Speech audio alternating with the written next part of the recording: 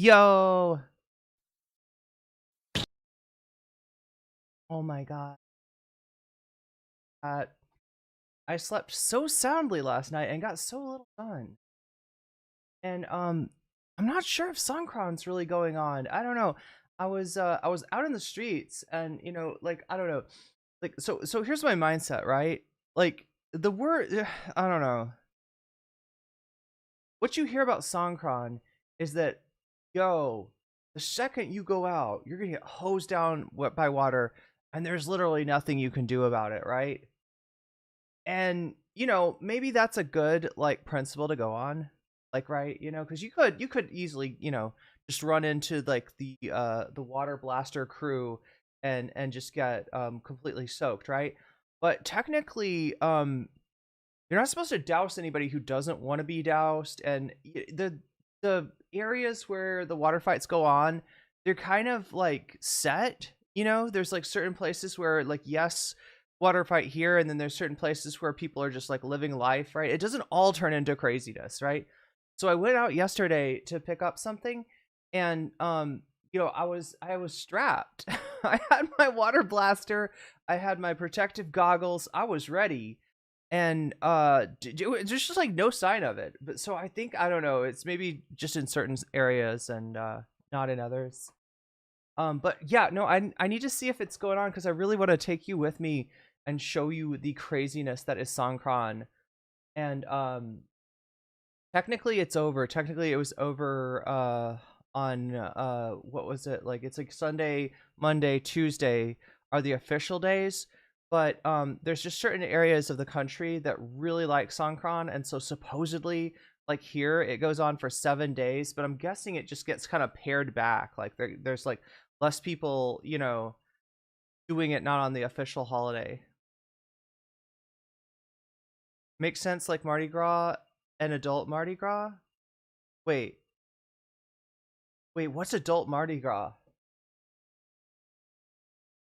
What's this all about? Oh wait, I think I know. Wait, is adult Mardi Gras where everybody's like that and stuff? That's adult Mardi Gras, I'm guessing. Hmm. I need my microphone closer to. Yeah, there. No, Waluigi.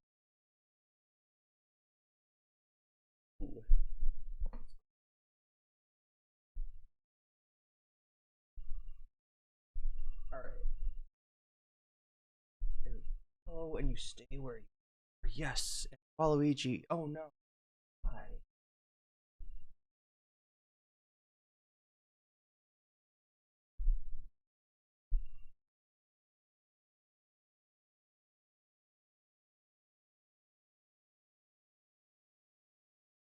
Okay, I think that's better.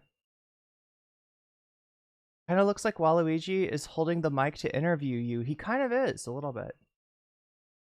But yeah, I don't know. Wow, this is like an up close shot. I didn't. What? Were we this up close yesterday? I feel like we weren't. I'm trying to figure out why. Anyway, at least I've got my camera somewhat stable. Yeah, I still want to try an IRL stream with y'all. Yeah, Trump is God, Naomi Klein was on Majority Report today talking about how the shock doctrine applies here, how the shock doctrine is still being used, and how Trump and company have gone beyond the shock doctrine in a lot of ways, right? Remember the shock doctrine, the idea of that is like never let a good crisis go to waste, right? When there is a crisis, when there is chaos. I said Naomi Klein, and I said that very intentionally, but yeah, good point, Redman. I don't know if you've read um her latest offering, her latest book, Doppelganger, but it's part of it. The jumping off point is kind of like how often she's confused with Naomi Wolf. The Content Cop did better than the Content Nuke in less than 24 hours. Yo, and isn't iDubbz? Look, I'm not trying to insult iDubbz here. I don't know anything about iDubbz and the whole controversy why people dislike iDubbz or whatever. But yeah, I feel like that channel was kind of not like, what was here? Let's bring it up. Let me take a look at this. Oh my god, chat! I think I caught ADHD from Emma interviewing Naomi Klein. Yeah. This is iDubbz TV. This is iDubbz's channel. Like, it's not like a secondary channel or anything like that. But let's reload this and see what the view. Oh my god, 3,300,016. Anyway, yeah. That's a lot of views. Yeah, he beat out the Content Nuke. Looks like this is the thing, Ethan, is you want to fucking play games? Like, right, with your dead career? Like, can you imagine if somebody even, like, iDubbz is not exactly relevant. And yet, just with this video, I'm sorry, I sound like I'm insulting iDubbz. I'm not trying to insult iDubbz. I know what's going on. Right, I understand that iDubbz did a certain kind of content in the past. That's what he got famous for. That's what he built his channel on. That's why he's got 7 million subs. And then at some point, iDubbz, the creator, iDubbz, the artist, decided that he wanted to go in a different direction. And hey, I respect that. I respect the fuck out of that, right? You don't want to let the algorithm control like the kind of content that you make. But yeah, anyway, that's what I'm trying to say, chat, is, it's a dead channel in the sense that it doesn't regularly get the number of views that you would assume that 7 million subs would give you, right? He's doing the content that he wants. It's more meaningful to him. And he's got, less of an audience for it. And that's fine for him. That's what he wants to do. He had 1 million, wait, what is this?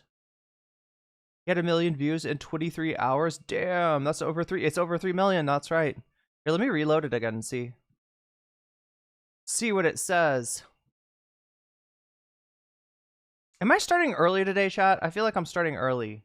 He likes the state of Israel. On the other hand, he's yeah, we're almost at, yeah, we're you could round it up to 4 million at this point.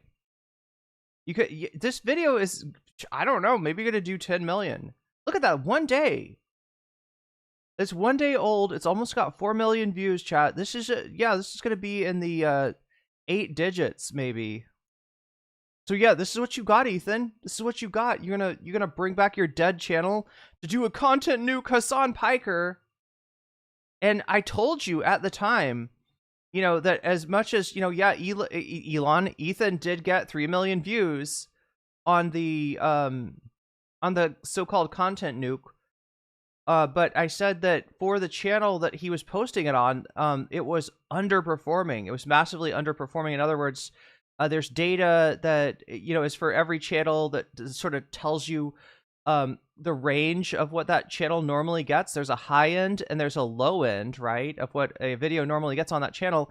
Ethan's 3 million or however many views he ended up on was not even touching the low end, right? So I was like, even though, this is a lot of views for Ethan Klein, Elon Klein. I keep on saying that, Sarah. I keep on saying Elon Klein. I don't know what's wrong with me. The artist formerly known as iDubbz. Yes, the artiste. Monsieur iDubbz. iDubbz. No. I don't know what I'm trying to put a W in there, but anyway, chat. It's French for W. Ethan Musk. Do we like that one better than Elon Klein? I seriously, I don't know what it is about Ethan and Elon. I've been doing that more and more, getting their names mixed up. I think Ian is just chilling and making whatever stuff they like now. Till the Content Cop H3, yeah. I marched in the streets as a teen to protest the use of offshore detention, easily 10 years ago. It's horrible that this is the direction that we're going in. Hey, Rave, that's a good point, right? The war on terror rhetoric seems very almost quaint at this point. Seems very old. Seems very much like, I mean, it was what 10 years ago. Wait, it was 2015. I mean, we're talking about like, 15, almost 20 years ago is the majority of what we consider the war on terror. And yet the Trump administration has resurrected the bullshit rhetoric, right? And what do I mean by that? I mean that he uses buzzwords to bypass your critical thinking, right? What is the buzzword that he mainly uses? Terrorist, right? They've used this in El Salvador too. We're not going to talk about criminals. We're not going to talk about violent criminals. We're not even going to say gangs. We're going to call them terrorists. We're going to say, no, they're doing terrorism. No, you don't understand. Like normally, yeah, due process and everything. And you get a sentence. And when the sentence is up, you're released back into society, yada, yada, yada, yada, yada. No, they black bag random people, bring them up 300 at a time, right? This is how justice works in El Salvador, right? Bring them up 300 at a time with a judge that has a mask on, right? The judge is wearing like a fucking balaclava, and then he just like, you're all guilty, and there's no sentencing, right? Because the sentence is you go into CCOT alive and you come out dead, all right? And as I say that,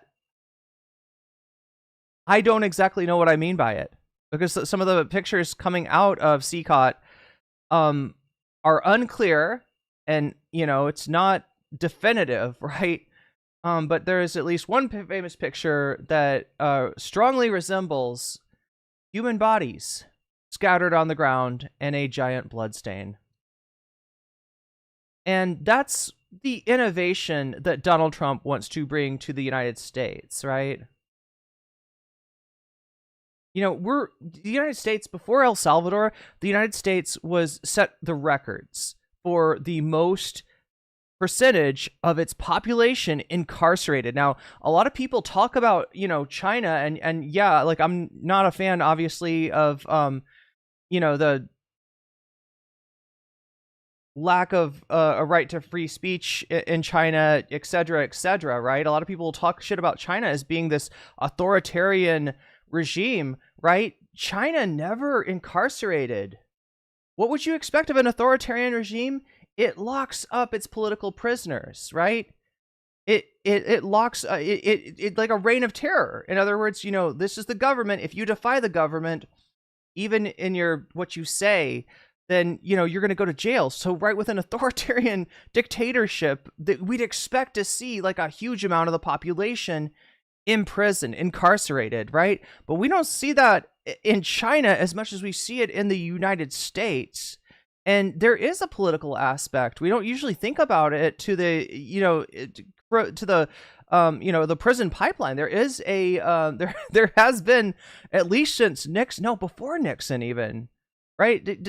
Like a political aspect to this, right? When they ramped up the war on drugs in the late 60s, early 70s, right? Under Nixon, the records show that part of the goal of that was to disrupt their enemies, right? Whether that be students and the, the student anti-war movement, or, whether that be, the civil rights movement and the black community at large, right?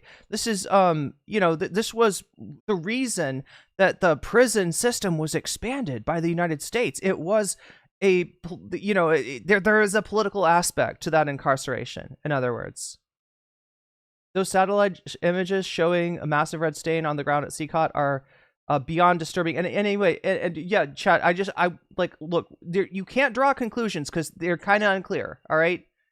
Maybe it just looks like that, but there have been at least 100 deaths documented in that facility since it opened. And it's not, it passes the logic check to think that there is a imperative that nobody comes out of there. Because if nobody comes out of there, nobody can talk about what's happening in there. And I think that that is the best explanation for the Trump administration's intransigence when it comes to defying court orders. 135 deaths in a year. Talk shit about the Chinese sweatshops, but we have prisons and pay them even less. Yeah. And look, this isn't me glazing up fucking China. Look, I'm not a fan of a lot of governments. And that's sad to say, because, you know, a lot of people, you know, you'd like to look, if you'd like to see a political ideology which says, okay, these governments bad, these governments are doing it wrong, we don't want this, we don't like this, right? This is the problem. But then these governments here, they're doing good, we should support them, maybe they'll get more power in the world and the world will be a better place. I can't find you those governments, all right? And I don't know how useful that is.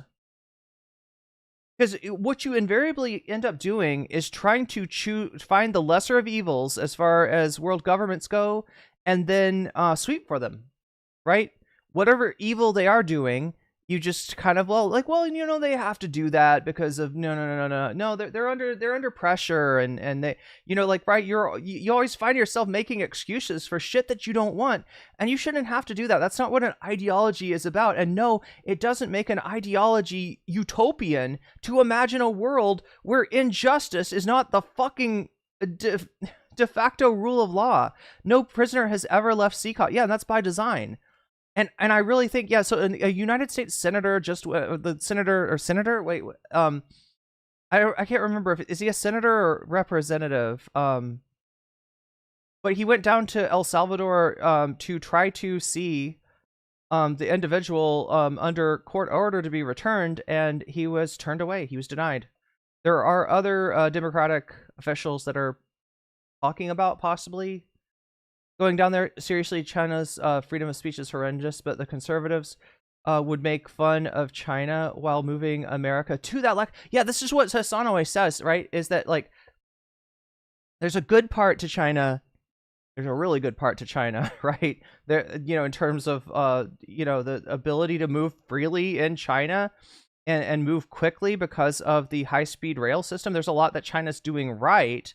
But, you know, there's a lot, there are things that are less desirable about China. But what is the United States doing?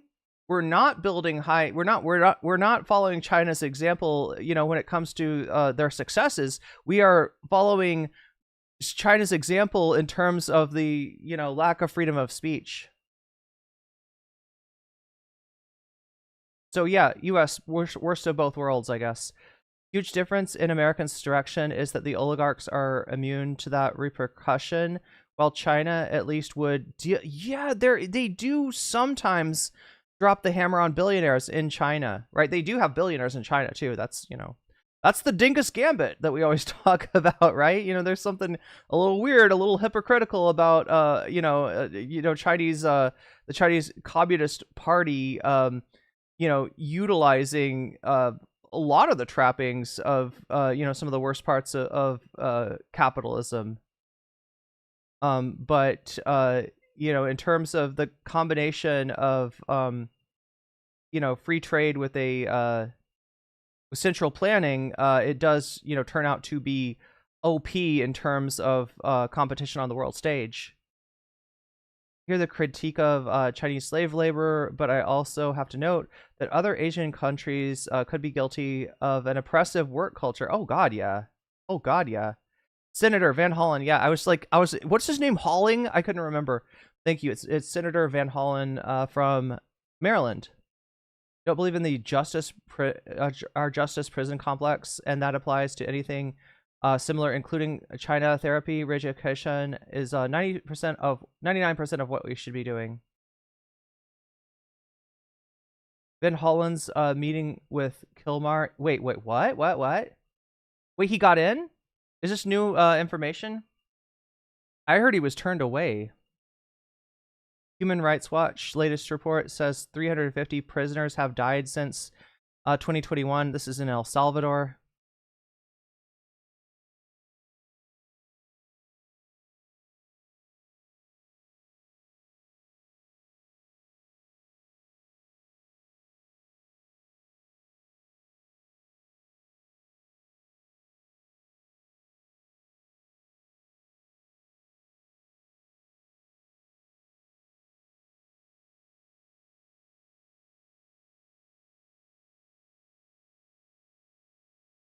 Yeah, so 2 hours ago from PBS, I've got Van Hollen says El Salvador soldiers blocked him from seeing the wrongly deported man.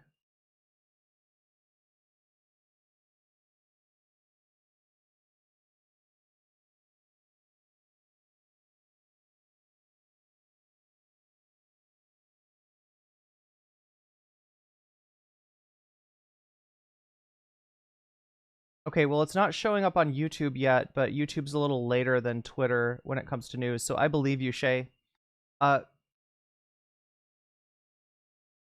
Killarney out? Wow. Columbia super chatted $5. Senator Van Hollen did meet with Kilmar. There is a tweet with a picture. And also Cory Booker is heading over to El Salvador as well. Yeah, Cory Booker, I've heard, is going to go to El Salvador and make a very long speech. That's his power. That's his stand power, chat. His stand, right? Cory Booker is a stand user, and his stand actually allows him to hold more urine. It's almost like a camel hump. His bladder is kind of like a camel's hump in its ability to store moisture. So yeah, we got Cory Booker coming down there to give a very long speech, and that's kind of OP, right? People don't do that anymore. You know that the whole the filibuster, right, is part of the U.S. Senate proceedings in which assuming that 2/3 don't vote for cloture, that one senator with a very strong bladder is able to hold up the proceedings of a bill that they feel is wrong by just continuing to speak. And the thing is, though, so this is celebrated, and I believe it's Mr. Smith Goes to Washington is the old movie that has a guy doing a filibuster, and it's pretty cool, but they don't do it anymore. They rarely do the filibuster, right? It's almost like golf. You know how there's all these weird things about golf, right? Where I always thought this was weird. People will hit the golf ball, especially Trump, right? They'll hit the golf ball on the green, and when they get to the point where they're close to the hole, they'll call it a gimme. They won't actually hit the ball in. They'll be like, "That's a gimme. We're just gonna pretend I hit the ball in," right? And there's like a gimme there, where it's like, okay, well, you got two, you blocked the, we didn't get cloture, and there's somebody willing to speak, but we won't actually make you speak. But yeah, they don't really do it anymore. But Cory Booker has brought it back a little bit. Cory the Bladder Booker, that's right. That's right. And thank you, Columbia Rican, for the super chat. We gotta get the fuck. Why? Twitter. That's one of the things I don't have access to with on my laptop, right? I don't have my login info there.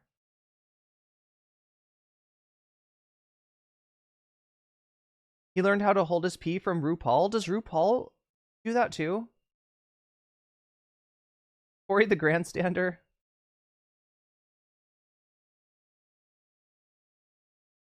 All right, well, I gotta try to track down this news then.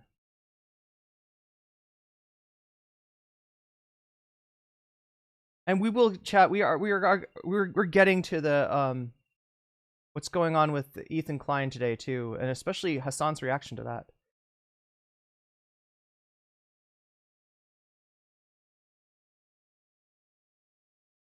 Oh my god. Seriously, like Google is Van Hollen.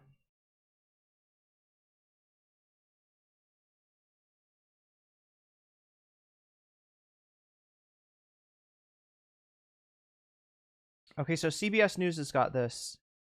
Maryland Senator Van Hollen meets with mistakenly deported Kilmar Abrejo Garcia. Now, I laugh when they say mistakenly, right? Not in the I don't know. Look, when you do something and you're questioned about it by a judge and they order you to reverse it and you say no, you got to call that something different than a mistake, right? So even if they didn't intend to, or the policy, wasn't supposed to deport this individual, right? If you refuse to do anything to correct it, I don't know if I want to call that a mistake. What that is a trial balloon, right? What that is the Trump administration never letting a good crisis, a good opportunity go to waste, right? And the opportunity here is to see how far they can push it. What they want to do is expand executive privilege, executive powers. And yeah, Trump said it himself that he would like 5 more of those prisons, and he would like to start deporting our homegrowns, in other words, American citizens. That he then immediately is like, no, we're talking about people who hit grandma over the head with a baseball bat. We're talking about people who push you into the subway, like only the really bad people. But they use that to go after Kilmar. Like this is what the Republican press secretary's response was like, the Democrats want to let, and they just bring up the most gruesome crimes involving an immigrant that they can fucking think of, and somehow link that to somebody whose only crime was being targeted actually by MS-13, not from what we can tell being associated with it. I mean, associated with it in terms of being a target, but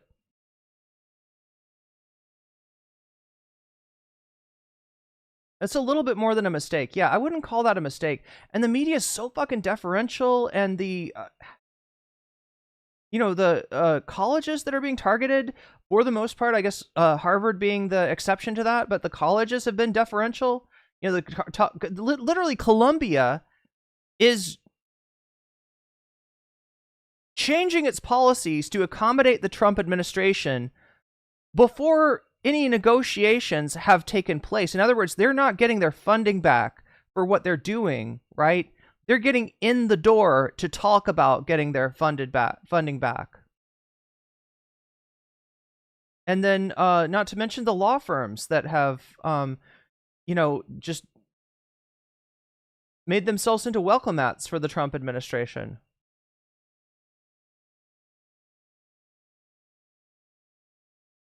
And offered free pro bono. You know what pro bono is, chat? Like, I mean, people think of it as like, oh, that's when a lawyer works for free, right? Well, sort of, right? Pro bono is more than that. It's supposed to be like one of the aspects of pro bono is that it be in the public interest, right? That's what pro bono legal work is supposed to be. It's supposed to be a lawyer providing free legal services out of conscience, right? In the public interest. And I can't think of anything more dystopian, more Orwellian, if you will, than the, accommodation to the Trump administration being considered pro bono. Bono means good, chat, right? Am I right, Shakespeare? Does bono mean good there? No, it's for Bono. Isn't there something about? am I totally tripping here?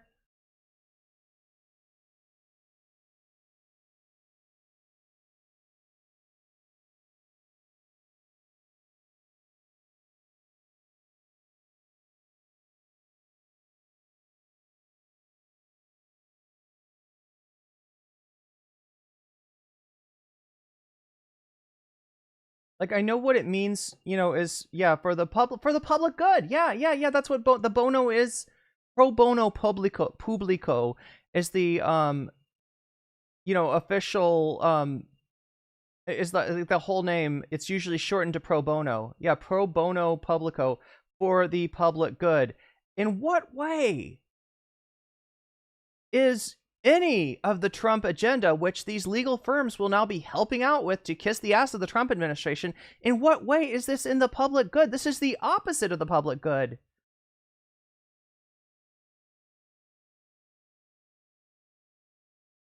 What does pro bono mean in slang? Wait, what is in slang? No, it's not really giving me that. Oh my god. Fucking Google is such trash.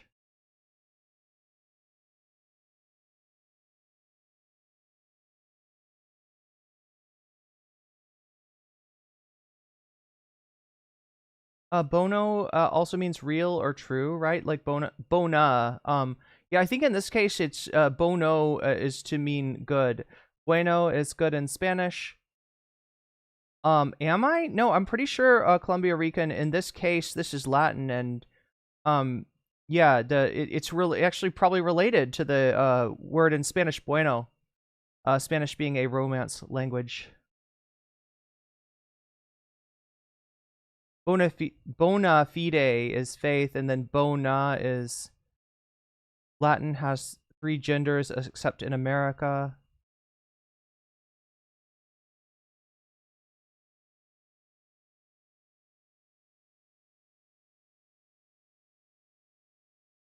Yeah, for the pro bono publico is the entire phrase, right? And you know, this is what that's supposed to be for, right?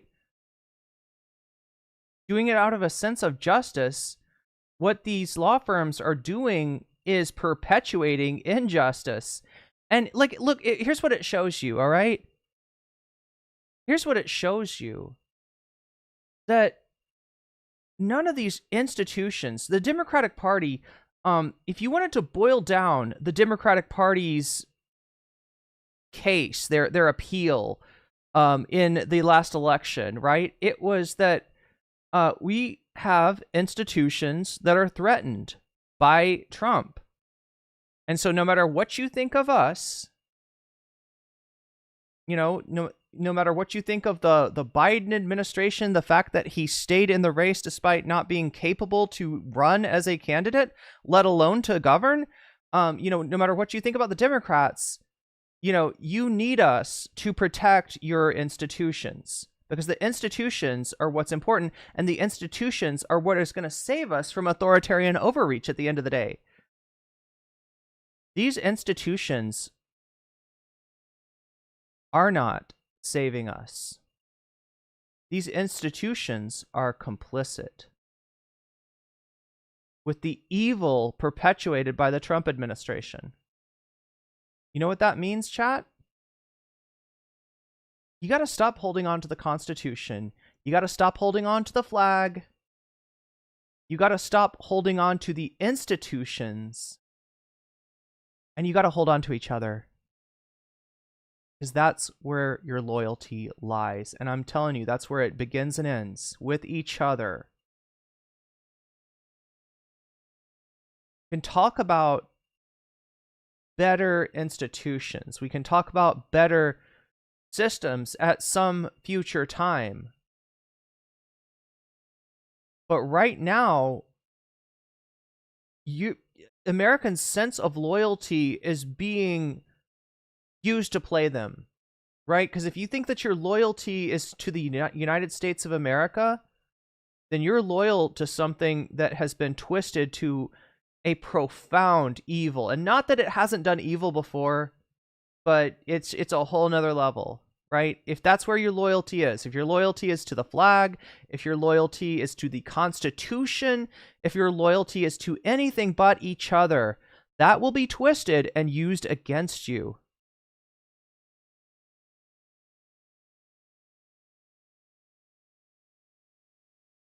You owe no loyalty to that which fails to protect you from evil. All right? And we gotta stop. I know it's appealing, right, to like think that we just kind of go back to the place where we had guardrails, right? If we could just kind of like, you know, go back a little bit, right?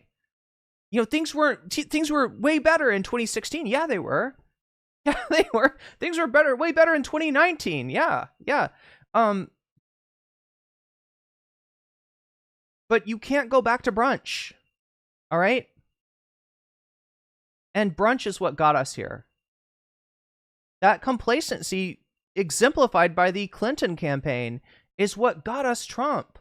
Obama and his failures to meet at least the spirit of his campaign promises, if not in some places, yeah, the actual letter of his campaign promises, that's what got us Trump.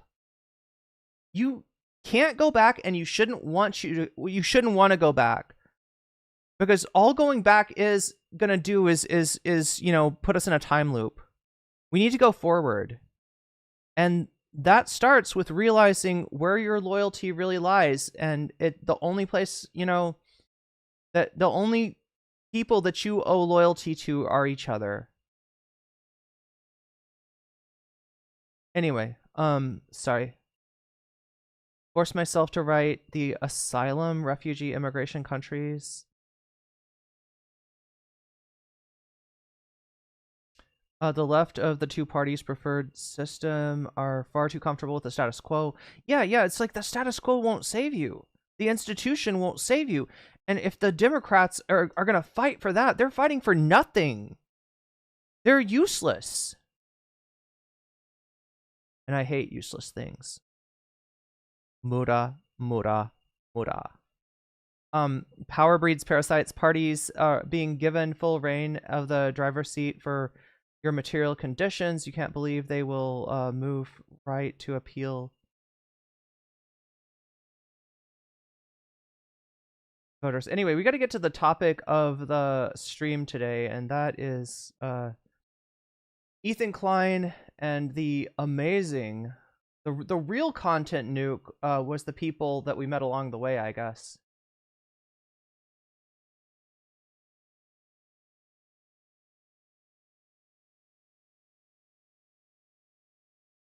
A lot of people who might. So yeah, chat, yesterday we watched the beginning of Ethan's stream from, oh my god, was it Wednesday? Holy shit, chat. I'm like,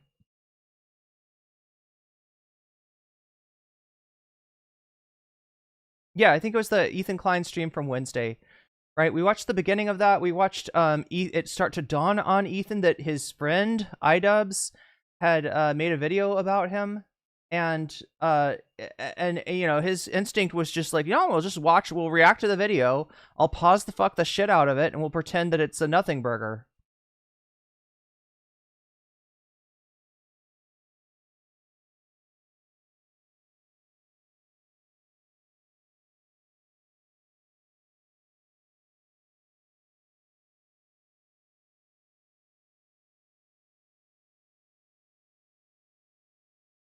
And we saw the crew of H3. Oh my god, chat. It's so weird to just be a head. I would rather be a bust than a head. I just don't have as much control over my shot as I normally do, because I've got a camera that's literally sitting on top of the laptop, precariously perched.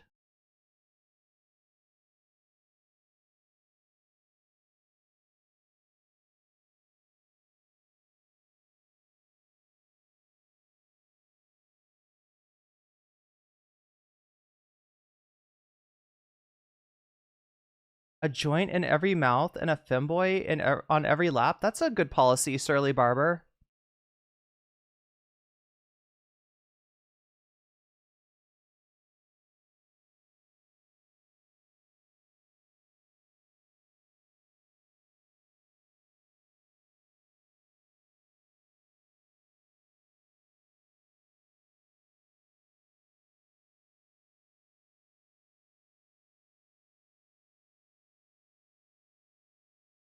Anyway, like I said, we started with the Ethan Cope stream.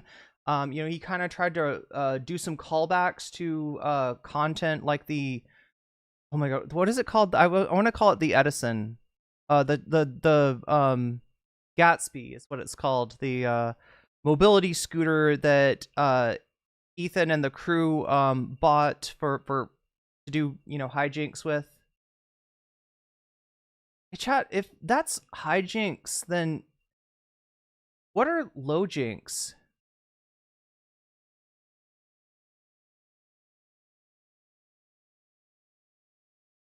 Like, right? You know what I'm saying? Shouldn't there be low jinks?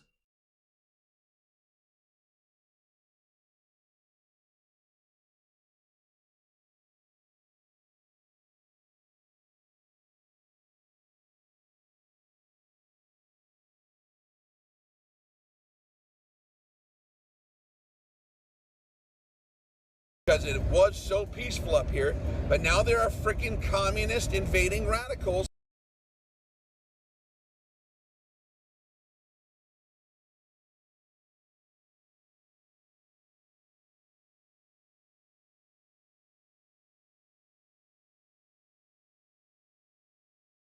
All right, well, this is normally the time of day that I talk to the chat, but you're not giving me much right now, chat. So let's just, I don't know, proceed to the content. Oh yeah, let's. I think we're at 5 on the bonus goal. Again, I put this out for the last 2 days that if we got to 200, that we do some Songkran content. I don't know at this point if the. Like, I don't think it's past us. No, it hasn't, right? Because I know in my city that they celebrate it for all week, right? It's a full week-long celebration. So that's still on the table. But yeah, the past 2 days we've gotten like just almost to that goal, but not quite there. So and the whole problem is too that if I want to do that content, right, it would be like after stream would be the natural time to do it. But you know that I stream so late, and most of my audience is in the U.S., meaning that a lot of y'all would be asleep when it would happen. So I thought about maybe trying to do a morning stream or something. But anyway, it's all academic unless we hit 200. So we tried for the last 2 days. We didn't quite get there. But we've got, in addition to the bonus goal, you know, which gives us the ability to keep me on a little bit longer to cover. In this case, what is it? Finish the Ethan Cope stream. Yeah, go back to the Ethan stream and see, you know, because I know there's some juicy stuff in there. We saw AB contradict Ethan, and then apparently get kind of disappeared him. Well, I shouldn't use that word. I shouldn't use that word, Chad. It's a little too real right now. But yeah, AB disappeared from the podcast right after contradicting Ethan. So, yeah, it's definitely not going well for Ethan Klein. I don't think that was a good decision that they made.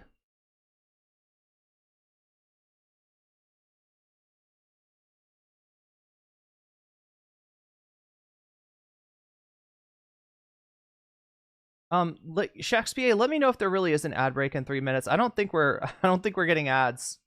I'm pretty sure I'm demonetized on Twitch. But it'll still say it. We'll see if anybody sees ads. If anybody that doesn't have a sub sees ads, right? Because that's one of the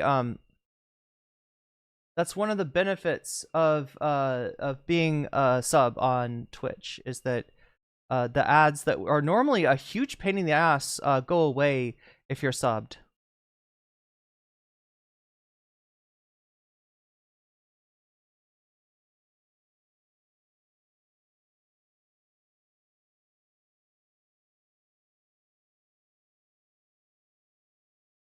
But yeah, let's take a look at the poll right now. I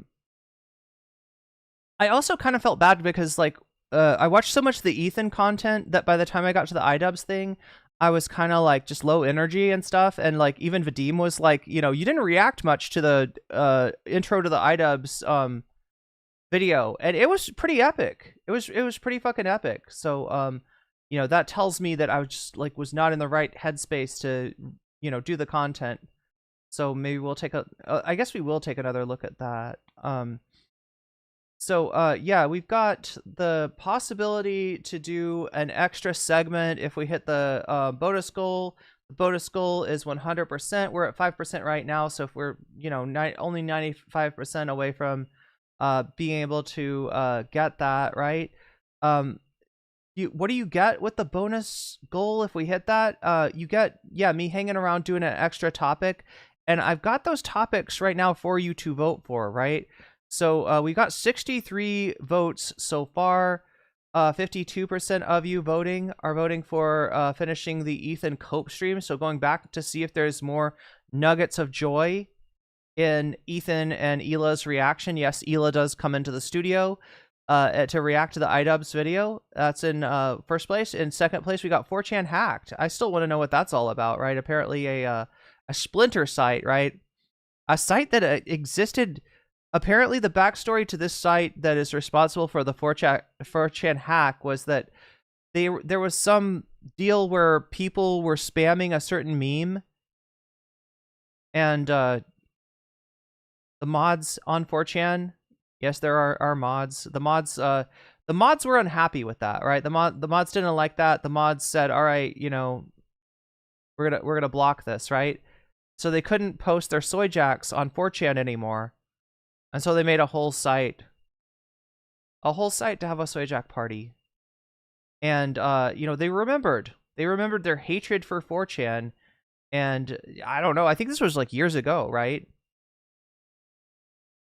And they had their revenge, and I don't know. It kind of sounds like the site might be cooked. I'm not sure. I have not checked in with any 4chan news in years and years and years, but well, that's what's going on. So 4chan hacked is in second place. Third place is Hasan talks with Ethan, talks about Ethan with Steiny. Steiny is a mutual friend of Hasan and Ethan. Steiny is part of the Nelk Boys, along with Bradley Martin, and you know, it's vaguely conservative coded podcast.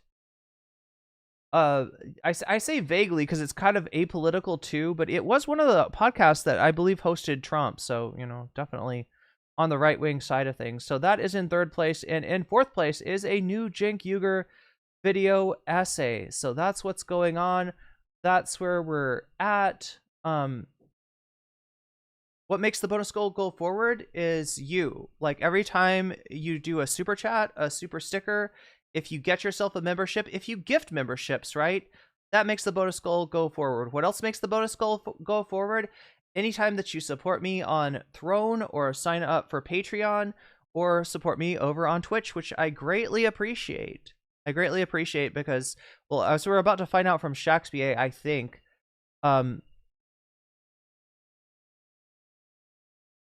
still says there are ads on Twitch. Wait, says there are ads on Twitch.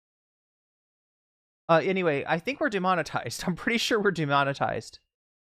So on Twitch, meaning that that's the only way that I get paid for streaming on Twitch at all is through support of viewers like you. So thank you to everybody who subs, to everybody who supports me, and to everybody who gives those gifts of jellyfish over on Twitch and weasels over on YouTube, because that's what allows people to put extra emotes, right? We wouldn't have the weasels. Narwhal_by super chatted $5. Par example. Par exemple? Is that you're speaking French? There are no ads. Yep, there we go. There we go. Set chat. So yeah. We are demonetized still on we are demonetized on Twitch. So yeah, thank you to everybody that supports me over there. Speaking of people that I need to thank, let us turn now to the Patreons, because I very much appreciate that support that is detached from the platforms of Twitch and YouTube. So platforms chat, give, and platforms take away. And these platforms can be taken away with just really capricious or no reason at all, right? So, you know, I come to you on YouTube and Twitch every day, but these are platforms that, you know, for instance, President Sunday got demonetized for what I can tell for no reason at all. I don't know. It's like Brazil, you know, the typewriter hit the wrong button and they demonetized President Sunday, you know, like, you know, like obviously I got a lot of gripes with Sunday, but I don't think he was demonetized fairly, and that could happen to any of us. So thank you to the Patreons for supporting me off platform every month through your memberships. We have several memberships levels. At the $3 level, you get my videos when they come out, before they come out. You get them first. You get them uncensored and unredacted. That is, let's just say I haven't had a chance to edit anything. So you kind of get the first version, the first you know, version of the video before it comes out at the $3 level, and at every level, right? At the $5 level and higher, that's Fancy Weasel, you also get a fancy shout out. So let me do those shouts out now. Shouts out to Oral Ellipsis. Shouts out to Temporal Insanity. Shouts out to Steven Sayers. Shouts out to Funky Monkey. Shouts out to Shakespeare. Shouts out to Sarah. Shouts out to Nadia Yvette. Shouts out to Moe Noe. Shouts out to Crystal Saphira. Shouts out to Jules K. Shouts out to Jessica Bell. Shouts out to Izzy Mandia. Shouts out to Infallible Fowl. Shouts out to Hot Ham Radio. Shouts out, I'm practicing my roll, chat, because you got to roll your R's in Thai. Shouts out to Good for Gabby, and shouts out to Buffy Geek. Shouts out to Animus, and a fancy shout out to Zerazerex. To my fancy weasel, Zerazerex, Rachel K, and to Omega Star. There we go. All right, and with that, chat, it is time to get rolling, because I have been edging you for long enough already. Let's see what we got here. Oh, it's Ethan Klein. Oh, look at this. Oh, look at this, chat. It's Ethan Klein, and it's Hasan.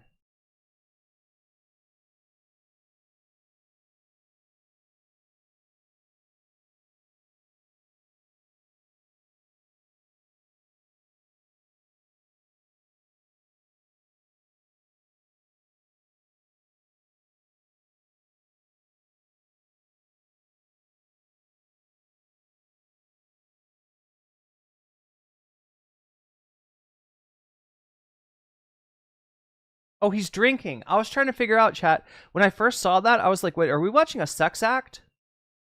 Like on screen, right? I was like, wait, what's going on here?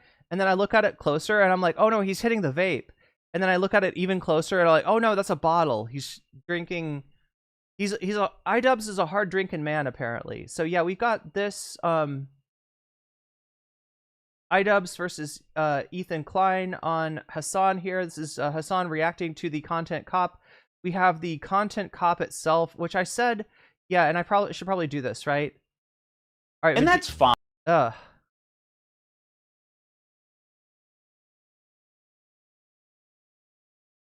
my god, I'm looking at Nick Diorio's video right now. iDubbz returns to backstab Ethan Klein. iDubbz is backstabbing Ethan Klein. Nick, get at me. If you wanna talk about who did a backstab, I would love to have a little conversation with Nicholas, because I think I disagree, bruh. iDubbz backstabbed Ethan? Excuse me, I think it was the other way around. Anyway, that's my one and only offer to my one and only olive branch to the commentary community there, because I feel like you know, Nick will usually listen to reason on some level, right? For all my, you know, disagreement with him, he does seem to be slightly more reasonable than a lot of the people out there. And I'm totally shocked. I don't know. Maybe this was Nick's editor that decided backstab Ethan was the way to go with the title. Maybe it's out of Nick's hands, but I would love to find out why the fuck your video is titled iDubbz Return to Backstab Ethan. That is so backwards. That is so backwards, Nick. Anyway, sorry, I got distracted. What we do here is go back, and we're gonna go back to the Content Cop, because as Vadim said, I wasn't reacting hard enough yesterday. Sellout? Papa Gut? What the fuck? Oh my god, chat, am I gonna have to throw hands with all the commentary community here? Like, what the fuck? What is wrong with, what is in your water? What is in your air? Like, what are you smoking, Papa Gut? What are you smoking, Nicholas Diorio? What the fuck? I just love how somebody can look at the same thing that I'm looking at, and it's so fucking clear to me, right? Even if you want to say that, you know, you agree with Ethan, like the fact that you'd act like, what, iDubbz is a sellout? Did he sell out to the woke mind virus, Papa Gut? What are you talking about? Yeah, like, and especially somebody like Papa Gut that's, you know, ostensibly left-coded. Like, I'm gonna have to pull your card. I'm gonna have to pull your card, because I don't know on what level you fucking think that iDubbz is a sellout. Anyway, chat, anyway, let's take a look at this intro, this lovingly crafted for us. I gotta drink something. What? Oh my god. Wait, no.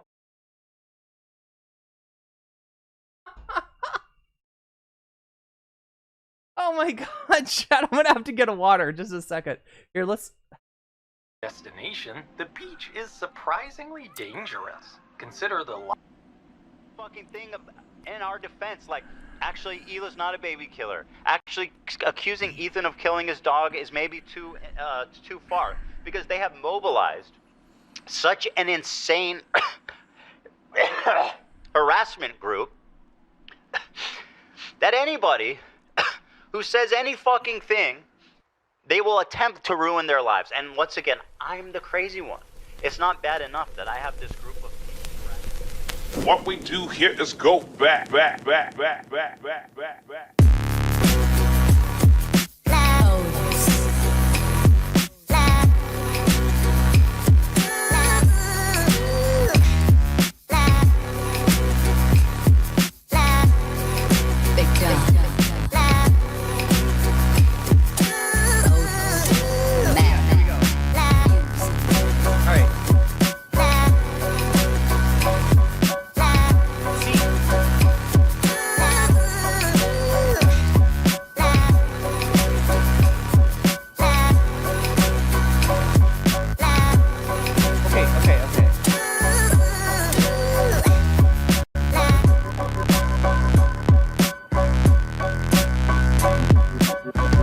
Alright, I missed some little trinkets here in the beginning.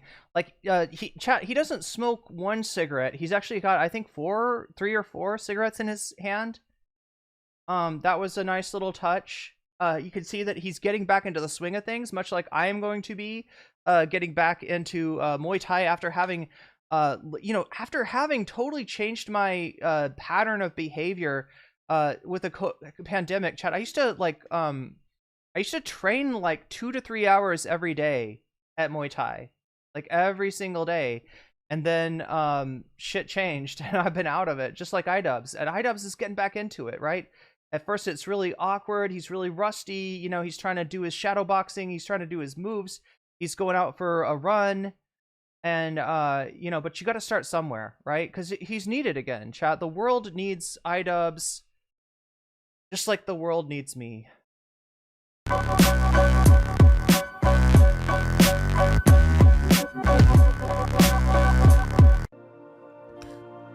What's up, everybody? I'm Hasan Piker, and this is the Hasan broadcast coming to you live from a cloudy day here in California, Los Angeles. We're live and alive, and I hope all the boys, girls, and MBs are having a fantastic one because today's a beautiful day. I have a very important announcement. I've finally done it. I watched Ethan Klein's Content Nuke, and I'm not going to call it Context Puke as I normally do because the reality of the matter is it was brilliant. Nothing was out of context. Everything was correct. I am an Islamist, fundamentalist, radical terrorist. I am a vicious anti-Semite. It's true. Most importantly, Ethan is more attractive than me, both physically and also mentally. I've been lying about everything, including my glasses. They're fake. He was right about that. That's not even in the Content Nuke. And he was right about that too. How did he know everything? How? Wake up, Ethan. Wake up, Ethan. Ethan, wake up. Wakey, wakey, Ethan. Wake up, Ethan. Wake up. Time to be awake, Ethan. Wake up, Ethan. This is no longer a dream. This is a nightmare. Wake up. Ethan, the dumb bitch is telling you to wake up. Wake up. Ethan, wake up. Wake up, Ethan. Ethan, wake up. Wake up. Is anyone? Just wake up. Wake up. Wake up. Wake up. Wake up, Ethan. I'm not going to do a react content yet, chat. I'm just saying, nobody's telling you to wake up, Ethan. Ooh, yummy, I love summer hummus. I'm gonna wake up, Ethan. Wake up. Ethan. Wake up, Ethan. Wake up. All right. Wake up, Ethan. Just wake up.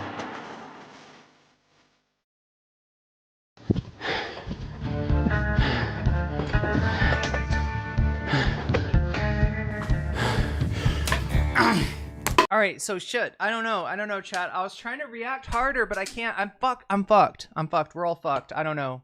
This might be a very short stream.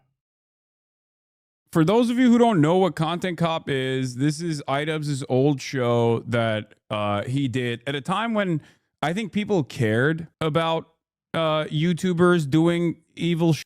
I don't think people care as much anymore. Like, I think most people are just like, yeah, this guy sucks. Okay, whatever. Like there's a lot that has taken place in terms of call out culture online that I think is very interesting, where drama slop tubers basically try to do content cop style videos nonstop. It's already being brigaded with dislikes. Yeah, I suspect that they will immediately, because he has iDubbz has a lot of old fans that hate him now. What happened? I just don't have any energy. I can't concentrate on anything. I've got like 8 different things going through my mind, and I don't know. I'm just not giving you like the content that I want to give you, like, right? Basically, because he has. I don't know what's wrong, chat. Do I need matcha to get me going? I kind of don't want to. Like, I mean, I guess I could try to order matcha. 3 hours of matcha study session? What the fuck is this? Oh, relaxed ADHD lo-fi music? Talked about how in the past he did a lot of reactionary stuff that he's not proud of, that he's actually apologetic of, and so all of his like old fans that thought that he was like Oh yeah, the video supposedly, I don't know if we can see this on here. Do I have? No, I don't have this. There's a plugin where you can see dislikes, but supposedly this video is being brigaded. It's not really showing up in the comments.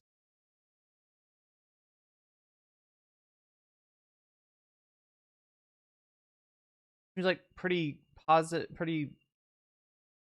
This ain't a content cop, it's a therapy session. Okay, that's a negative one, I guess, but it's only got 227 likes. Since the last content cop, I've become addicted to drugs, got clean, got extremely fit in the gym, got a job, got promoted, relapsed for 1 year and lost everything and got clean again. Damn. I mean, yeah, they're just pointing out how long it's been since iDubbz doing the content cop thing. Yeah, I'm not seeing.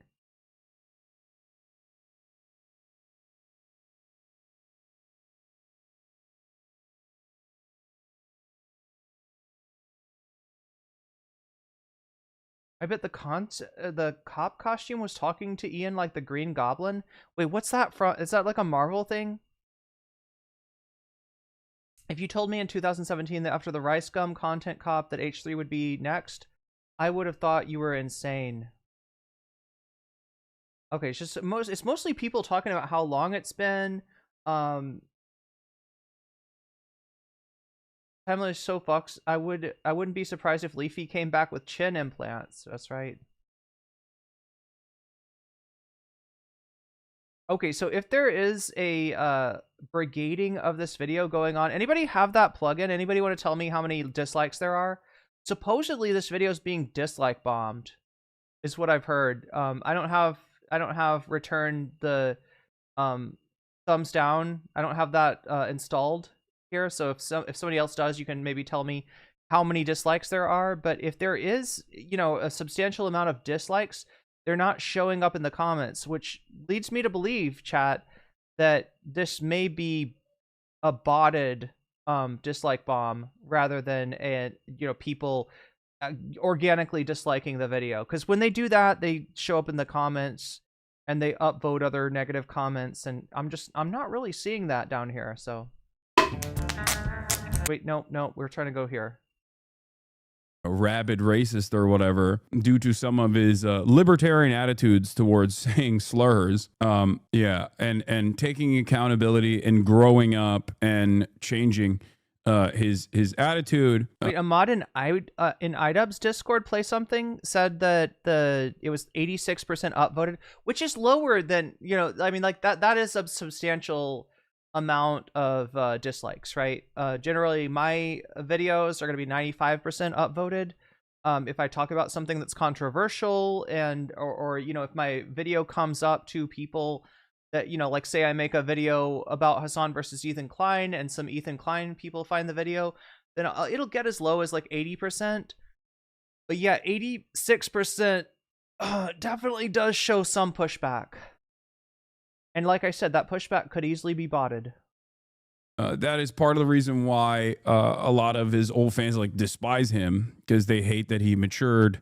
They hate that because I think it just like reflects poorly on those people that have not matured. I mean, that's going to be like one of the things that people get mad at him over. But then also the fact that he did this on the fact that he brought back Content Cop after years and years of not doing it, after saying that what he did on Content Cop, especially with like a lot of the reactionary stuff that he did, was bad.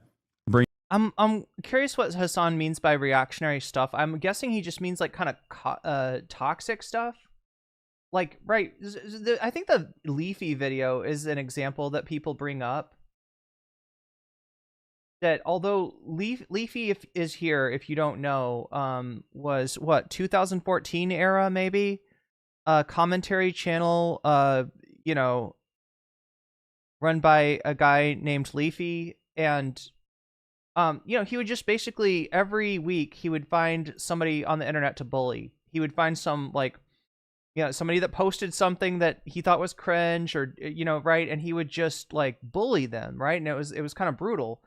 And so iDubbz, when he did the Leafy video, he bullies Leafy, right? Instead of just saying like it's wrong to bully people, which probably would not have popped off as much, he's like, look at this guy. This guy doesn't even have a chin. This guy doesn't even have a, like, he was kind of brutal, like, right? He was brutal with Leafy in the same way that Leafy was brutal with his victims, right?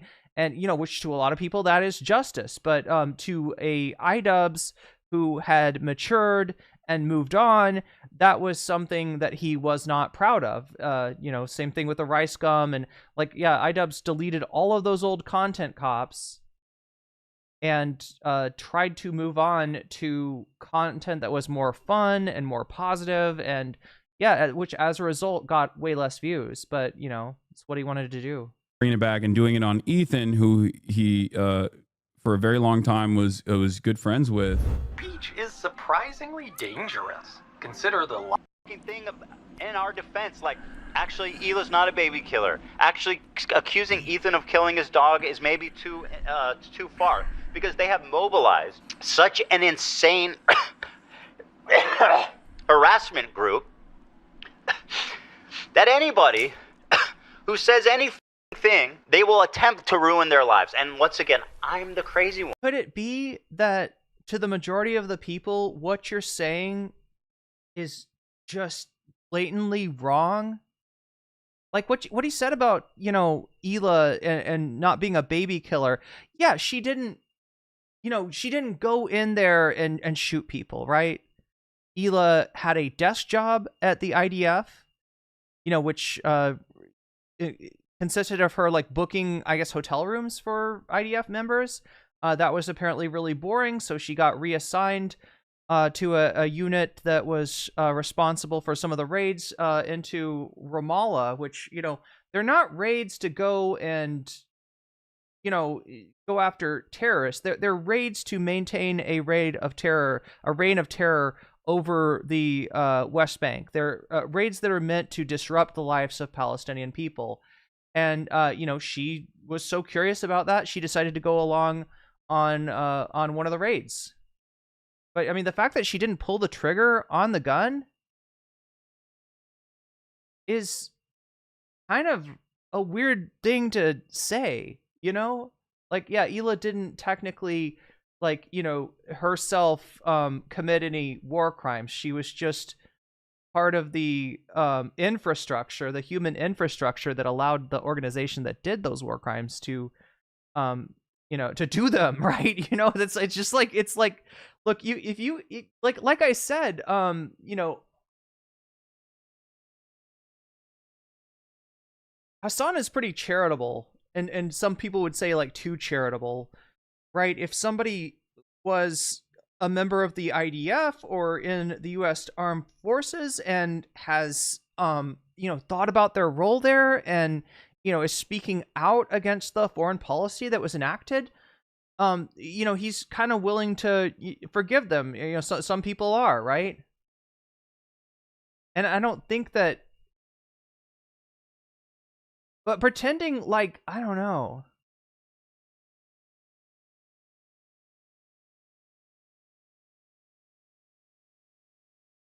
Like that's the whole difference, right? Between somebody who would get some level of charitability and somebody who wouldn't, is you know, the Hila still acts like, oh no, we were there to defend Israel against terrorism. That's what we were doing, right? There's no reflection. There's no growth. There's no recognition. And yeah, you know, you kind of need to say something. You kind of need to apologize. You kind of need to say that what I did was wrong. It wasn't as wrong as, you know, pulling the trigger on a sniper rifle that's pointed at a kid's head, but it's, you know, it was still wrong. And that's what you just never get from, you know, any sort of recognition. It's not bad enough that I have this group of people. What we do here is go back. Okay, I'll try to react for real this time. I don't know, what does Vadim want me to do? Am I supposed to, like, get up and dance? I'm just like, I'm fucking tired. I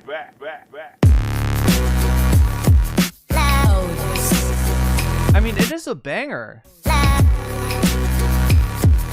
know what it is? You know what it is? Here's what it is, chat. Vadim was probably around for the original Content Cop. And to see a new generation, like, not as affected as they were by the cultural impact of the, you know, what the, like, I'm trying to understand as much as I can about a time of YouTube I was just not around for. And that's the, you know, there was a sense of retributive justice here, I think. Right? There was a sense of exultation in that, you know, Leafy exists on YouTube and he's just bullying people. And you know, if you're watching the original Content Cop, right, on Leafy, you're kind of celebrating that now a bigger bully has come along to punch Leafy in the proverbial dick.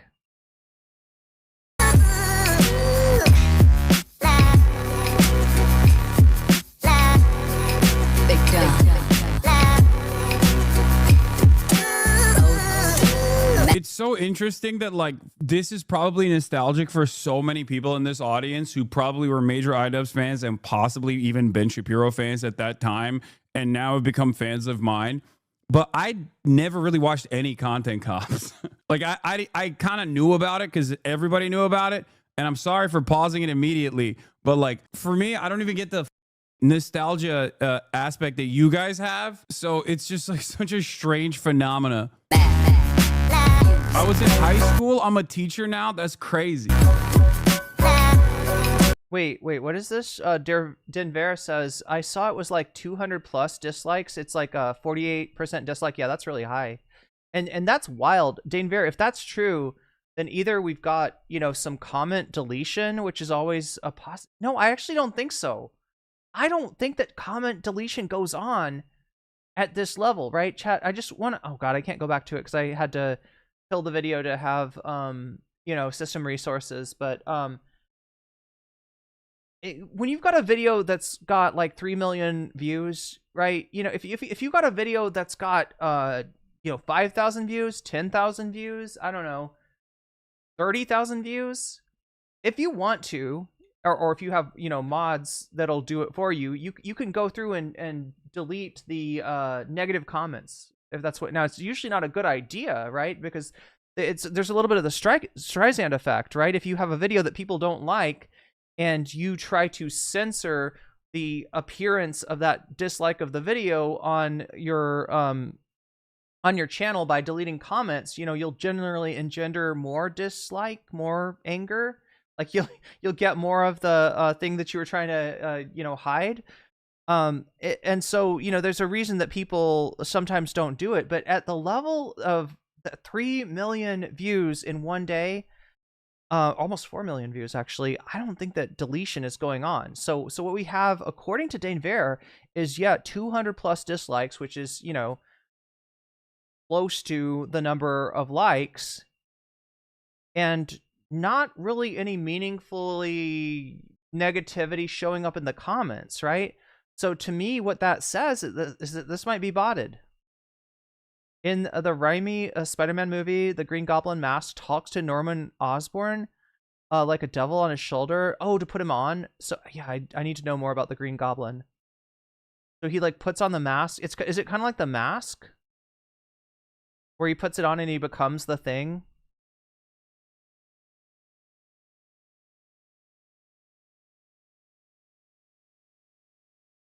If you Google iDubbz, staff says the dislikes are fake.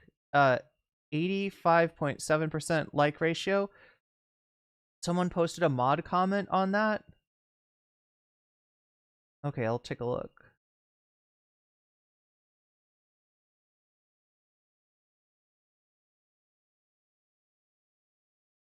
Dislikes to likes, to 263 likes.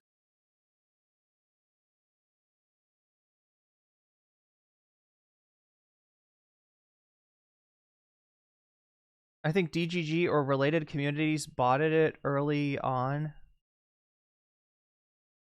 The plugin isn't fully or entire numbers, but it's a gauge. The plugin that restores dislikes. 263 up, 268 down. Really? I don't think 268 dislikes is fully genuine. I would guess not. The pushback is from bots and losers. God damn. And look, if I'm being honest, like, these are...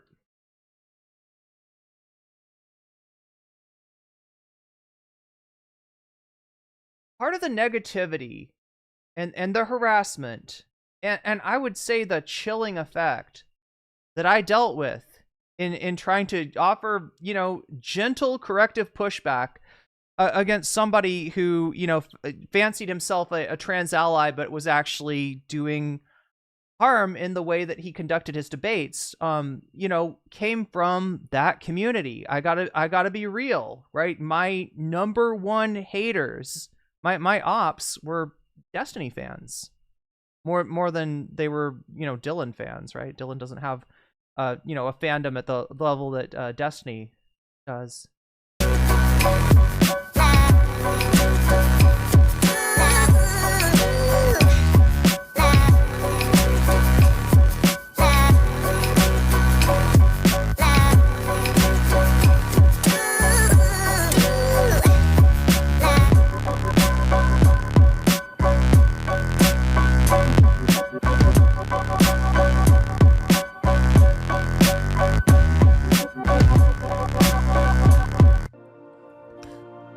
What's up, everybody? I'm Hasan Piker. The other thing that's really kind of reminiscent from this is the use of bots, which I unfortunately experienced as well in a wholly different way that I really don't want to get into right now because we're trying to concentrate on the content, not on past history. But yeah, this is like, I mean, it's the same fuckers. It's a lot of the same fuckers using a lot of the same tactics. A lot of these assholes with way too much time on their hands that just, you know, exist to, I don't know, try to win internet wars that only really exist in their minds. Piker in this awesome podcast coming to you live from a cloudy day here in California, Los Angeles. We're live and alive, and I hope all the boys, girls, and MBs are having a fantastic one because today's a beautiful day. I have a very important announcement. I finally done it. I watched Ethan Klein's Content Nuke, and I'm not going to call it Context Puke as I normally do because the reality of the matter is it was brilliant. Nothing was out of context. Everything was correct. I am an Islamist, fundamentalist, radical terrorist. I am a vicious anti-Semite. It's true. Most importantly, Ethan is more attractive than me, both physically and also mentally. I've been lying about everything, including my glasses. They're fake. He was right about that. That's not even in the Content Nuke. And he was right about that too. How did he know everything? How? Wake up, Ethan. Wake up, Ethan. Ethan, wake up. Wakey, wakey, Ethan. Wake up, Ethan. Wake. I get it. All right, so here's what this is, right? I didn't understand the point of this at first, right? But it's like this, right? You know, you go from the iDubbz scene where he's, you know, he's putting back on the Content Cop uniform to this, where it starts off as a dream of Ethan Klein's, right? So Ethan's every day is like, what did Hasan say? You know what I mean? Is there anything from Hasan's stream that I can use to make content out of? That's Ethan. That's probably what Ethan does when he wakes up, right, in the morning. And so, you know, the idea is like Ethan's watching the stream and he's finally getting like, oh my God, you know, Hasan's admitting I was right. Hasan watched the content nuke, and, you know, right, he's getting that validation that he craves, right? But of course that's a dream. Of course that's a dream, and now the dream's turning into a nightmare. Here we go. Wake up. Time to be awake, Ethan. Wake up, Ethan. This is no longer a dream. This is a nightmare. Wake up. Ethan, the dumb bitch is telling you to wake up. Wake up. Ethan, wake up. Wake up. All right, I'm gonna let this run. Ethan, wake up. Wake up. Since anyone? Just wake up. Wake up. Wake up. Wake up. Wake up, Ethan. I'm not gonna do a react content yet, chat. I'm the same. Nobody's telling you to wake up, Ethan. Yummy, I love Sabra hummus. Wake up, Ethan. Wake up. Ethan. Wake up, Ethan. Wake up. Wake up, Ethan. Just wake up.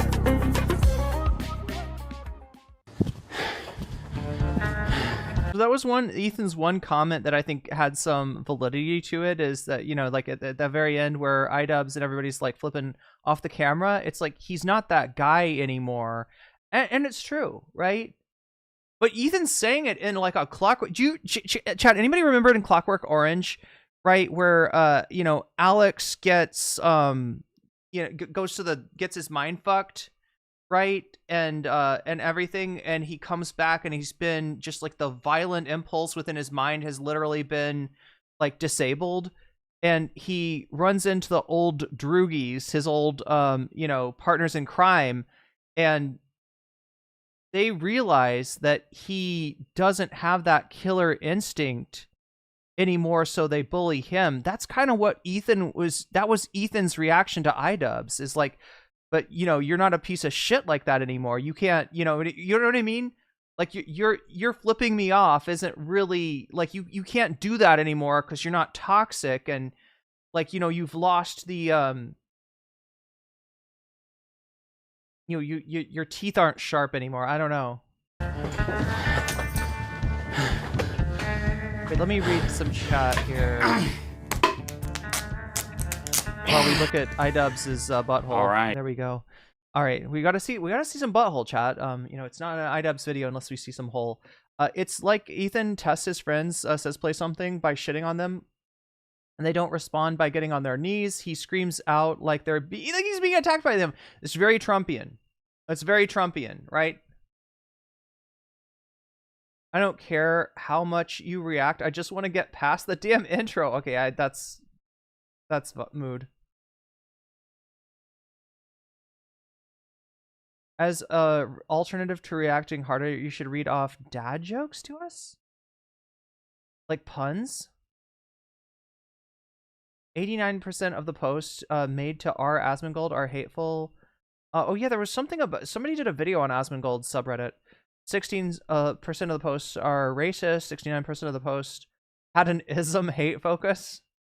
Damn. It's feigned outrage that they didn't defend them. No one who expects to still be friends with someone would repeat the reasons they had to defend her. Everyone was calling you a slut, remember? Yo! Buffy Geek, thank you for the gifted membership. StarQuest, you just got jellyfished. And that's a good thing. It's definitely botting, says YS. Anyway, let me get... Where are...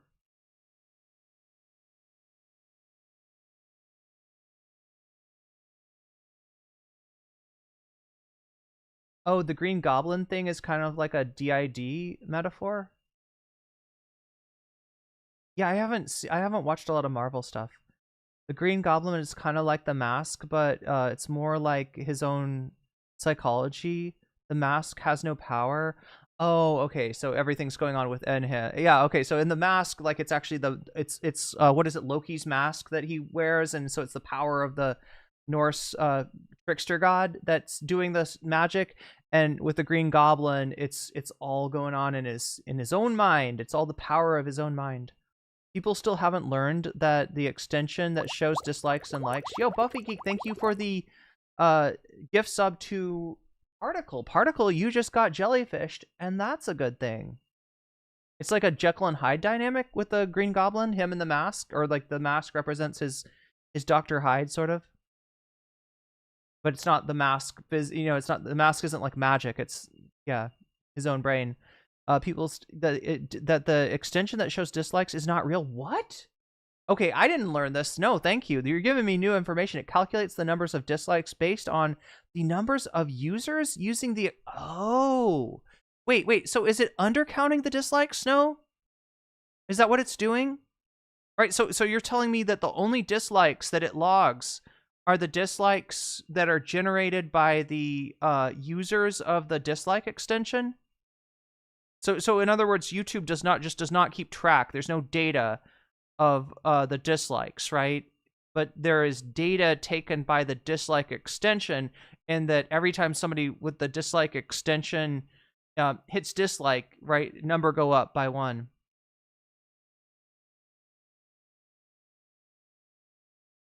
Hila hasn't spent a year shitting on Anissa's culture and experience of war and genocide, throwing her under the bus. Oh, like Hila has not spent a year, yeah. Saying that she has. Anissa owes them nothing, yeah. It's like Norman Bates. Oh, I haven't seen Psycho. Norman Bates and his mother. I recognize the reference. I just haven't seen the movie. Back in 2018, a contractor used to work for Ethan and posted a Medium article called Change of H3H3. People should Google that and read it. Yeah, I want to find more about this dislike ratio thing. I didn't know this.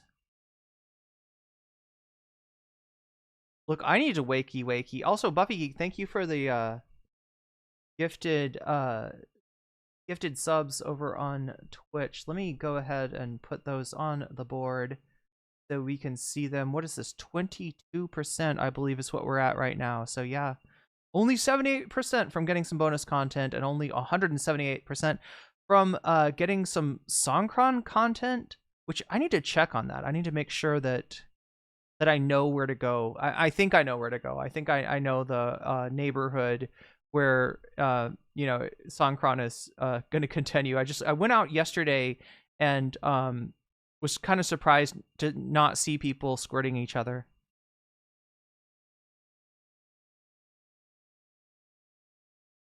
Intro is so good. Can't believe he got them all on board and in Hasan's space to do so. Yeah, I mean, I guess they're all, you know, kind of live in the LA area, so it must be, unless he, wait a minute. I mean, iDubbz will do things like fly out places, so maybe it's that. All right, I'm trying to get through chat here.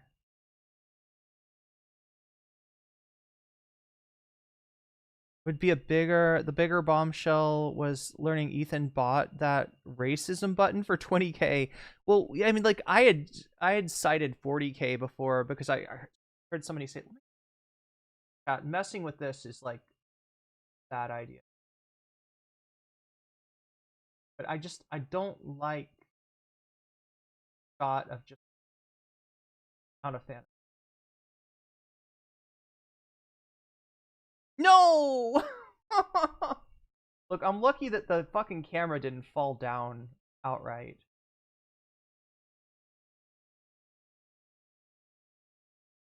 Come on, please.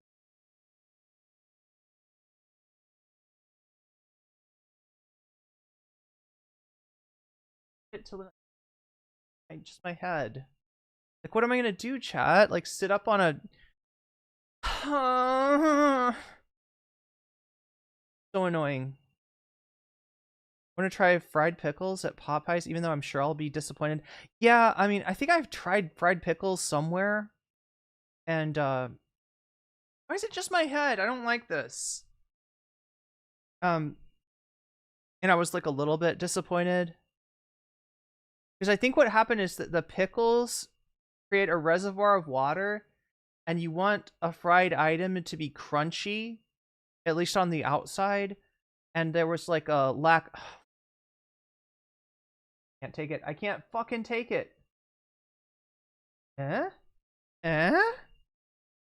Maybe. We'll see.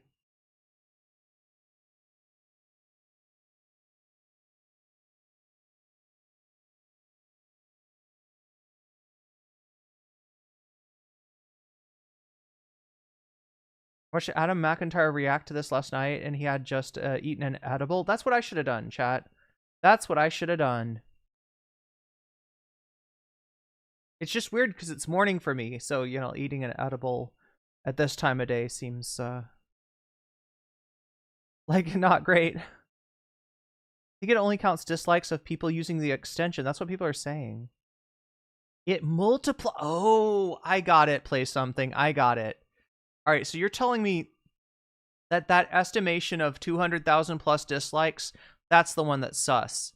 Not just because it only counts the dislikes of people who use the extension, but what it does is it applies. So chat, if I'm understanding this correctly, right, the dislike extension, right, this is an extension for your browser.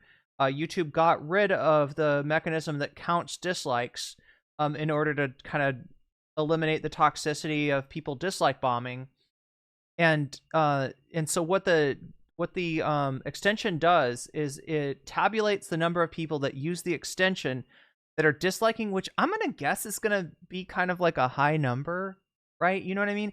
If you downloaded the dislike extension, you're a big fan of dislikes, and you're gonna be disliking stuff. You're gonna be hate watching stuff, right? So that's our first confounding variable, because what it tries to do is then take that and be like, all right, this percentage of the audience has got the dislike button, right? And it's going to be like, I don't know, 2% or less. So we multiply it by 50 to get, you know, our estimation of how many people actually disliked the video. And it's just, yeah, statistically, there's so much wrong with that. Anyway, let's get back to the content. Right. I did not know he did that to my microphone. Making a content cop on H3. It sounds very stupid even saying that. H3, content cop, iDubbz. Ethan Klein's out of control. And then you should do a content cop on... Oh, wait, you're right. Yeah, it does count dislikes on the back end. That is true. So that information does exist on, you know, YouTube does still tabulate the number of dislikes, and it shows the creator, like how many people disliked your videos.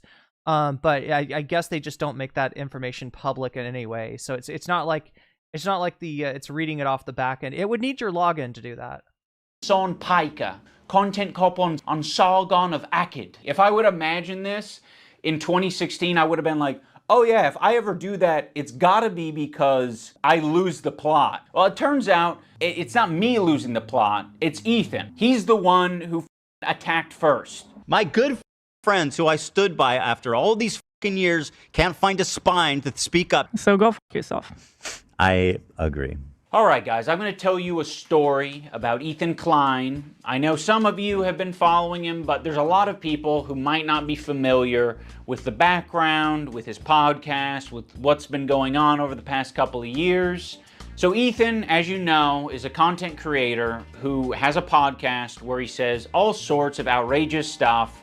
Sometimes it's fun, sometimes it's up. He's had shows with all sorts of different controversial characters. He's had a show with... Wait, what is this? Not sure 100%. There was a day when he went offline earlier than normal and said it was for a secret reason. You're talking about Hasan. So Manic Mermaid is hypothesizing that one of the days that Hasan ended his show earlier, that was when iDubbz and Frogan and everybody came over to film this segment. And yeah, apparently Hasan did not see iDubbz deep-throating his SM7B. God. That's a dry thing to put in your mouth. I mean, geez. Trisha Paytas. He's had a show with Hasan Piker. In doing so, he's gathered a ton of different audiences. Now, in his podcast, he's crashing out live. Maybe. I just expected also, better. I'm sure this is all going to get clipped, and I love that I'm looking like this. Oh no, this is so good. At least I don't have black hair. I'm not going to watch this. All right, we're with watching Hasan Content leftovers. They would mostly talk about surface level progressive shit and make fun of right wingers. And you're telling me he didn't flick their dick once at least? Oh, that's 100 shavers. You trans women. I say, oh no! And it was mostly that until they actually had to reckon with a very serious topic. I would say that Hasan was very well equipped to talk about that topic. Palestinian people living in the West Bank are subject to these horrific conditions, horrific living conditions by the state of Israel, America's greatest ally and the only democracy in the Middle East, if you ask Republicans and even liberals. Well, the dancing invented was so kick-ass. Israeli settlers are trying to evict Palestinian families in occupied East Jerusalem. The United Nations says that may be a war crime. It literally is. I was just eating the toppings, and the pizza looked like a burn victim. It was all disgusting. I don't know if you can make that joke in 2021. Why? It's insensitive to burn victims. I think it's a good analogy. It's a powerful image. Ethan was not prepared for this. Ethan, the whole time, is more of the goof guy. And that's fine, you know, we don't expect Ethan to be an expert on the topic. Ethan was obviously caught in this tricky situation where he is extremely sympathetic to the Israeli cause and what's happening to them. His wife's Israeli, she served in the IDF. He obviously likes the state of Israel. On the other hand, he's just got done capturing a massive progressive audience who are very politically savvy. They follow Hasan. Hasan is strictly a political streamer, so this is something they're very keyed into. So when they see Ethan say things that are just like not accurate and it's just propaganda, they're gonna call it out. From the river to the sea essentially means the state of Israel is going bye-bye. So this massive progressive audience that Ethan has, adopted over the years, they're becoming increasingly critical of his position because now he's talking about it not on Leftovers, he's now talking about it on his podcast. What I want to do is show you guys how I see Israel, because you don't see that. When you listen to Hasan and you hear all these mega lefties talking about it like it's some super racist, crazy, like Jim Crow style of society. Like, I can't wait to show you guys. The other day, BB fired a really good guy. I'm sorry, I just noticed that Ethan came up with his own version of Jinx Max Left, right?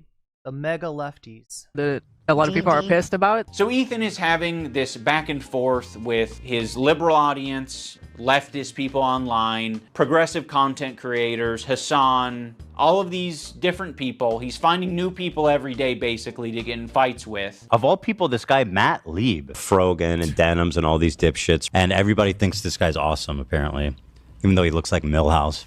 Dork. Denims, by the way, was the real villain of the... Everybody thinks this guy's awesome?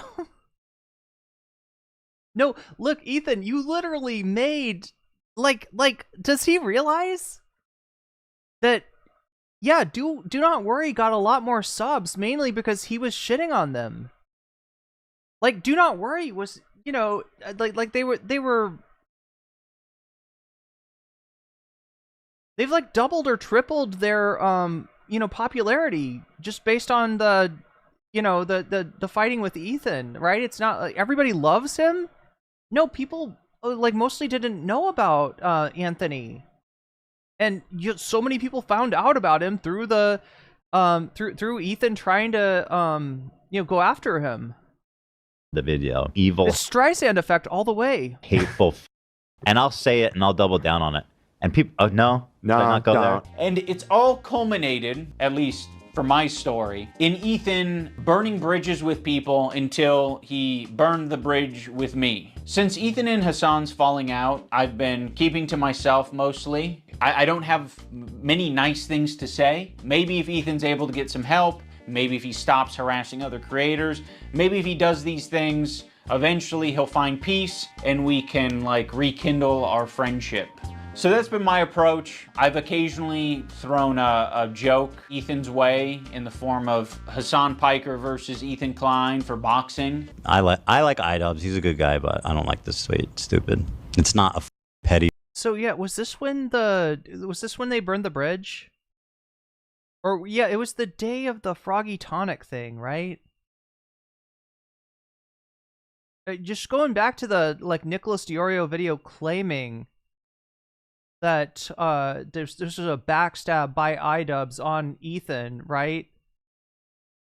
All iDubbz said about the conflict was this, which is a joke, and it's not even a joke that's at the expense of one party or the other, right? This is fence riding for iDubbz, right? iDubbz is, you know, referencing the conflict without getting himself involved in that. You know, if you want to call him, you know, a coward, it's, you know, that he's not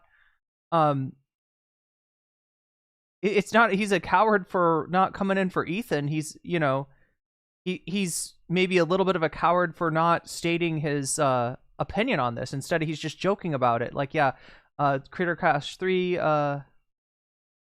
needs a headline fight, and he's proposing Ethan Klein versus Hasan Piker, Hasanabi versus H3 Productions, and what Vape Nash versus Hank Pecker. Okay, now that one I want to see. See, this is just fun. This is just funny. He's just being funny. There's no taking sides here. There's no toxicity. This isn't iDubbz stabbing Ethan in the back, and iDubbz should not be expected to fucking come out on the side of Ethan, especially now knowing that, you know, iDubbz's view of the situation is that Ethan is wrong. Beef. It's like, this guy is evil and he's doing anti-Semitism, and also he's way out of my weight class. So you should be. Wait, Hasan Piker's put a pin in that. Put a pin in that, because somewhere else in the Ethan reaction, I think, to the iDubbz video, when he reacts to the Hasan part, you know, joking around that, yeah, I guess I'm an Islamic nationalist and a, you know, terrorist and shit like that. He's like, I didn't say that. And there's somewhere else where he says that I didn't say you were an anti-Semite. He's doing anti-Semitism. I don't know how much more clear it gets than that. Right? That's just what Ethan said. He didn't like that, but sometimes you gotta just throw something out there. That's crazy. Damn. He just like drops that I'm evil and I'm doing anti-Semitism. That is not a petty beef. Like, what a crazy statement, dude. I used to work with this video editor named Froggy Tonic. You're having a bad typing day, Manic Mermaid? Look, that's okay. I'm having a bad thinking day. I don't know. I discovered him because he was... I always try to come at you, you know, with some energy and with some freshness and you know, do a good job of entertaining you. I just feel like, I don't know, I'm frustrated with the fact that my mind is in so many different places and I'm not able to give you the content that I want to give you, so...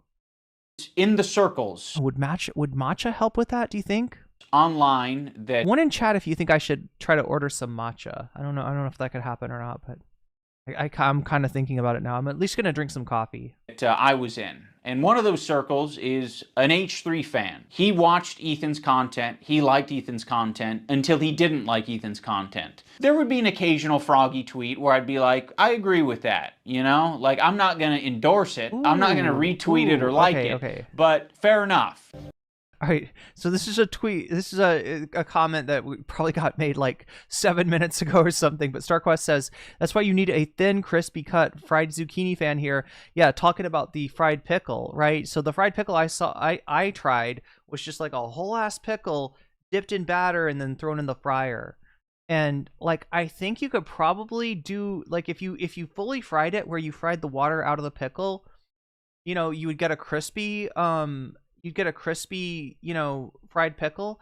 But the problem is you'd also get a dry pickle. And I don't know if anybody really wants a dry pickle. I think what we want is a crispy, you know, breading right on the outside, and we want a juicy pickle on the inside, right? And it's getting that. But yeah, StarQuest is saying maybe use a crispy cut. Is that like a waffle thing? Does it make like waffle fries? Is that what we're talking about? Anyway, chat, I'm just obsessed with snack food right now because I'm hungry. I guess I just missed my old friend. Some wings are too bird feathered colored.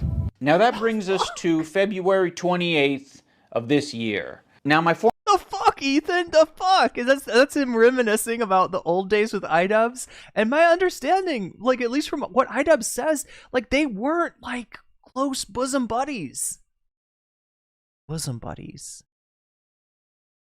And Anyway, that's an interesting phrase, but they weren't, you know, they were just like two guys that worked on YouTube, and at one point they were like, hey, you want to do a collab? And they were like, yeah, let's do a collab. That's it. Just like me, like the example I gave was me and Demon Mama, right? Demon Mama appeared on my panel show a number of times. I appeared on Demon Mama stream a couple of times, right? And for that reason, there were people that thought that we were friends that interpreted our falling out as this big, you know, like a friendship breaking. And you know, she'll, you know, if you ask her, she'll back me up on this. We were never, you know, friends or anything like that. We're just two content creators in the same sphere that did content. We did a few collabs. That's all. That's it. You know, there was not any friendship broken. Former editor of a year and a half ago did say some truly mean shit. He called Hila the C word. He said they're trying to kill their dog with cheddar cheese and a bunch of other shit, I'm sure. Ethan, at some point... All right, I'm... God.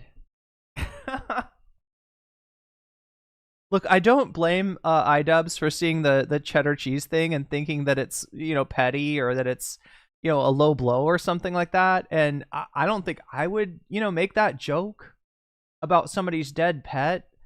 That being said, goddamn, it's like, look, we would never know it if Ethan hadn't talked about this on stream, but, you know, his claim is that the... Narwhal_by super chatted $10. Please order some caffeine and something that's crunchy, crispy. I can hear your carb coveting, lol. You can hear my carb coveting? I don't know what's wrong with me, Narwhal. I feel like I'm eating enough. I'm like always hungry. Rave says pickle juice and sour cream with mayo and dill dipping sauce. Oh my god, Buffy Geek with the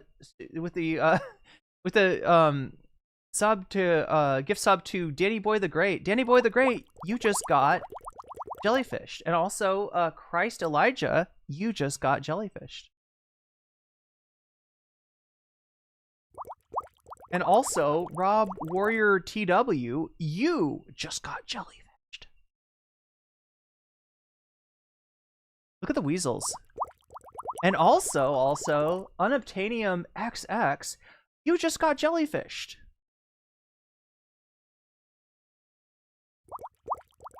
And also, Chinpokomon Trainer, that's a deep cut. You just got jellyfished. And that's a good thing. All right, I will try to think about ordering something. I'm gonna make some coffee first, then maybe my brain will be able to punch in the numbers I need to punch in. Discovers that what is that picture? The fuck is that? C word. Why is Ethan so dry in that picture? He said they're trying to kill their dog with cheddar cheese. Well, yeah, the whole thing about the cheddar cheese, right, is like it just this is the whole thing, like, right? I don't want to judge somebody for the death of a pet, right? But at the same time, like, Ethan then goes into an explanation and is like, yeah, we used to feed Shredder cheese all the time, all the time, and like, you know, if you know, you're not supposed to feed your dog cheese, right? It is specifically, I think, bad for the kidneys.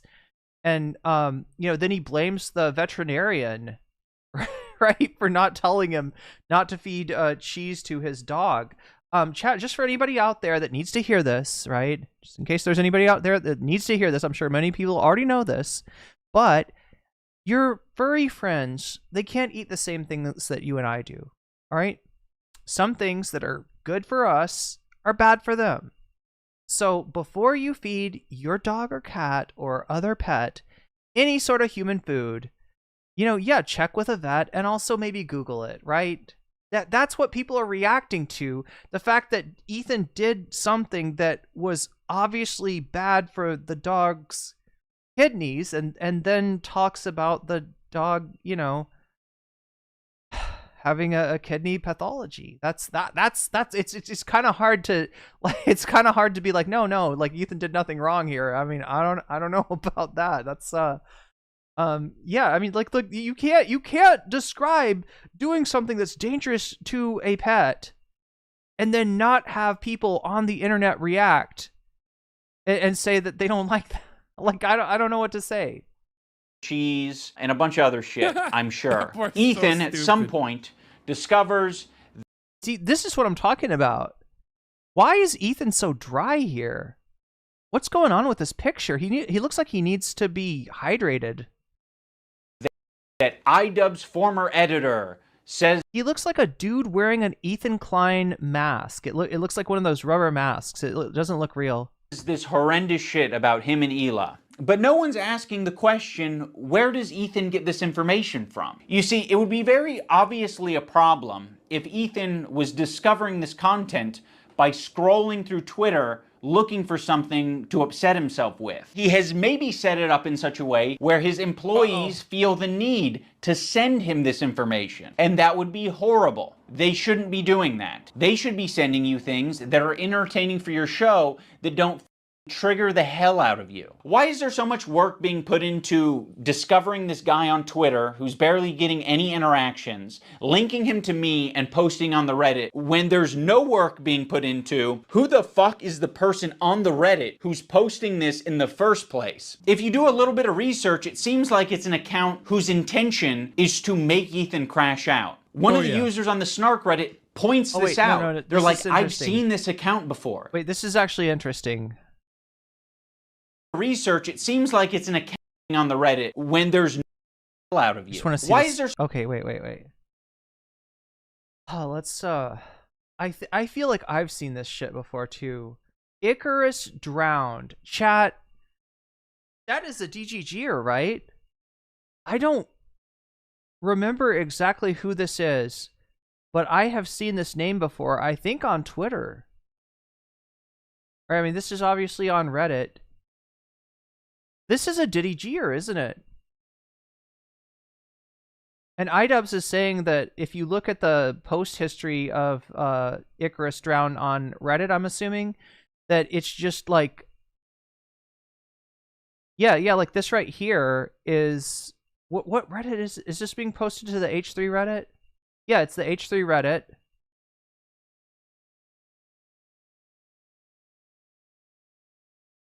So what he's saying is that it looks like this person is like baiting Ethan to freak out. Like, oh, Ethan, look at this. iDubbz's editor. iDubbz's editor is saying bad things about you. I guess iDubbz should come out and disavow the editor. And if he doesn't, he's not a real friend, right? This is somebody that's literally like they're farming him.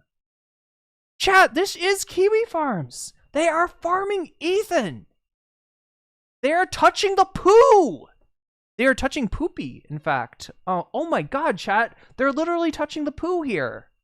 Like, this is like dressing up like a pickle to go out and bait, the author of Sonnet Shoe, right? This is like the same kind of shit. You're trying to provoke a reaction to make content out of it. So much work being put into discovering this guy on Twitter who's barely getting any interactions, linking him to me and posting on the Reddit, when there's no work being put into who the fuck is the person on the Reddit who's posting this in the first place. If you do a little bit of research, it seems like it's an... Oh my god, Attack of the Hank. They called him Shredder because he loved tearing through cheese. And I'm sorry, this is one thing I give Ethan credit for. He didn't know he was harming his dog. Well, yeah, no, I wouldn't say that, he murdered his dog or something like that. Like, and in fact, I wouldn't even, like I said, I wouldn't joke about, him killing his dog through negligence, but he didn't know it. But as a pet owner, it's on you, okay, pet owners?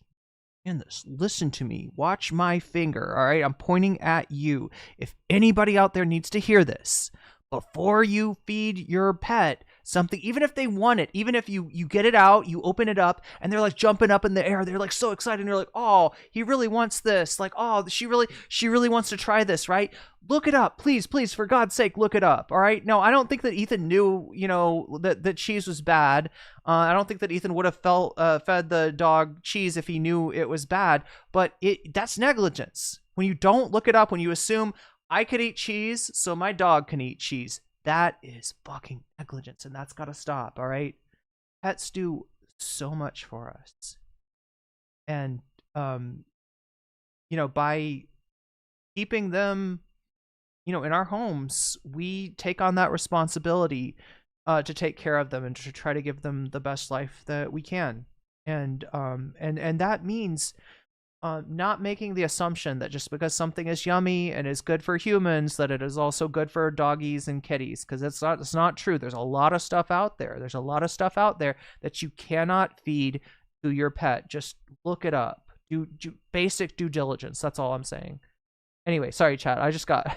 I got stun locked because of cheese. An account whose intention is to make Ethan crash out. One of the users on the Snark Reddit points this out. They're like, I've seen this account before. This account has scraped its history, and it's now trying to make Ethan burn bridges. This is within Ethan's own community. Like, this is the thing that he needs to be critical of. It's not me. So yes, I am willing to admit that my former editor was being very nasty, uncharitable, and f***ed up towards Ethan and Hila on Twitter. But Ethan and Hila are doing the same shit on their podcast. So I don't want to hear it. Terrorist. The really dry picture of Ethan Klein was from the chestnuts incident, or from the apology based on the chestnuts incident. Porter. The CEO of Twitch. Pedophile. Now I'm going to watch and respond to the 2 podcast streams where Ethan and Hila call us spineless cowards. Anyway, this guy was saying shit like that Hila's a Nazi, that she kills kids, that she went on like, she's a IDF baby killer, all this types of shit. And that's showing up right up on us Nisa's and iDubbz feed. My good friends who I stood by after all these years can't find a spine to speak up. You know why? Because they'll get murdered. Peanut satay noodles with wait, I thought satay was like the shish kebab things with Chinese greens. Those Chinese greens are good. I've been eating those, Shakespeare. Yeah, we're talking about a Chinese cabbage or Chinese mustard green that's fermented, a lot like sauerkraut or kimchi or something, and and usually added as like a little. It's like a little condiment, right? You know, it's a little pack. You order like a khao soi or something like that, right? Which is a spicy noodle kind of curry soup type dish, right? And they'll give you this little packet of greens that are fermented to put in there, and it just like it gives you that like sour taste, which is just really good. It offsets the spicy. I don't know. Oh my god, chat, I am coveting carbs. I am.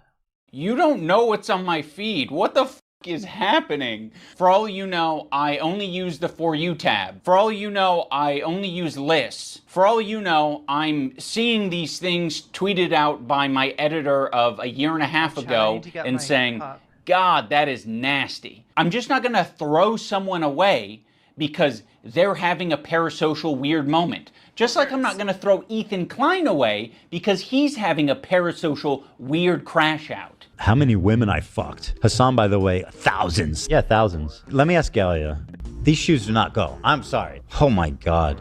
Hasan's the type of dude who watches himself in the mirror when he has sex. Watching me on a 30-second delay on your stream. Wait. Anytime I see new clips, I'm like, come on, bro. Why are you saying these things? It's just, it goes back to stupid, sexy Hasan every time. It's so strange. It's a strange thing to do. That's what wait, how does he know I'm watching already? Because you've been talking about it for the last 5 minutes. It's not a petty beef. It's like, this guy is evil and he's doing anti-Semitism. These shoes do not go. I'm sorry. There are many people, I'm sure, who have It's really funny when you got Hasan like trying not to attribute to, you know, malice that which might be due to ignorance, right?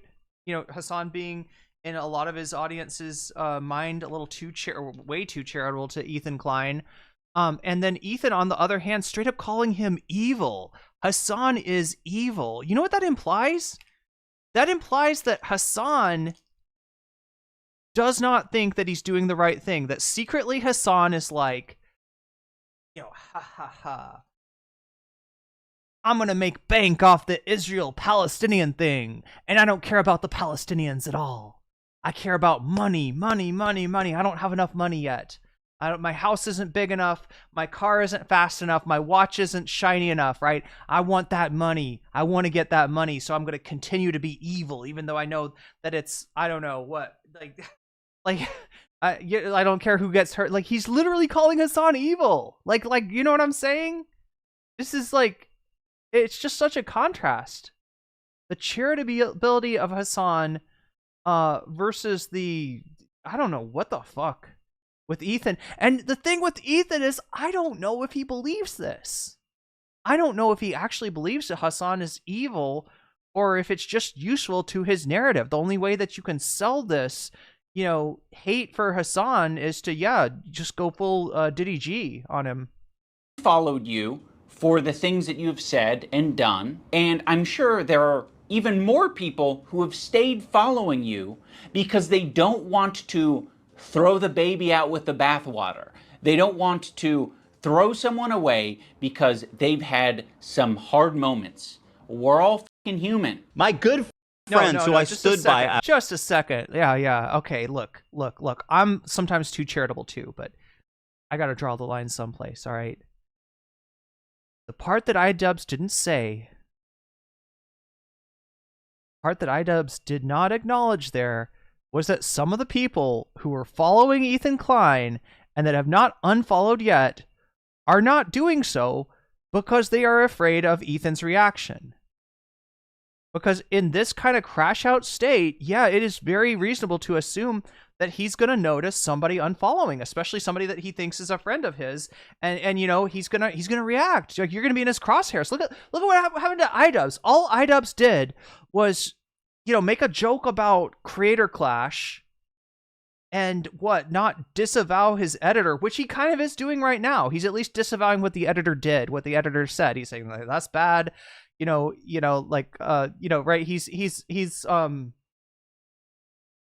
He is, you know, he's doing everything but throwing the person away and pointing out that, also, Ethan, like, you know, there's a lot of people that want me to throw you away, and I'm not doing that. He's trying to be the new guy, right? He's trying to be the new iDubbz. You know, in spite of the fact that he's doing a content cop, he's doing a Fortnite dance, and he's slipping off the camera and blowing the SM7B, he is still trying to be the new guy.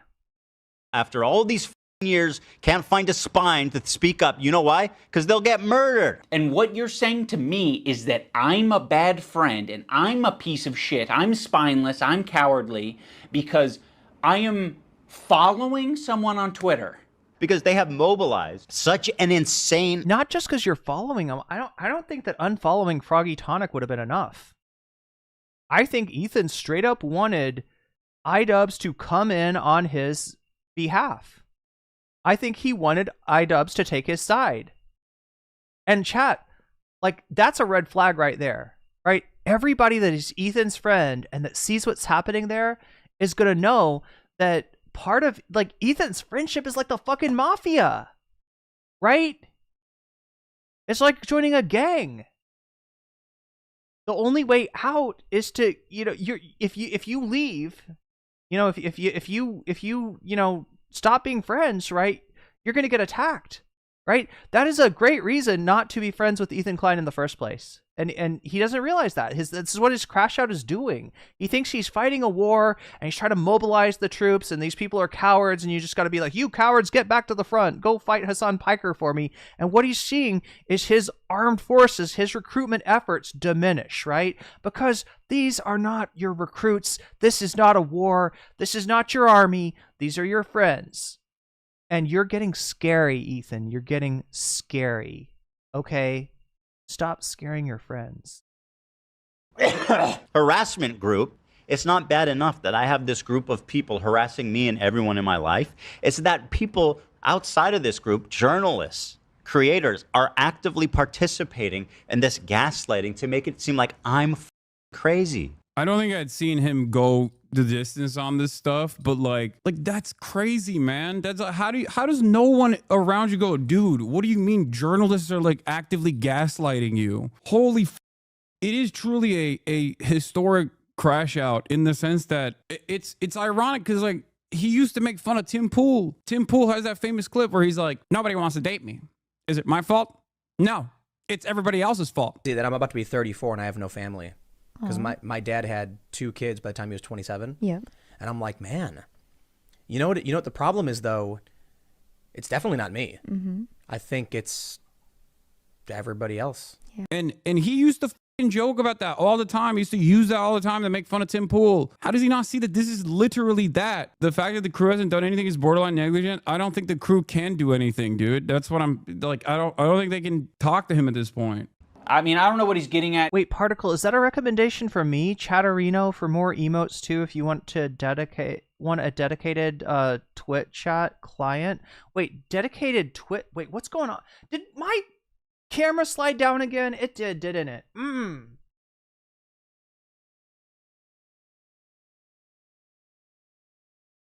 Stay. Okay, chat. If only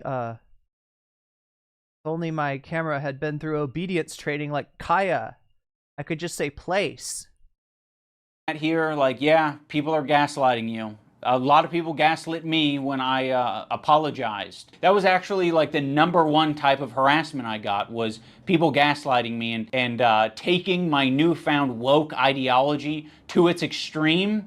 I've probably done and stood by iDubbz and Anissa more than anybody. I've stood by them when all the internet hated them. I don't like that Ethan brought this up because it makes the relationship feel very transactional. Like, you know, we're just meant to support each other online despite our own personal morals or principles. But I'll say this, I don't think they're any friends of mine. And certainly I don't think they're any friends of mine based on the text conversation I had with them too before I even talked about it. So I have nothing. Asshole. Like, I don't need any halfway friends, man. I thought the text conversation that I had with him was very empathetic. I basically just said, like, I know you and Hila are experiencing a ton of harassment, and I essentially empathize with that, and I think there's something positive to get out of the conversation. But he refused to talk on the phone unless I was willing to publicly say something about my former editor and Denims. As much as you don't want halfway friends, I also don't want that kind of halfway friend. I don't want someone who's going to give me like an ultimatum to have a conversation. Could you not say something when this is like, imagine like one of you guys is like, Hasan actually wants to go to Gaza so he can strangle Israeli babies or some shit like that. I'd be like, you imagine me not saying something. You're trying to make a one-to-one comparison where there isn't one. This guy that I follow on Twitter is not in the same relationship as you and one of your current employees who is streaming with you 3 days a week, 3 hours a day for the past 10 years. At one point during the stream, Ethan and Hila bring up Adam McIntyre. Now, Adam does basically the same thing as my former editor. He's critical of Ethan and Hila, and I'm hearing more about this gas leak in Ethan's basement that hurt the dog, that hurt Shredder. Are we talking about like radon or something? Like, what is what's going on in the? I keep on hearing this from people. What's going on in Ethan's? Like, that makes Ethan's basement, the channel, you know, friend of the VOD, Ethan's basement. That makes that name even more like take on like a dark edge to it. Also, it wasn't just cheese. Shredder would pick up pills off the ground. Oh yeah, people are mentioning, I guess Adderall got left on the ground and eaten by the dog. Ethan was ignorant and spiteful by ignoring his chat when the chat was saying don't feed the. Oh yeah, that's right. Thanks for reminding me. The chat told Ethan not to feed the dog cheese, and Ethan was just like, "Fuck you." My vet didn't say it's bad, so.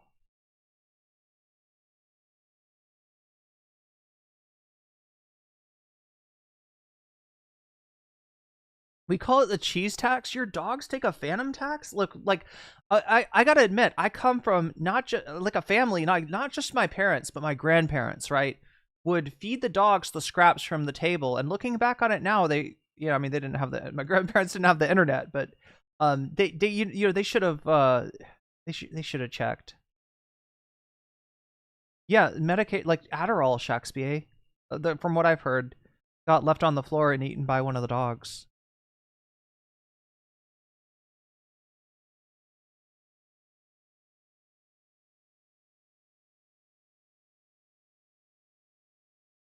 And he is sometimes uncharitable and nasty towards them. Adam McIntyre needs to just like disappear. That guy is a piece of shit, like of the lowest order. Look, I wouldn't say that, especially towards anybody to your political left, that they need to disappear, as we've got an administration that is currently at least contemplating making its perceived political enemies disappear. I never even stood by him when he talked bad about Trisha having a kid and called him like the spawn of Satan. He was supposedly on our side. I would never even co-sign that. I was disgusted by that statement too. Have I been squirted on? Are you talking about on Songkran? Oh my god, SM, I got so wet. Sorry, I shouldn't say it that way. I got absolutely soaked. Anyway, but yeah, we'll see if we hit that 200 and if I do a Songkran stream IRL. Too. I remember when he called her kid the spawn of Satan. I never said anything and like I was that. supposed to be like cheering on, but I wasn't going to cheer that on. That's disgusting. Why do we forget that he called her children, which is something we would never do, the spawn of Satan? It's disgusting. It's a piece of shit of a human. It's just incredible who ends up being the good guys in this story. You know, it's really something. Unfortunately, they never made a statement. They never said that they disagree with his statements about Trisha's baby until it's useful. Like, what is it, 3 years later? Like, I mean, you're talking about it like you were aware of it at the time and that there was some amount of pressure or enthusiasm for you to get down with that. And what it sounds like to me is that you did see it at the time and you were like, ooh, I don't like that. And you didn't endorse it and you didn't with it. Huh. It's almost like that is a identical situation to me. It's just incredible who ends up being the good guys in this story. You know, it's really something. So yeah, the reason I'm bringing this up is because they're trying to like... Attack of the Hank, I'm not sure if you went to bed yet, but if you're still hearing this, good luck with your new job and congratulations. Paint themselves as the good guys, and they're saying like, yeah, we strongly disavow things that are said, even about our enemies. We are the most immoral people on the internet. Unlike Ian and Anissa, who are keeping to themselves. Also, why the does Olivia get the pass? What a fucking asshole for putting you in that position, Olivia. You're friends with him. And you don't have to say anything, but like, what a piece of shit. What a bad friend to put you in that position just for some clout. It gets people angry at you, like, oh, how can she be friends with him? Which is total bullshit, okay? Olivia did not do anything. And I want the pass. Do I have to be an... yeah, it's definitely better food over here, SM. I'm eating vegetables that I've never heard of before. A lot of stuff, actually. Yeah, I talked about the fermented greens that are they're either Chinese mustard greens or sometimes Chinese cabbage, which is kind of like it's almost like a bok choy type thing, right? But like that stuff is good. And they've also got like these eggplants. Like Thai eggplants are like tiny little flavor bombs, right? They're more flavorful than a regular eggplant, but they're also smaller. And sometimes you'll get them, you know, where they're cut into like, I don't know, six little wedges, like a little wedge of tomato, but it's an eggplant. And sometimes you'll get the itty bitty baby ones, right? Which when the first time I ate that, I was like, what is this? Is this a spice? Am I supposed to be eating this? Because the bitty baby ones, they're intensely flavorful, right? They're like almost too, you know, like they're a little bit bitter, and you're like, wait a minute, am I supposed to eat this, or you know, what's going on? But yeah, there's all kinds of stuff that I have never had before in all kinds of vegetables that I've never even heard of before, and they're good. They're good. I'm eating a lot more vegetables than I was eating in the U.S. And I'll be eating even more vegetables when I finally get in an apartment, and I need to make that happen. I just crashed out yesterday after eating. I fell asleep. I took a bath, and like I washed my hair, and then I fell asleep with my hair wet. So if my hair looks frizzy, that's why. Do they have Sizzlers in Thailand? No, but they have KFC and they have Taco Bell. Ethan is doing the best favor to Hasan and the unintentional allyship, I guess. That's why the Content Cop seemed important to me, because it is the only place it seems like it could come from that would make Ethan possibly actually change his view. Seeing Ethan, yeah, and Ethan is definitely coming at him with like a, you know, with open, you know, hands, right? And to a lot of people that just looks hopelessly naive, but who knows? Did Ethan accidentally... Can somebody explain to me about did he gaslight himself with a flamethrower? What is up with you? Do you not have Chatterino? Okay, wait. No, look, is that what Hasan uses? See, I think I have thought about getting Chatterino before, but the last time I checked, it didn't do YouTube. Right, I need something that can combine YouTube and Twitch chat, because if I look at YouTube chat, I miss Twitch chat. If I look at Twitch chat, I miss YouTube chat.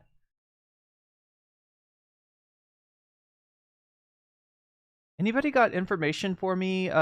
It's a client that makes it work like IRC. See, that's what makes me think I could add YouTube chat maybe. Twitch chat is just IRC under the hood and uses BTDV, 7TV, and FF Franker faces. Nice.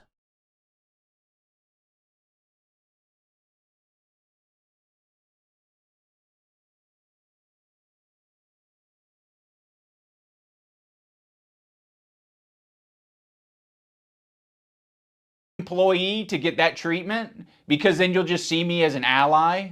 Or is it because Ethan is afraid of wrongful termination accusations and lawsuits? And also, I don't mind putting my friend Olivia, who's apparently my real friend, in a terribly weird, uncomfortable situation where you end up getting hate for no reason. Also, don't frame it as like other people making it hard on Olivia. You're making it hard on all of these people. Please acknowledge your role in this whole thing. It's true. Like, it's crazy how warm Ethan is to Olivia and saying how Olivia is essentially just a victim in this whole thing. It gets people angry at you, like, oh, how can she be friends with him? Which is total bullshit. But me and Anissa are spineless. Ethan, your whole system is scrambled. My intention isn't to throw the employees under the bus. Here's what we got with the gas leak. Ethan had a gas leak and so like a literal gas leak, as in like methane gas for cooking was leaking out. Or are we talking about like a radon, or yeah, like there's radon, and then what is carbon monoxide? That's the other kind of gas that can cause problems, right? And people have a carbon monoxide detector to, let them know if the levels of, because it's the kind of thing that, like, people have died from carbon monoxide, basically been suffocated. It's a odorless, invisible gas, and it if it gets too high, you can die from oxygen deprivation. They're having a gas leak and a mold issue in the basement. They found when he started having respiratory issues. Shredder had respiratory issues. Shredder would always be in the basement, but Alfredo would never go. Damn.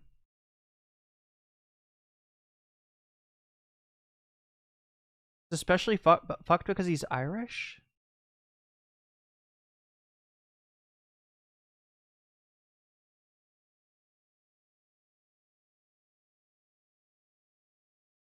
I'm trying to catch up with chat here. I'm just gonna have to scroll down. I hate scrolling down because I know that like there's good comments that I'm gonna scroll past. Like, you guys serve as the fucking foundation for calling out Ethan's hypocrisy on the whole subject. And I know that you guys have probably pushed back against Ethan over the years. How often are you supposed to do that? Do you have to do that every fucking week? It kind of seems like it. And that's exhausting. I don't want to confront my boss. It's not my job to confront my boss and say, today's segment. Okay, so play something to just to drop some context on us. Supposedly Ethan was able to take the pills out of his dog's mouth before the dog got it unwrapped. So it's like when when you got your pills in a little plastic wrapper, or sometimes like aluminum foil or something like that. I guess that's the situation with the dog. The dog got a hold, somebody had this in their pocket and it fell on the floor. The dog got a hold of it. Ethan saw it happening and supposedly took it out of the dog's mouth before the dog could eat it. So at least the dog didn't get high on Adderall. On rapists and pedophiles on Twitch was not my favorite segment to be a part of. Yeah, friends like these. Oh yeah, and our other good friends. Yeah. Anissa and Ian. Thanks, Anissa, for standing up for your girl. I actually stood up for you so. The water is contaminated. Okay, so for the record, chat, and SM's talking about Songkran and the concerns about getting squirted, right? It's that you're okay. So the holiday is you're out on the street with a water blaster, right? And you're having a water fight with other people, and like every now and then there'll be somebody with a bucket of water, and it's usually water from a hose or something like that, right? But there's no guarantee that somebody's not getting water from a puddle or something like that. So like there's like the reason you wear the protective glasses is because you don't want to get squirted in the eye. Some people have gotten like eye infections because there's just no guaranteeing like where any of the water came from. People in the part of Thailand that I am in do not drink water out of the tap. So it's not great, but I don't think it's like super like contaminated or bad necessarily either.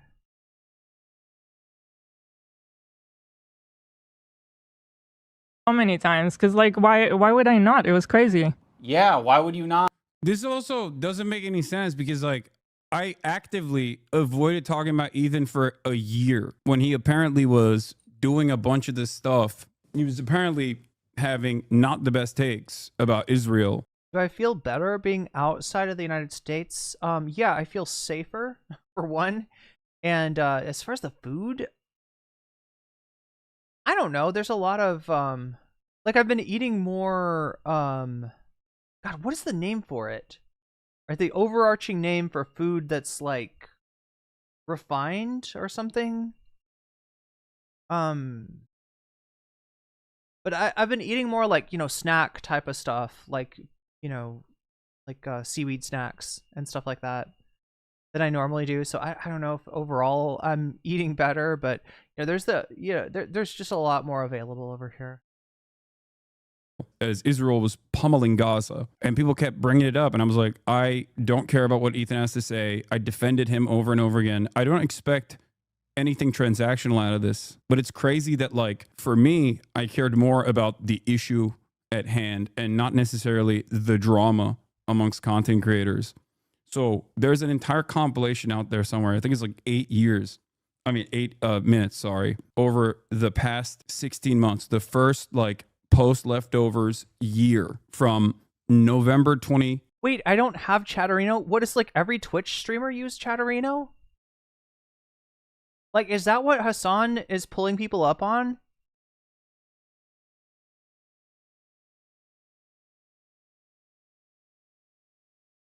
If you can have Chatterino in your tab, it has little boxes and tabs. I don't know about YouTube, but I think it would be doable with both. Literally could use native chat, and I would have quit Twitch along. Oh, if you had to use Twitch chat.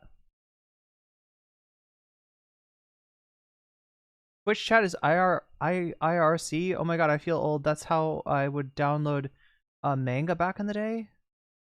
Oh, from what is it called? What is the file protocol with IRC?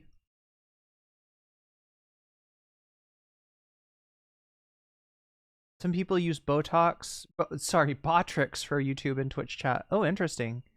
Apparently, it's against Twitch TOS for a streamer to use it. I think it was Radon in the basement. They had a basement professionally tested.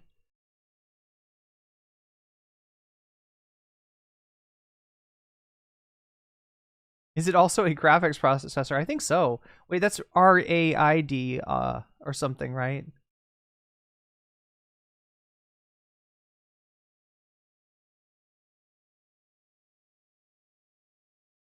'23 all the way to November 2024, pretty much, where I'm like, I don't care. Remember, Ethan is not your enemy. Ethan is not pro-Israel. Because I thought that he wasn't. Like, I thought that he was maybe internally conflicted to a certain degree, given his proximity to Israel. I thought that he had an attitude that was significantly more critical of Israel than what it has become. And on top of that, I recognized that there is a lot of anti-Semitism on the rise. And I think that Ethan, as someone who had experienced a lot of the anti-Semitism online, was unable to parse through the actual progressive fans that he had that were telling him, not from an anti-Semitic perspective, that what he was saying was Zionist. Oh, I see. So, yeah, disappeared as in referring to the 19 people from Northern Ireland believed to have been abducted, murdered, and secretly buried during the Troubles. That is, yeah, no, I'm talking about the people that are being unfortunately disappeared to El Salvador. I'll try to check on that story, right? Because there's an update on apparently the senator from Maryland, Van Hollens, has been able to see. It's propaganda that is pro-Israel propaganda, and the people who were just being anti-Semitic and saying, of course, you're a Jew, that's why you believe these things. I recognize that. I understand that. There are plenty of Jewish Hasanabi heads in this community, many of which had a different opinion on Israel before October 7, many of which that went through those motions. That's precisely the reason why I had Simone Zimmerman and Noah Colwin on the broadcast. Noah is obviously, as you guys know, a great friend of mine, host of the Blowback podcast, fantastic podcast about American foreign policy and its consequences. I highly recommend it. But I watched the Israelism documentary, and I had Simone on as well alongside Noah.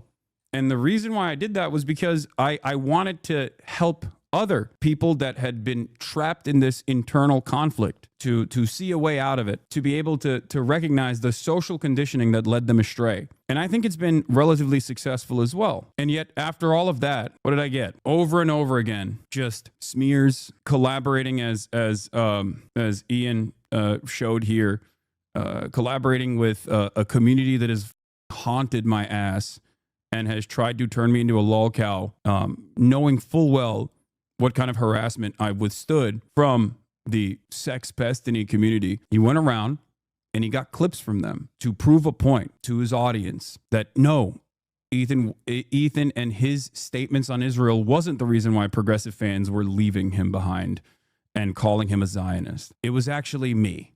I had brainwashed his progressive fan base. I had brainwashed them with my, I guess, stupid, sexy Hasan ways, that I was a truly evil person. So yeah, were there some people in the H3 community that were excited to see Ethan and Hasan on Leftovers, and then when they had their falling out, when they had their disagreement, they agreed more with Hasan?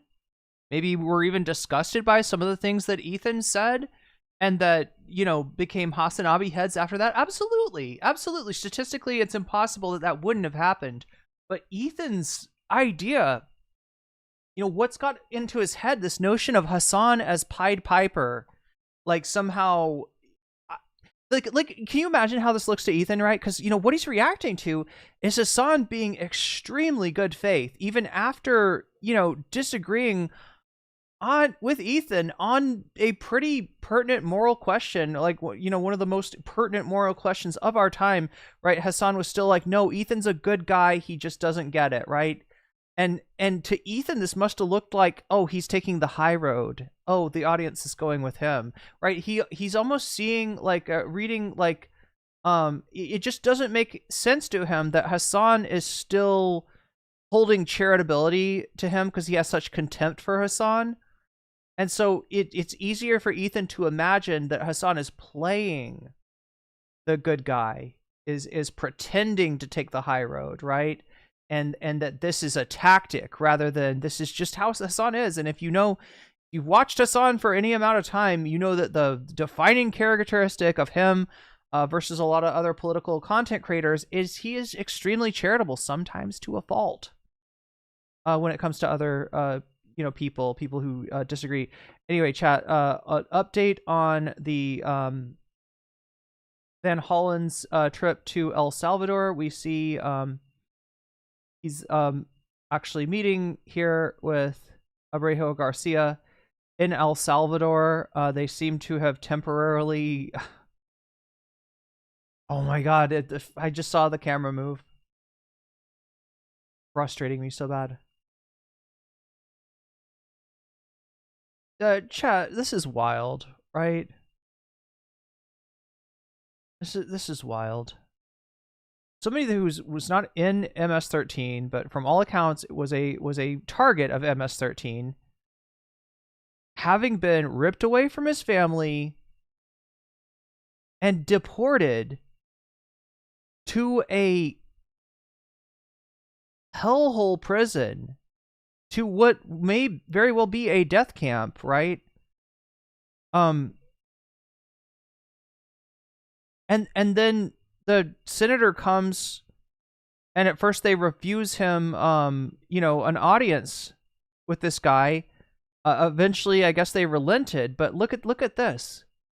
What did they gave him his clothes back?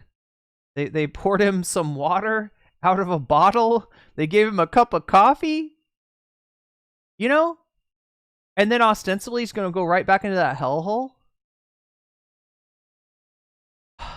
We live in an absurd and brutal time. I mean, I'm glad that at least his senator was able to meet with him. I'm glad that, you know, I'm glad that he got some good water and some you know, coffee or whatever, you know, maybe a decent meal. But he's going to go right back into that hellhole, isn't he?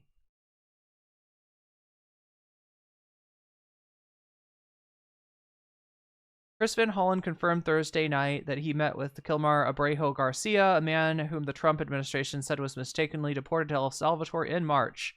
I said my main goal for the trip was to meet with Kilmar. Tonight, I had my chance. That I have called his wife, Jennifer, and passed along his message of love.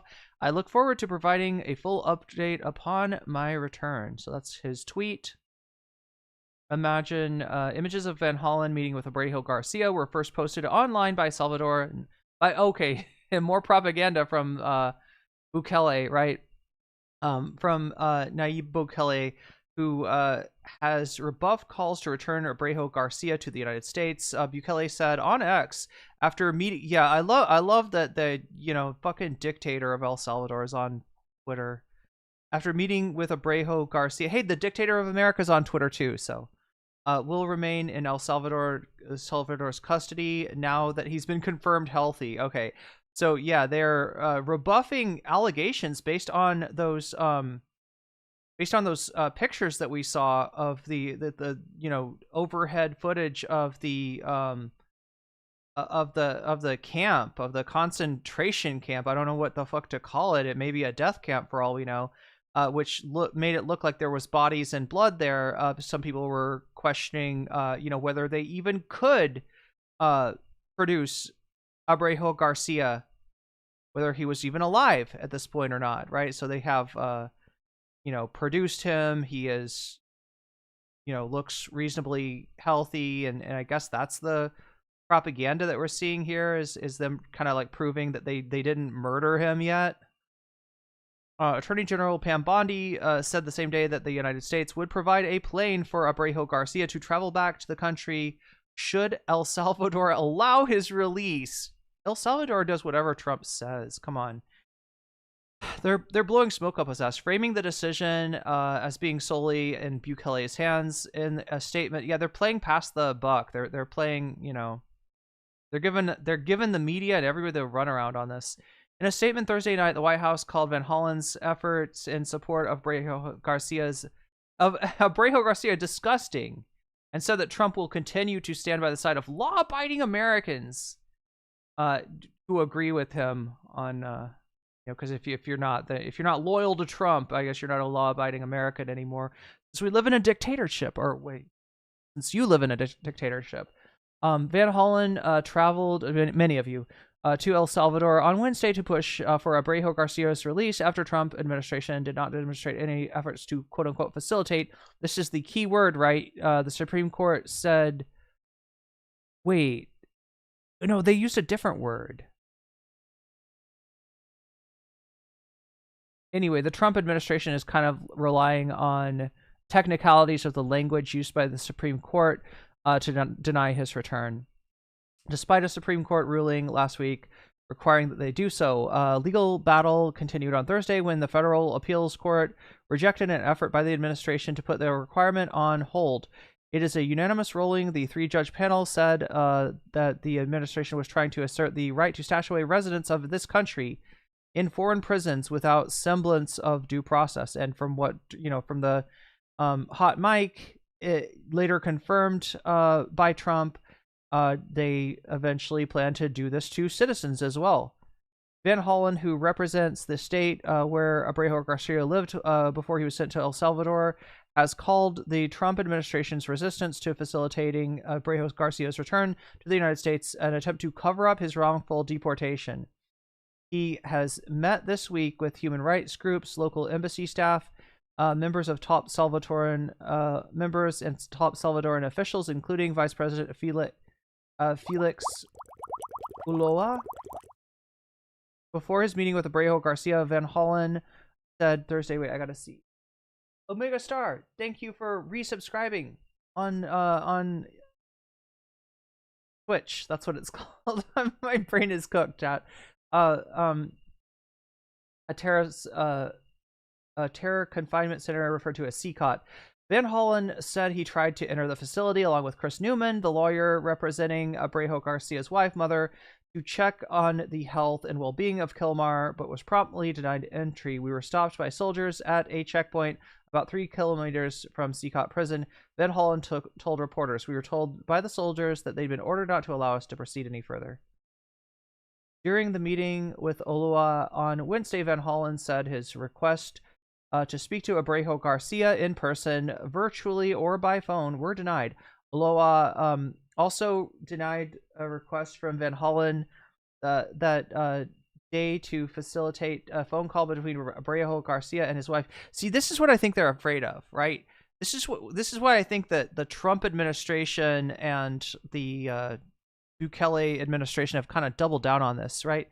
The last thing that they want is for Abreu Garcia to be able to speak with people outside of the facility, like his wife, because he has now a view of what is going on in this camp, what is happening, right? He would be able to, if he were he to be able to talk to the media, he might have some tales to tell, in other words. Who says she has not spoken to him since he was transferred to the Central American facility. Sura said on Thursday night that Van Hollen's meeting gave her hope. My children and my prayers have been answered. The efforts of my family and community in fighting for justice have been heard because I now know that my husband is alive. God is listening and the community is standing strong. Several Maryland officials wrote to Homeland Security Director Kristi Noem on Thursday demanding verifiable proof that Kilmar Abreu Garcia is alive, healthy, and safe. It's now been over a month since Abreu Garcia was illegally deported by federal authorities in direct violation of a court order. During that time, his family received no meaningful confirmation. This is what we mean when we say somebody's been disappeared, right? It's like they go into a facility and they are not heard from. And if you are incarcerated, you are detained in the United States, right? You're in jail or in prison, you can still talk to a lawyer. You can still have meetings, with your family, right? You don't disappear.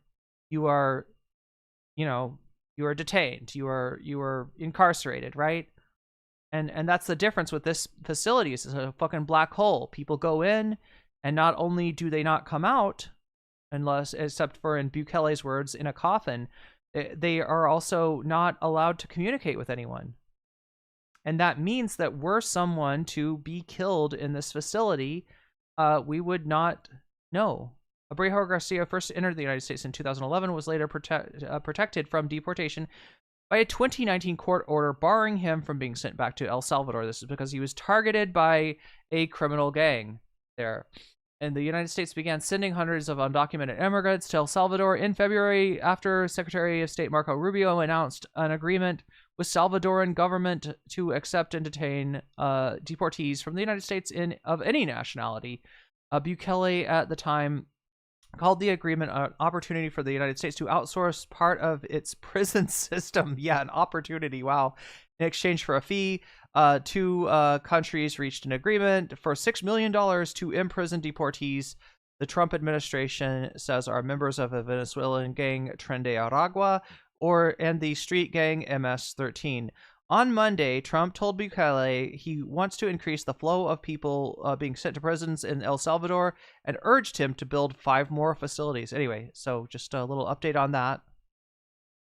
And a secret anti-Semite. Fucking insane. not. I mean, if that's truly what you believed and you weren't just going to use it later. Of course I was going to stand by you. That's insane. It's absolutely insane and disgusting. But now you choose to hang out with people that would have a problem with you if you defended me.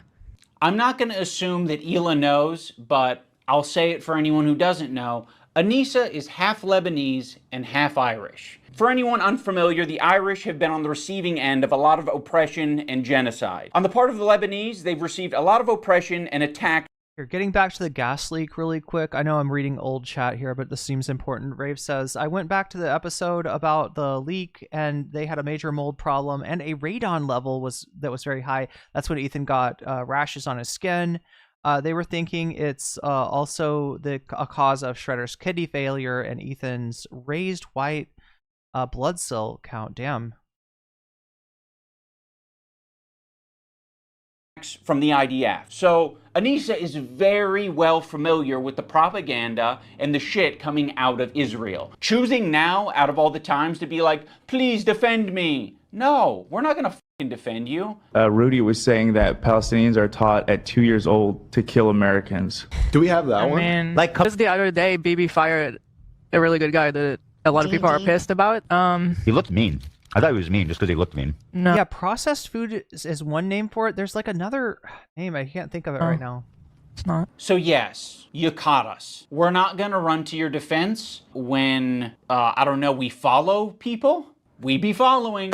That's one fucked up thing that you can say about Anissa and I is when we're on Twitter, we do be following. So, the problem. Okay, if you want to hang out with those people and have no spine and not stand up for another girl that stood up for you, enjoy your new. Is there no concept here of like the output? Is that not even remotely important or interesting to the subject matter? It's just something that I don't understand at all, where they're like, oh, everything that we say about Israel is just, you can't have any. Anybody want to recommend somebody I could talk to about Chatterino?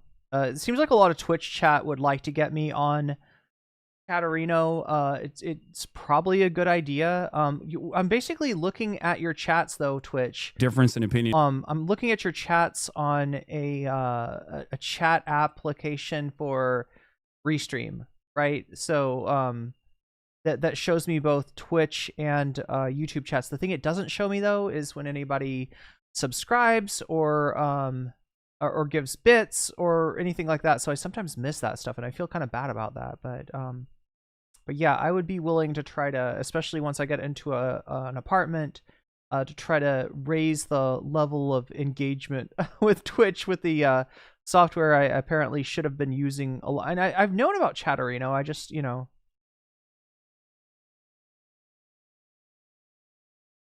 I became a YouTube streamer, I haven't, I think I had it at one point.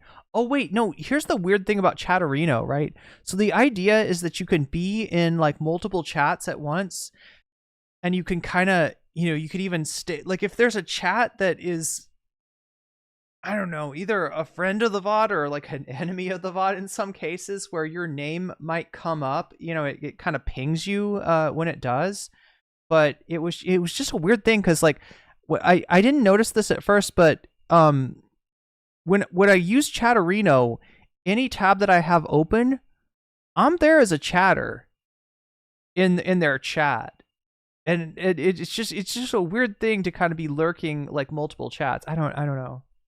On it, because if you do, then you're anti-Semitic most likely.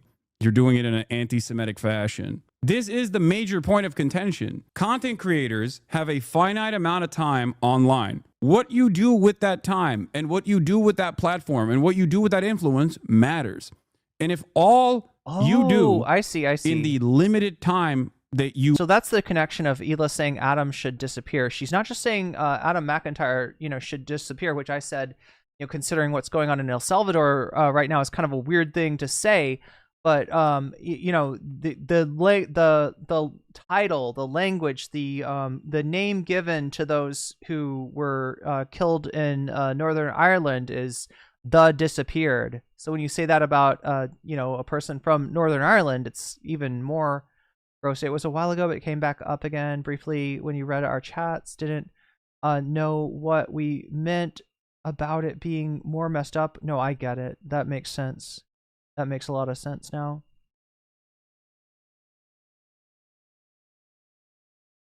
You have online is to constantly attack pro-Palestinian content creators, undermine them, demand that they get deplatformed, okay, call them anti-Semitic terrorists over and over again.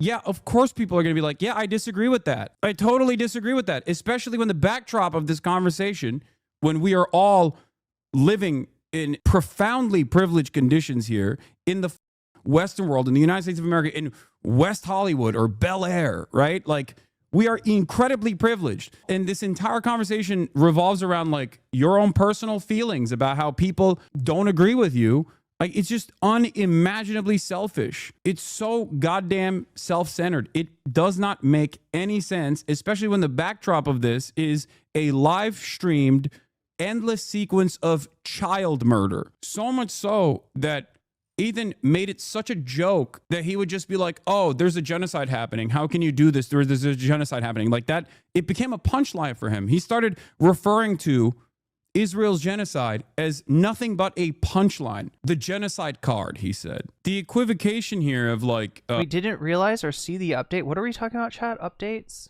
Them defending Ian and Anissa and then expecting the same in return also doesn't make sense. Because Ian came out and said, I fucked up at a time when he didn't need to do that at all. He could have just pivoted to like maybe centrist content and then later down the line, maybe some more progressive content.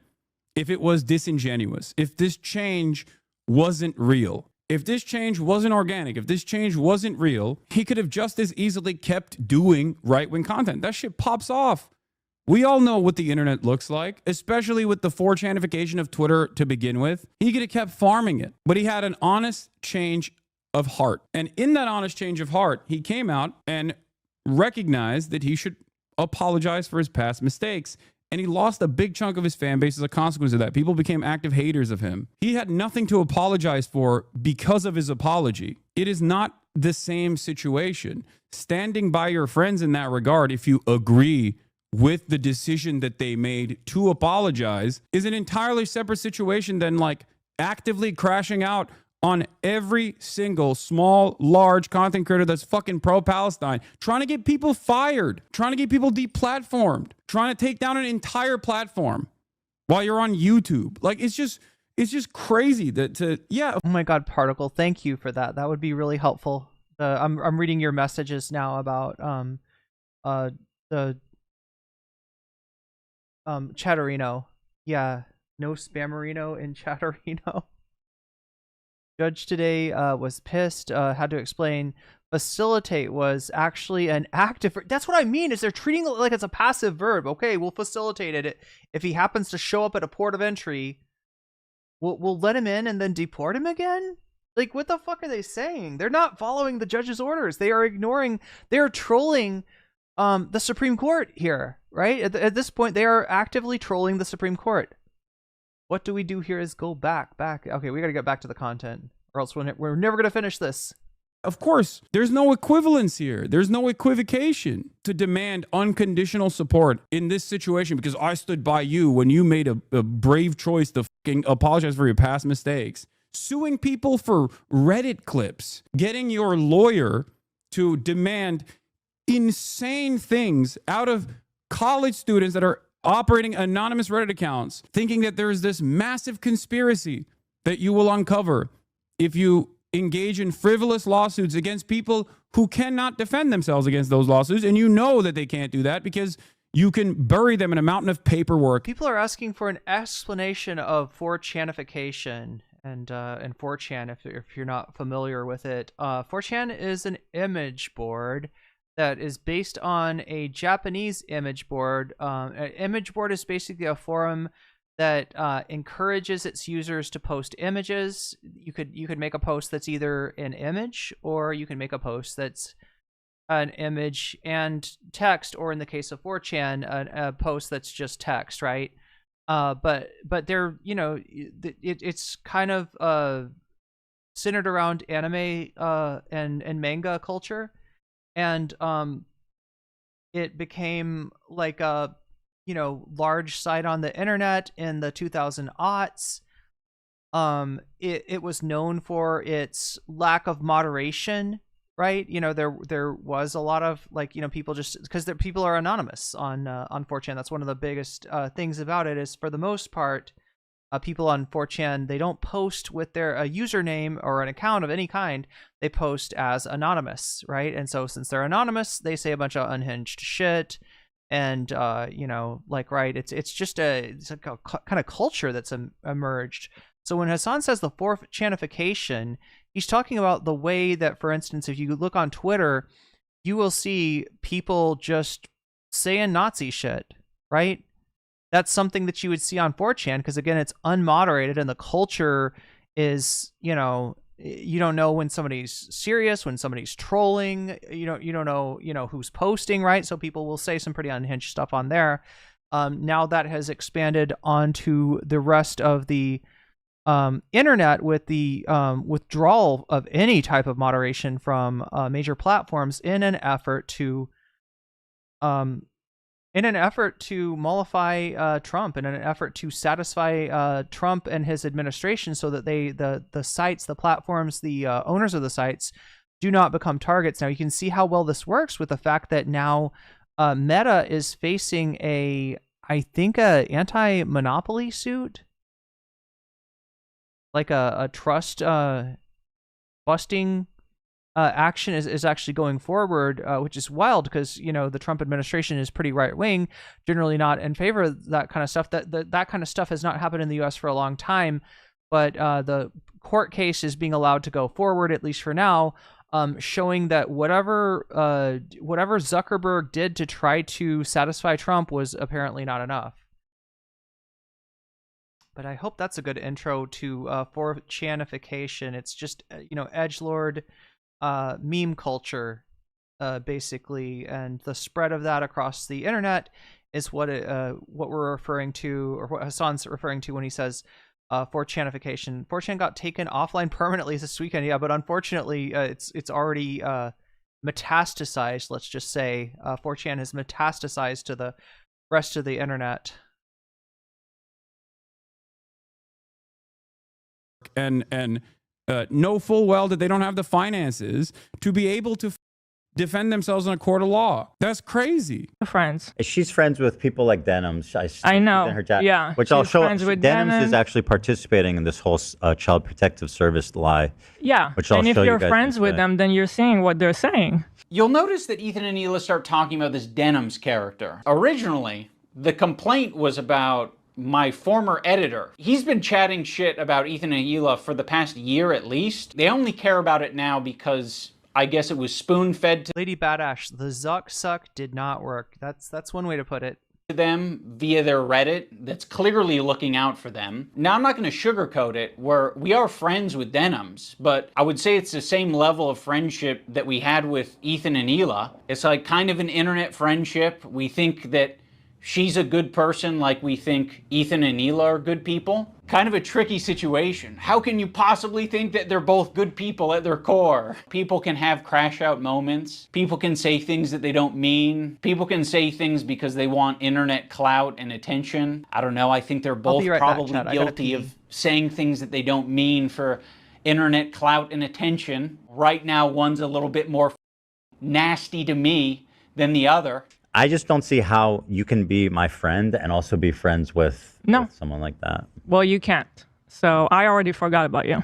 I actually have a lot of friendships that are kind of that way, where it's like, one of the friends doesn't f with the other friend, but there is someone in the middle who kind of f with both of them, but separately. Yeah, there's a lot of friendships that are like that. I'm not going to make you guys like meet up and kiss or anything. He got apparently real mad at Steiny too for having me on his podcast. If you were my friend, you wouldn't even have had him on. It wouldn't even be a question. I'm just letting you know, and maybe he fooled me, but it seems like that guy actually... He did fool you. At this point, maybe not at this point, it's different, but it seemed like he actually genuinely cared or cares about you. That episode's coming out tomorrow, I think. I don't know. Anything. I get it. You guys are in... You're either my best friend who's deep-throating me to the base of my cock, or you are Satan. You're the devil. The last thing I said to Anissa, we were texting before I ever talked about it. She's like, I don't care about this guy. He's a nobody and, you know, blah, blah, blah. And I said, well, then you'll have no problem publicly denouncing it, right? Mm-hmm. And then from there, the conversation ended. She never replied. Ethan, you can't even phrase it in a way that doesn't make you sound like you're being coercive and shitty. Well then, you should have no problem publicly denouncing it, right? Does that sound like a friend? It kind of sounds like something a powerful villain would say. But it was so funny how she immediately went to comment everywhere, like on our subreddit. She immediately had to comment like, oh, he doesn't work with us anymore. Then but that was it. That's all she said. But then say that you don't Okay, do you have agree. anything else to say for your friends though? One of the reasons Anissa was so quick to clarify things in your Reddit is because... There we go, unmuted. So yeah, the Steiny conversation I've actually got on the bonus poll right now. We're at 68% of the bonus goal, and if we get to 100% by the end of this stream, I'll stick around a little bit later and do a little bit more content. One of the items that we've got on here is Hasan talks about this drama with Steiny. Okay, so Steiny is a mutual friend of iDubbz and Hasan. He's part of the Nelk Boys. Again, this is a I'd call it like a apolitical but kind of Trump-coded podcast that Steiny is a part of. Some of the other members like Bradley Martin have talked about having voted for Trump. They had Trump on. But nevertheless, Steiny and maybe Bradley Martin as well are friends of Ethan and of Hasan. So Hasan went not on the Nelk Boys, but on Steiny's podcast and talked about the Ethan thing. So that is the... oh my god, Sasha G, thank you for the 5 gifted memberships. DIY Driver, you just got weaseled. Lady Badash, you just got weaseled. Z, you just got weaseled. Dank Prol, you just got weaseled. And Peepo Kiss, you just got weaseled. And that's a good thing. And thank you, Sasha G. Thank you for the 5 gifted memberships. But yeah, that's available. The here, let me highlight it for you so you see what I'm talking about. Hasan talks about the drama with Steiny, right? So that's Hasan having a conversation with a mutual friend of his and Ethan's, basically saying that that his door is open, right? In terms of if Ethan wants to quash the beef, and Steiny, being a mutual friend, is like, he wants to hear that. That's what he wants to hear. When he talked to Ethan, Ethan was like, well, if you were a friend, you wouldn't have had Hasan on at all. Like, how dare you, basically. And as iDubbz is talking about, the way that he's putting this, you should have no problem, like, cutting him out of your life, right? He's talking like a supervillain. He's talking like a goddamn supervillain, right? And that's what I mean when I say Ethan is scaring his friends. On an interpersonal level, politics aside, Ethan is just acting scary. Because your Reddit was already... But yeah, we got the... let me add the 15 gifted to the dono goal again. Chat, this thing goes up every time somebody does a super sticker, a super chat. If you get yourself a membership on YouTube, if you gift a membership on YouTube, if you support me on Throne, or you sign up for my Patreon, or if you support me over on Twitch, which again I greatly appreciate because we have been demonetized over there. We're 83% right now, and if we get to 100%, we'll do one of these topics. Which topic? The topic that you vote for. That's right, the poll is open right now on youtube.com, on nocommentchick.youtube.com. If you're watching me on another platform, feel free to sneak over there and vote. I'm not telling you to change the platform you're watching on, but just that's where the vote is. So if you want to make your voice heard, you got to do it in YouTube. Make sure to give me a like while you're there, because that helps me out greatly and I appreciate it. And it brings more people into, like, basically the more likes there are, the more likely YouTube is to show my stream to other people. HK, thank you for the super chat. HK says, wow. Well, see, you got the that's the super chat noise. The wow noise is The wow noise is every time somebody weasels up. You get a wow noise. And then you get a bubble noise every time somebody jellyfishes or is jellyfished. So that's how it goes. But let me just add HK the mix, and we're at 84% right now. One day we'll see Ethan Klein on Joe Rogan. Yo, yeah, he'll tell us about how he left the left. He'll tell us about how toxic the left was, and how, like, yeah, everybody's just turning into a communist and a terrorist supporter, and you know, he'll yell. Joe Rogan will be like, wow. Not because he's popular, but because he's expounding upon Terrence Howard's thesis. Tell me more. Tell me more. Whoa. Whoa. Where did that come from? HK with the membership. Yeah, now you got the wow sound. There you go. Temporal Insanity. You are the beneficiary of HK's largesse, of HK's generosity, of HK's magnanimity. I think that's the way that you pronounce that word. Anyway, you just got weaseled, and that's a good thing. So yeah, what we going up to 87% there. And I'll try to open chat. I gotta admit, I closed down the like I usually have my YouTube stream opened on a tab, but it costs me so much system resources, and in order to make sure the stream doesn't freeze and we don't go down, we don't have technical difficulties, I've turned that off for now. I will check on the poll again. When I last checked, it looked like Finish the Ethan Cope stream was winning. So that's what we'll do.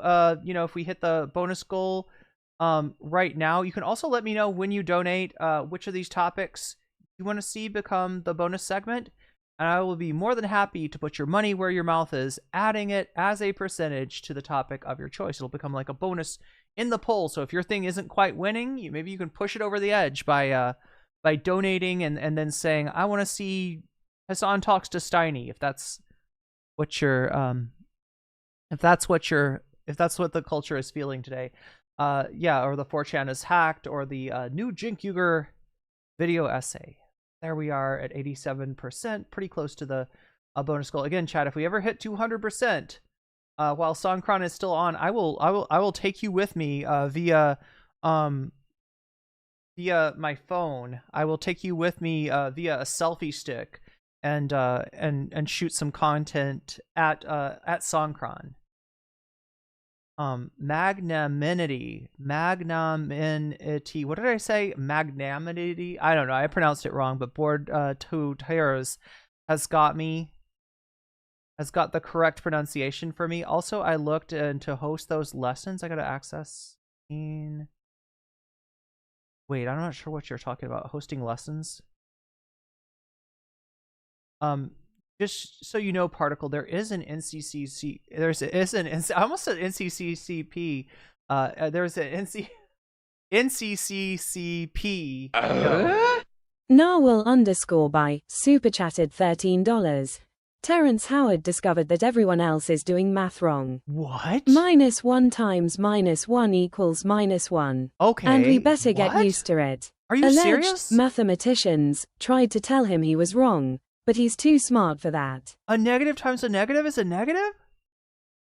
I mean, it sort of makes sense on an intuitive level, but yeah, you're right. It is counter to the math that I learned. Narwhal by Nature, thank you for the $13 super chat. I was still trying to figure out why you chose lucky number 13, but I think I see now. We're up to 100. And I'll put that 200 up there in case we can hit the Songkran goal today. I'm gonna have to look into that because I'm curious why. You know what the. Why was I taught mathematics wrong? Seems like there is nothing on your throne right now. That's true. That's true. I better fix that. Thank you, Shakespeare. Talking about who this editor is, and they were spreading misinformation that it was our co-host on our podcast, Uncle Dane. So yeah, the last thing we wanted is this guy getting pulled into this mess, and you guys don't give a Would it have been nicer and more supportive to say, we don't agree with the things he's saying and we support Ethan and Hila? Sure. Like, yeah, that would have been a nicer thing to say. Our silence means something. It means that we would like to pause this relationship until you figure your shit out. And then maybe we can find a moment in time, I don't know how long it'll be, but a moment in time in the future where things are a little bit easier to broach. I don't think we need to do it right now. But you've insisted that this is an important thing to address. I would have been perfectly fine with you not blasting me on your Instagram story. I would have been perfectly fine with you not blasting me and my wife on your podcast twice. I would be fine with you not brigading my comment section on my podcast that gets 3,000 views a week because I prefer to not do harassment campaigns and instead talk about Vampire's Kiss.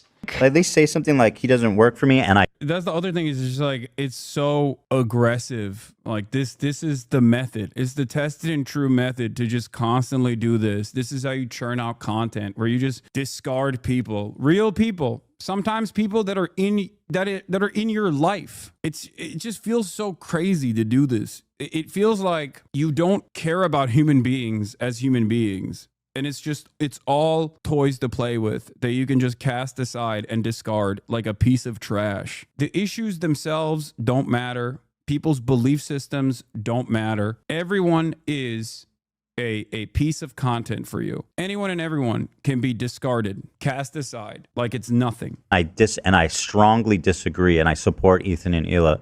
The problem is that it makes me think of your behavior since you started being a Twitch streamer. Yeah.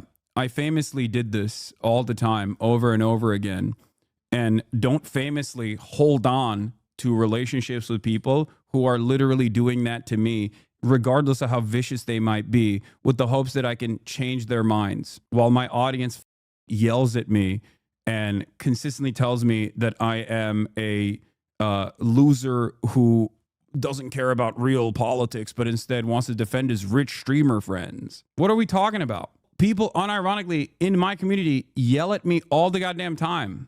And the people that I started this stuff with, including my best friend in the real world, okay, that I brought onto Twitch, Will Neff, whose girlfriend, Caroline, I've also known for almost a fucking decade, are now... Oh, I didn't know that.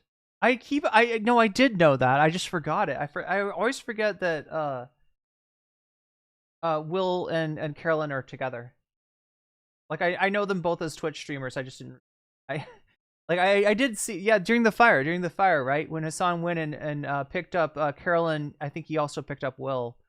But that is oh yeah. So Shakespeare, thank you for letting me know that I didn't have anything up on Throne. I have corrected that. I put up a $250 goal to help me move into the best possible apartment in Thailand. So as I've said before, I'm going to be moving into an apartment really soon because the hotel is almost I got a month of this hotel, and I'm going to be moving out hopefully into a good apartment.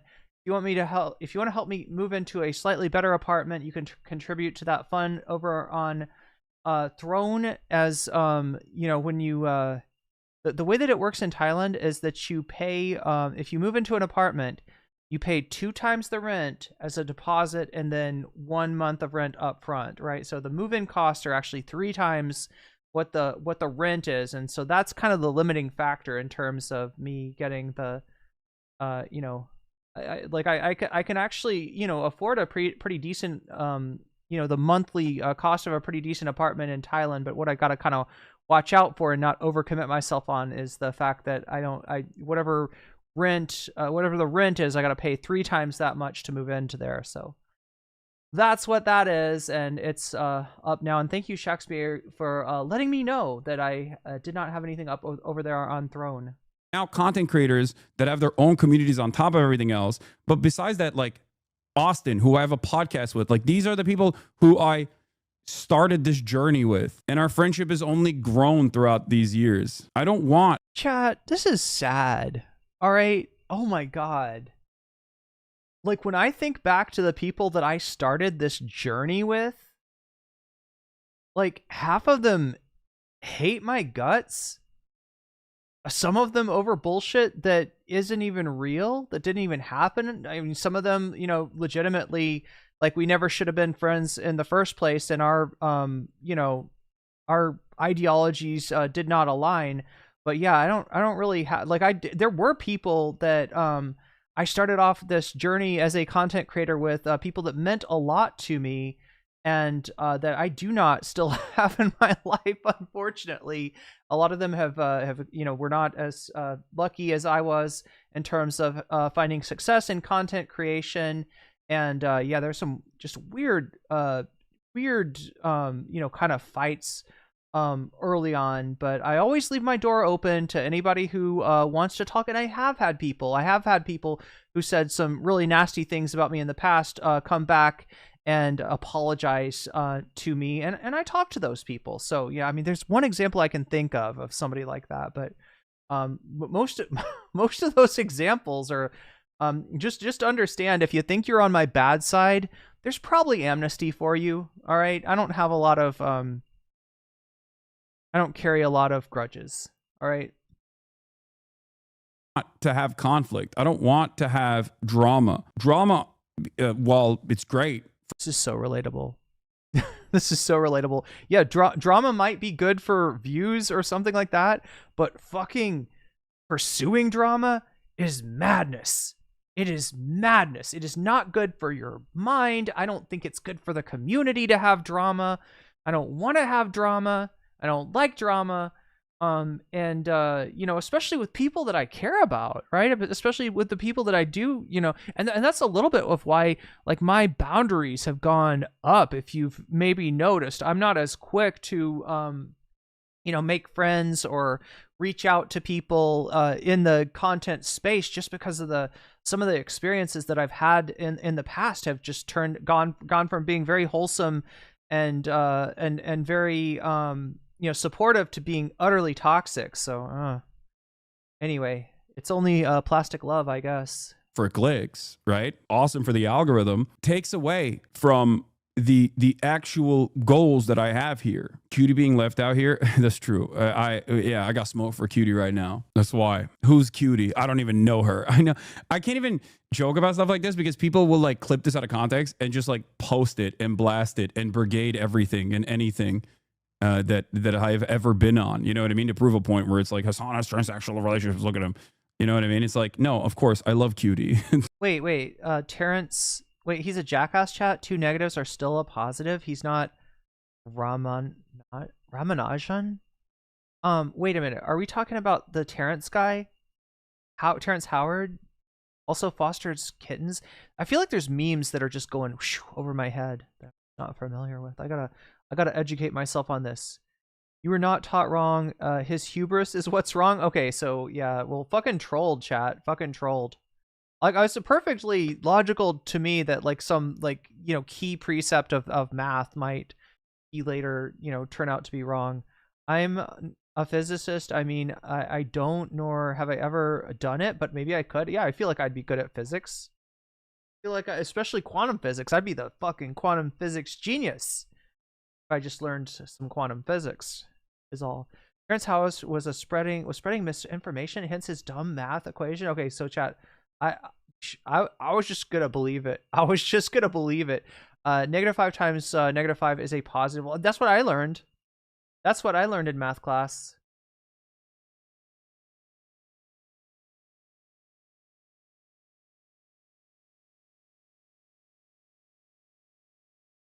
Ethan is still harassing people. Look. Yeah, I mean, he gave, like, this was a while ago, right? I don't know, 2 months ago now, that he went on stream, and because iDubbz's former editor had said bad things about him on Twitter, he called out iDubbz and Anise. He called out iDubbz and his partner, you know, based on them not disavowing this person, still following this person, you know, not coming out of the woodwork to be like, we support Ethan Klein, right? And finally, iDubbz apparently decided, all right, I'm gonna make a content cop on Ethan, because yeah, this is fucking toxic. This is fucking toxic. like for the record. I did this with Aiden Ross until it was impossible to salvage. I did this with XQC until it was impossible to salvage. There's a reason why, outside of like classic quote unquote villains online, there's a reason why you won't hear this kind of attitude from many other content creators. And it's not because I have them under a web of lies and gaslighting and fucking, you know, mind control or whatever the Ethan might suggest. That's not the reason. It's because I try to keep to myself. I did it with Nick. Wait, is this real? Is this real, chat? Shaxpa says apparently Ryan Kavanaugh, Cav, is funding the class action lawsuit against Ethan Klein, including Bad Empanada. Ethan, you did the impossible. You got Cav together with BE. That's wild. Nick Merckx. I tried to talk to Nick Merckx directly when I saw him going down this. I'm sorry, dude, but talking to Nick Merckx is like talking to an inanimate object. I swear to God, that guy. Right-wing path. Notice how there's one thing that is the most consequential aspect to all these stories is their politics. It's their politics first and foremost. That's the most consequential aspect, because at the end of the day, as I've said this, and I did this with Asmongold too, at the end of the day, what I care about for content creators in particular that have massive communities is their output, what they are putting out there and what they are influencing, what they are normalizing. And even with Ethan, I didn't care about any of the shit that he was saying. But oh, don't forget a rice cooker, NCC. So okay, so Narwhal, you're talking about on Throne. All right, so if you don't know, Throne is the platform that I have used in the past to give people a way to crowdfund a better quality stream. So the stuff that I've put up on there up until my move was all you know, stream related, right? The microphone that I'm using and the, you know, background that I had that's in storage right now in the United States, and so much of what makes the stream better and raises the production value was paid for by generous donations from people like you on Throne. So what it is essentially like a wish list. I put up stuff that, you know, would make the stream better, and people go and look at it and they're like, ooh, you know, a better microphone, a better camera, a cord to, you know, connect the microphone to the interface, right? You know, stuff like that, right? Yeah, then when I moved, it didn't make sense to have any items up, right? What it would be is it's a wish list, so the items are up there, and when they get fulfilled, when people have donated the amount of money that the item costs, then it automatically gets sent to me. Now, I think it works a little different in Thailand, from what I've heard, right? It can still happen, but I don't think that because, you know, when you get something from Amazon in Thailand, you gotta pay like a decent, there's like a weird import tax or something that goes on it there. There's a service called Lazada out here that's similar to Amazon that I might be able to work with, but really more likely what I'm gonna have to do is put up items and then, you know, have Throne send me the money, and then I will pay for the items. That's probably how it's going to work out here, since the, you know, shipping is completely, I don't even know. But yeah, I will get, as soon as I get moved into an apartment, I will start putting stuff up there. I might put a rice cooker, right? I might, you know, put some stuff that is like for the house. Some of the apartments like come with a rice cooker, so I want to make sure that I don't, like, you know, put that up there and have people donating to getting me a rice cooker, and then find out that there's already a rice cooker in the apartment, or something like that. But maybe like a blender, right? A blender would be very useful out here, considering how much fruit there is and how many smoothies I could make. So, you know, maybe I'll put like household goods up there as well. But the reason why I obviously started talking about it was because after a year of sneak disses and smears and whatnot, he very clearly put himself out there as someone who was pro-Israel. Like, he does what he was doing. And he chose to do this at like 12 months in, a year into a genocide. It was a political disagreement that I had, and I tried to stick to the issues on that front too. and not the petty grievances. Chatters still try to debate me to this day. They're like, oh, look at his tattoo. Look at this. Look at that. It's like, I don't care about that kind of stuff. I care about what he says. I care about what any content creator says within the finite amount of time that they appear online, what they are presenting to their communities, what they're advocating for. That's it. But she doesn't. That's the problem. That's the problem. She actually. She thinks they have a point. That's the problem. Yeah. So go f yourself. I agree. Go f yourself. What about your girl? This is what I'm talking about. This aggression that you're putting out into the world. What the f do you think we're gonna do? You think I'm gonna fucking sit on my hands when you do this shit? Like, this is nasty. We had such a fair response to what you guys were going through. We don't support harassment. It's a bad thing, but Goggles, quoting Nietzsche here, he who fights with lolcows should be careful lest he thereby become a lolcow. Yeah, Nietzsche had that lolcow DNA as well. Happens, and you're perpetuating it. You fucking propagandist, lying scumbag, terrorist supporter. He probably sets up a mirror and jerks off watching himself. Dan KKK Clancy has a similar view of Hitler. Because Dan Clancy, the Nazi, fucking anti-Semite. You can't expect other people to stop harassing you if you continue to harass people. Let's think about it on a micro level. Have you ever been in a comment section and found someone to argue with? It doesn't stop. It can literally go on forever if you don't want. If you're not careful, it may become a career. Arguing with someone in chat. To touch. Why it's best to just give no comment, right? It's probably safer. Touch grass. That's definitely the path more taken is to just not get involved in that in the first place. I mean, yeah, this was kind of like a line, what happened today, that should never be crossed, even by like the most cynical, toxic people.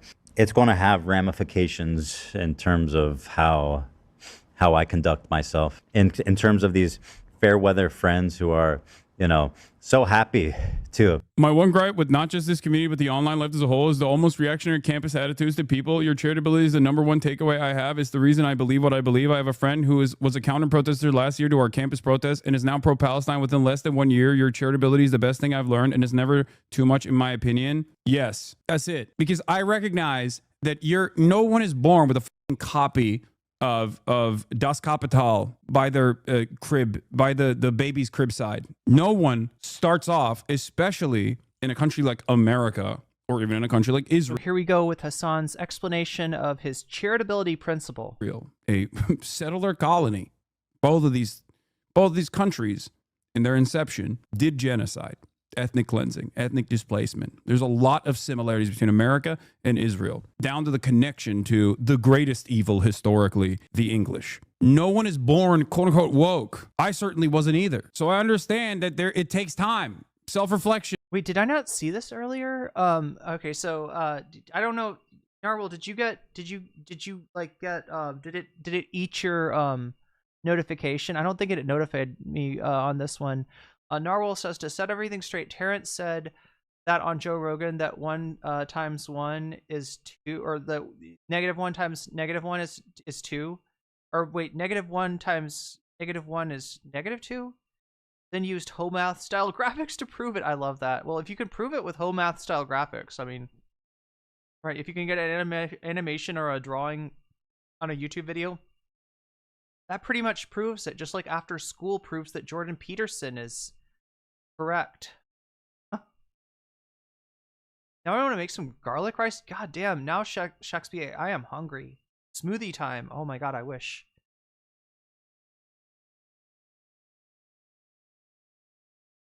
Oh, ADHD meds effect on taste and sensory. Garlic rice sounds really nice now.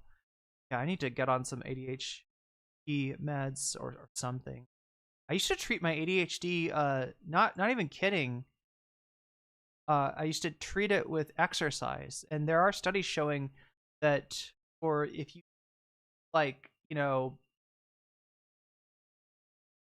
cardiovascular exercise, in other words, if you're in the zone 2 or higher, right? You're in your cardio zone for 20 minutes or longer. then it has an effect, I think, for an hour afterwards, right? You will your executive function, which is what what people with ADHD often have trouble with, right? Executive function will increase for about an hour, and it's hard to kind of try to exercise before every test, but that's what I was doing through grad school. Self-criticism, these are difficult things to come by. So someone has to be fucking charitable and not constantly be like, you've said something that I consider to be a microaggression. You are the greatest evil of all time. I think it's like a lot of people do that. And I even understand why some leftists do that. The reason why they do that is because they're sick and tired of constantly having to be on the defense. I get it. But you're being charitable to narcissistic content creators. See, this is what I mean. This is what I mean. You're doing it. You're doing it right now. I'm not just charitable to narcissistic content creators. I'm charitable to everyone. Oh, wait, I didn't even catch that. What are you talking I didn't even about? catch that. That's he says 1 × 1 is 2. God damn. So this is just some Roganite weirdo, right? This is Terrence Howard.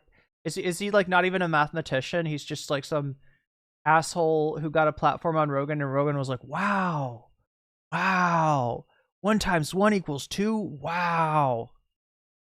My point is that this community is 42,000 people because of that. Do you understand? It's because of that.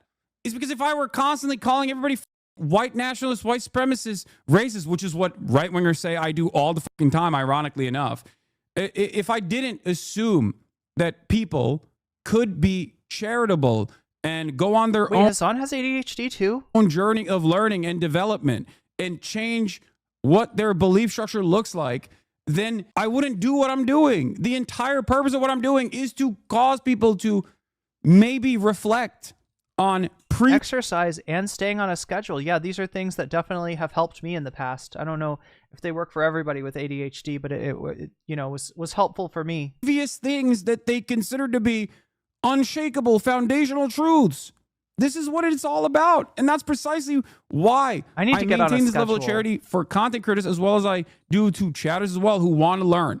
Now, of course, on that Terrence Howard is an actor with some kind of weird mathematical hubris, I guess. There are people who catch me when I'm pissed off, or there are plenty of people who try to abuse that charity to come in and say, just curious, why are you a piece of shit terrorist anti-Semite? Just curious. Like, you're not fucking just curious, all right? And of course, I yell at them, and there are hours and hours of compilations like that, right? But having said that, the overwhelming majority of this community, if not the damn near entirety of it, all the way from when I had 35 live concurrent viewers to 35,000 live concurrent viewers, have had at least one issue that they've changed their minds on. Half of you motherfuckers that are yelling at me for not being for being far too charitable don't realize that there was a point in time when if you had spoken out about a thing that you had firmly held convictions on, you would wish that I'd be charitable to you as well. That, I think, is my superpower in general. I have a firm commitment to constantly trying to have people be charitable to me because I understand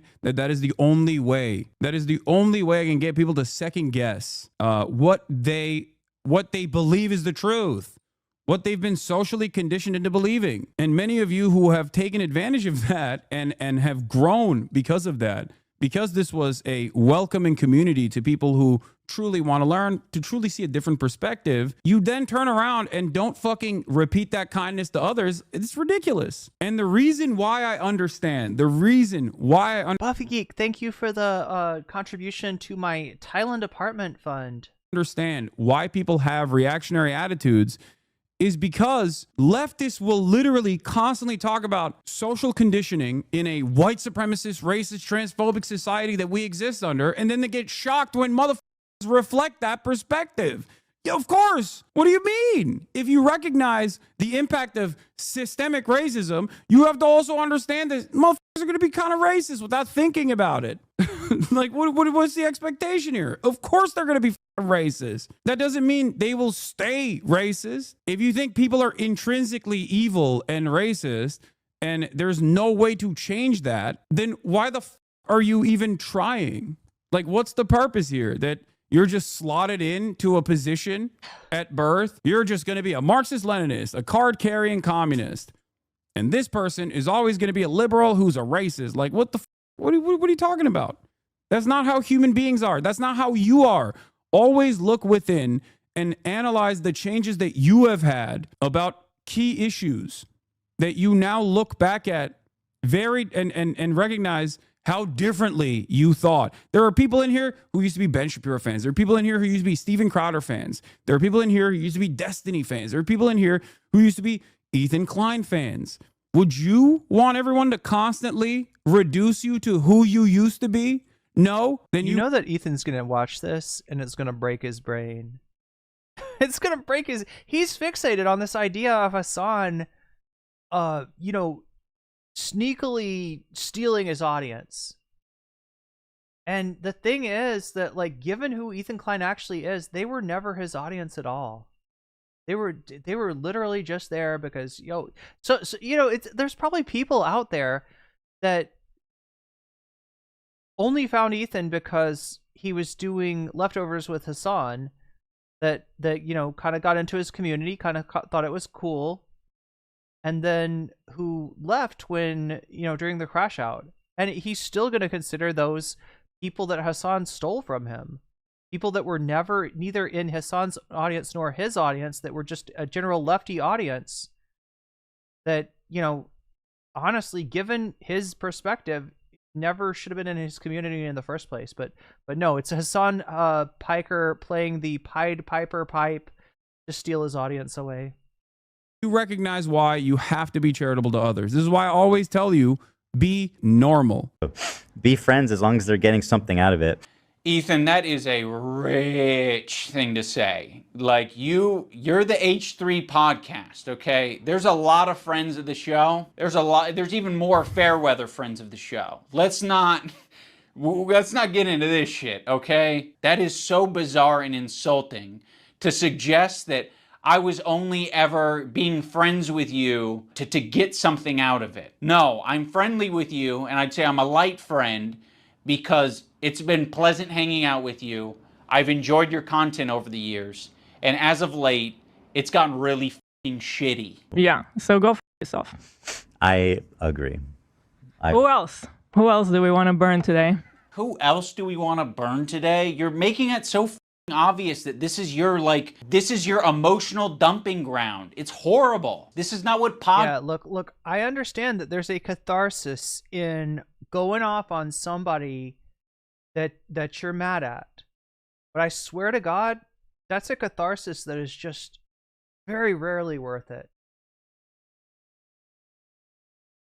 Podcasts are. There was a way to approach us to say, like, yeah, we feel hurt by you guys not saying something. You've decided to do the extra thing and attack. Now, in fairness, I am attacking back, but I feel very insulted, and I feel defensive, and I feel like I am speaking up for a lot of people who have problems with you, and a lot of people who have been on the receiving end of your harassment. It's so easy to be anti-racist. Everybody's anti-racist. Racism is the worst thing in the world, right? We hate racists. Racists. Microaggressions. The minute that they actually have to stick their neck out for somebody, the minute they have to actually risk. I hate that nobody understands. Like, people say microaggressions and they don't fucking understand it. The feeling you get from people like Hila bitching about, like, oh my God, a microaggression, I'm so sorry, right? Is that what this is some petty little thing. Like, a microaggression is leaving the toilet seat up or something, right? The microaggression is, you know, you put the toilet paper, oh my God, why am I focused on, because I'm looking at the toilet, that's why. But you put the toilet paper on where it's not coming over the toilet paper roll, but it's going under the toilet paper roll, and obviously over is superior to under. A microaggression, like, what they act like it's this minor little thing, like, you know, of your you know, chewing, you're talking with food in your mouth or something like that, when in actuality it's something that's micro because you don't notice it unless you're marginalized, right? Like, you know, if I have an interesting hairstyle and somebody wants to play with my hair, and maybe they put their hands on my hair without asking, right? I don't ever get that. So it's not going to bother me. But, you know, some of my black friends say that this is like a constant thing of like white people putting their hands on their hair without asking. And, you know, without having that lived experience myself, I can imagine what that would be like and how that sort of thing would bother me a lot if it wasn't just like one person doing it, but it was this societal sense of entitlement of like, you know, and being kind of treated like an object too, right? Being treated as an object of curiosity, right? If I got that day after day after day, I might feel silly about complaining about it in the moment, but I might be really, you know, it might really grate on me and just kind of like diminish my quality of a life in a way that it's impossible to explain to somebody who's not getting that, right? That's what is being talked about. I've heard it, there's some, I'm trying to remember what that example, mosquito, let's see if I can find this.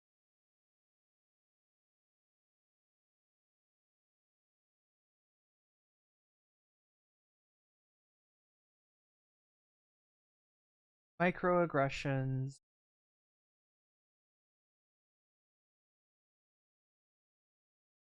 Go.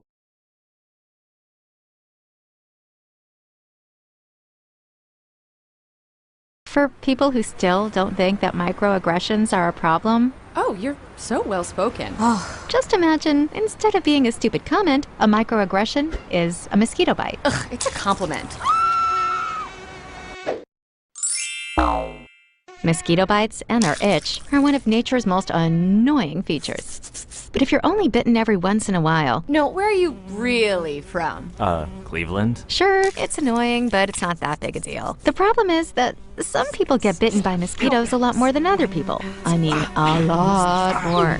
Whether it's on a date... Oh, your English is so good. Excuse me? Going grocery shopping. You know, everything happens for a reason. I'm just buying apples. Commuting to work. So when are you gonna have a baby? Watching TV. We have to keep the Redskins' name. It's part of our culture and history. Or just walking down the street with your partner. I couldn't even tell you were gay.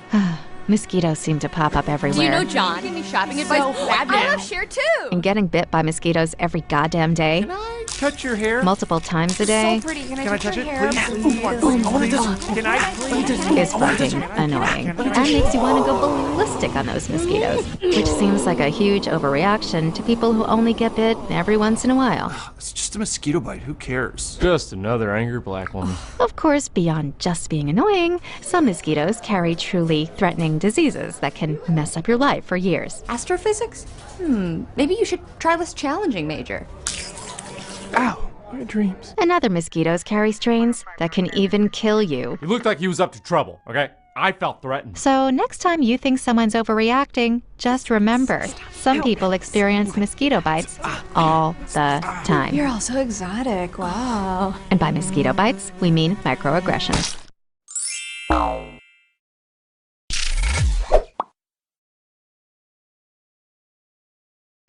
Yeah, God. This is also the other problem, is like saying that you are defending Israel after 16 months of genocide, and that is a byproduct of Zionist ideology, which is a fascist ideology, is not anti-Semitic. You cannot, like, there's a difference between people that fucking yell about me all the goddamn time and people who compare me to Osama bin Laden. One is Islamophobic, and there's not really much I could do about it. Who gives a fuck, right? I mean, we live in the post 9/11 universe. It is what it is, right? The other is people hating me for a multitude of different reasons. If I were to constantly run around and... I didn't even think of that. V is bringing up that touching someone's head in Thailand is a huge no-no. I'm curious if this overrides people's racism and entitlement to black people in Thailand. You know, that's an interesting bunch of things that you're bringing up there, V. Like, yeah, so you know, there's different sensitivities. I mean, the one time where you will touch somebody's head or you will get your head touched in Thailand is actually during Songkran, right? And that's specifically in the you know, in addition to the squirting water, there's like a paste or a powder that you know, when combined with water makes a paste, right? That gets, you know, put on people's faces. And I don't entirely understand it. I think the idea is somehow you're putting something on there that somebody's going to want to wash off, that, you know, there's going to be a reason to want to get squirted or get hosed or get, you know, a water bucket dumped on you or something like that. I don't completely understand it, but yeah, that's the one time in Thailand where it's kind of okay. And even then, you know, you kind of bring up the bucket and you're not just like, you know, let me put stuff on your face, you know, right? You kind of bring up the bucket and like, you know, there's always this like kind of feeling out of like, you know, are you okay if I put some, you know, of the Songkran paste on your face, right? But that's the one time where touching the face will happen. Definitely touching somebody's head, touching somebody's hair would be a big social faux pas in Thailand. As far as anti-black racism in Thailand, again, it's not my lived experience, so I can't speak from a place of knowledge here. But from what I've heard from other people who are black and have traveled in Thailand, there is a correlation between darker skin in Thailand, you know, in Thai people, right, and the assumption that you are involved in manual labor, right? So there's kind of a social status / class type of thing that you know looks at lighter skin as being, you know, better, and I think that black people in Thailand do kind of get, you know, hit by that, like that, the, you know, so it's not that is to say that, you know, yeah, there's, you know, from what I understand, there is some anti-black racism in Thailand, but it's kind of coming from a slightly different place, if that makes sense.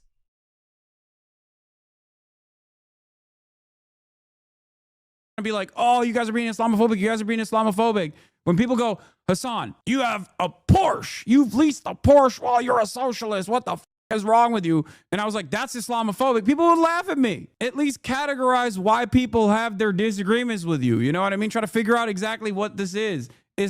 Narwhal says, I've heard from drag queens of all races complain about the kind of behavior with their hair when bachelorette parties come to the... Okay, so you're talking about the... yeah, it's an interesting thing, right? That gay clubs have been, can be, sometimes are, and like a element of cultural curiosity for straight people, and the example of Narwhal by nature gives here is of bachelorette parties going to a, you know, if your bachelorette party decides like, ooh, let's go to the gay club, right? And they're like, ooh, look at your hair, you know what I mean? So they're grabbed everywhere without consent. Yeah. Like if black people in Thailand experience less hair touching, yeah, maybe less hair touching, but I think that there is still like a element of, you know, anti-blackness that sort of manifests through the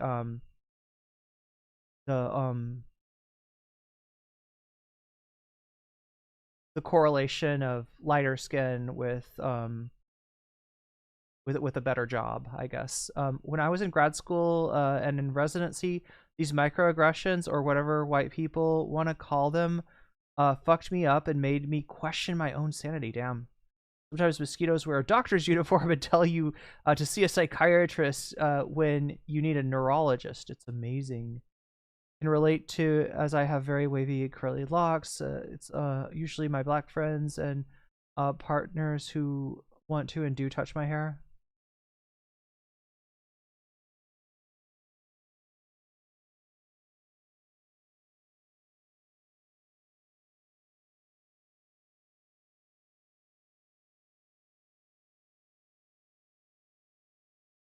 It's not always about anti-Semitism. You know what I mean? Yes, I leased a Porsche, goddammit. Ironically enough, he went and bought the same Porsche after, and now he fucking runs around talking about Hasan as a wealthy hypocrite socialist. Something to put themselves in under scrutiny, to sacrifice something personally to stand up for racism, then all of a sudden it's like, hey, I don't want to get involved. And that's drama. How much do you care? I don't do drama. How much Sorry. do you actually care? If you're, isn't that the whole point? Like, I realize that. Yeah, it's kind of like culturalism. Culturalism. Yeah, Normal. It's kind of like colorism. I mean, it's similar to that in appearance, but it's stemming from a slightly different, source, right?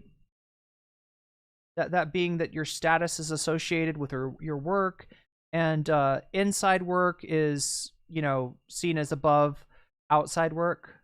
Ethan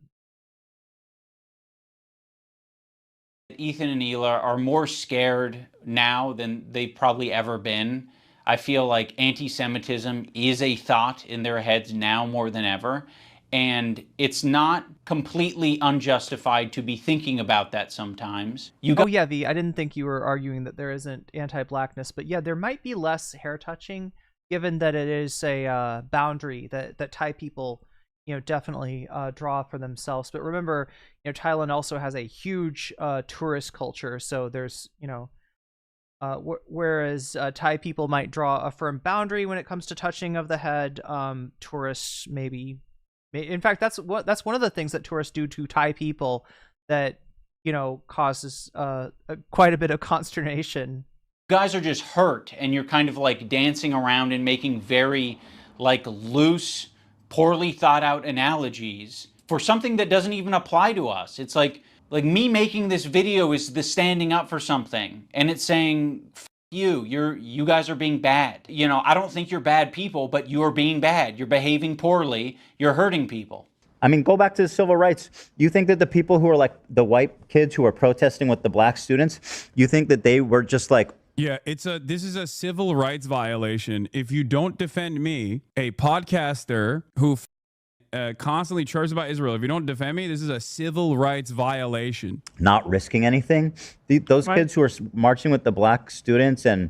So in Ethan's analogy, he's the black student and I'm the white student, but I'm the white student that's not, marching by his side. I'm not doing the difficult thing. You're going to have to march on your own, black student. Marching with the black students and... I mean, why is it inspiring? Why is it inspiring? Well, and it's the same... laughable thing to compare yourself to. Jesus Christ. Thing to bring it back to Hasan just because, but it kind of is the same thing. Like I was thinking about going to Gaza until I found out it's dangerous. He's a total performative. Fucking cringe lord Ethan. This is what I mean. Is that even when Ethan is being, toxic and right, there's I was describing this yesterday where Ethan's plan, after having lost like nearly or maybe more than half of his audience after the crash out with Hasan, Ethan's plan was to pull that Hasan bad ripcord and to kind of lean into that, to lean back into the anti-SJW thing that, kind of demarcates his earlier career. And the thought was that, look at all these people that hate Hasan. Right? There's all these pre-existing communities that all I got to do is say Hasan bad, and they will come and they will become Fupa Troopas, and they will give gift subs in my chat. They will put money in my pocket. They will, you know what I mean? But it just didn't work. And the reason that is because even when Ethan says something that, I don't know, like, DGG and commentary people, if we bring up like something like microaggressions with them, or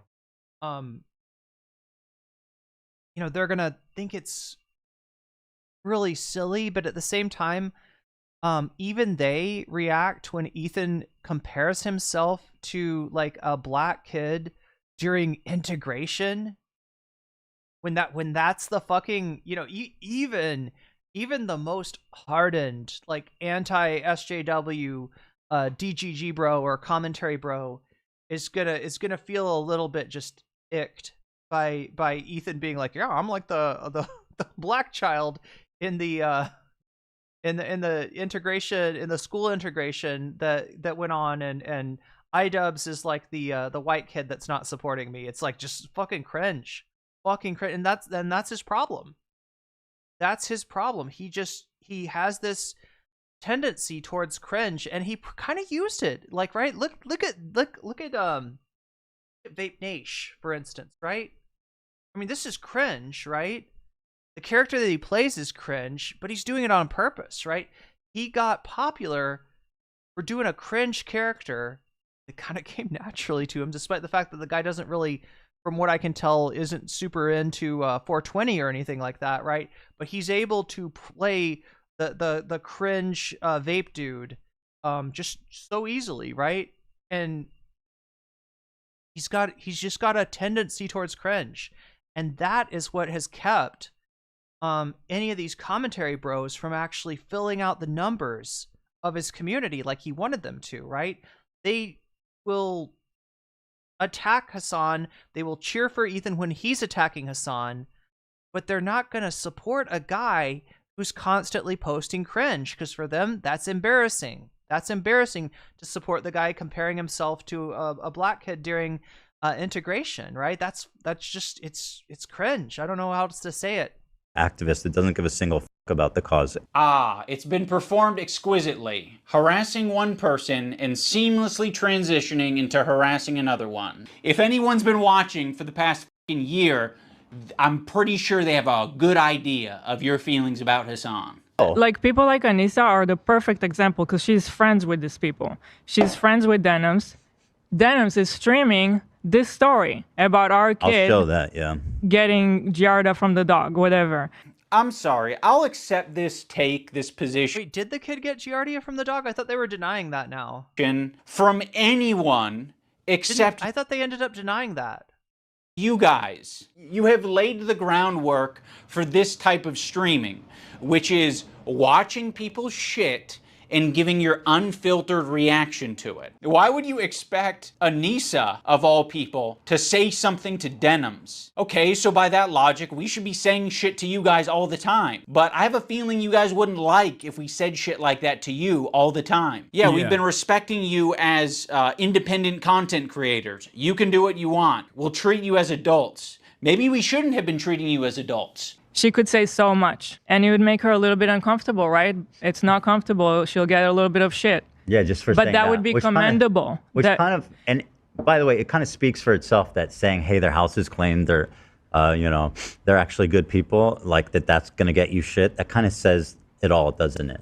There isn't a single person that I respect who would give a f if I publicly said that Ethan and Hila are great with their kids, Ethan and Hila didn't kill their dog, and Ethan and Hila wipe their asses or don't have Giardia or whatever the prompt is. No one would care. The only person who would care is me. See, here's the thing with Ethan, like, given, oh my god, here's what I think. Like, I feel like I've heard Ethan talk about having a bidet before, and even being a little bit like, well, I kind of want to have like a separate one from other people, right? Being a little bit like, but you just know that with Ethan, even something like a bidet, which is great, chat, and I cannot recommend enough, like the sooner that washing your ass becomes normalized and it is becoming normalized in American society, just like it is in much of the rest of the world, right? The better. But with Ethan, you know that there's gonna be it's gonna go in a bad way, right? Like the good thing of, like, yes, clean your ass, great idea, great thing. I'm so proud of you. You're a bidet owner now. Good job, Ethan. Right? You know that somehow it's gonna spread Giardia or something. Like somehow like something's gonna end up getting infected. Yeah, like the nozzle like falls in the toilet or something when it's dirty. Like, or something bad's gonna happen, and that thing that's supposed to be there to clean you and to keep everything sanitary is going to end up spreading some kind of some kind of a pathogen. Nonetheless, it's Ethan's thing. Like, I don't know what to say. He's a gross guy, and he's poopy. I don't know. Because I'm like, why did I tweet this out? I'm not tweeting out because I'm not your lapdog. That's why I'm not tweeting it out. I'm not saying it to my audience because I don't give a f. It's not my business. Also, people disagree with you, Ethan. A lot of people. Wait, you still have to wipe? Look. the fancy bidets actually have a dryer, right?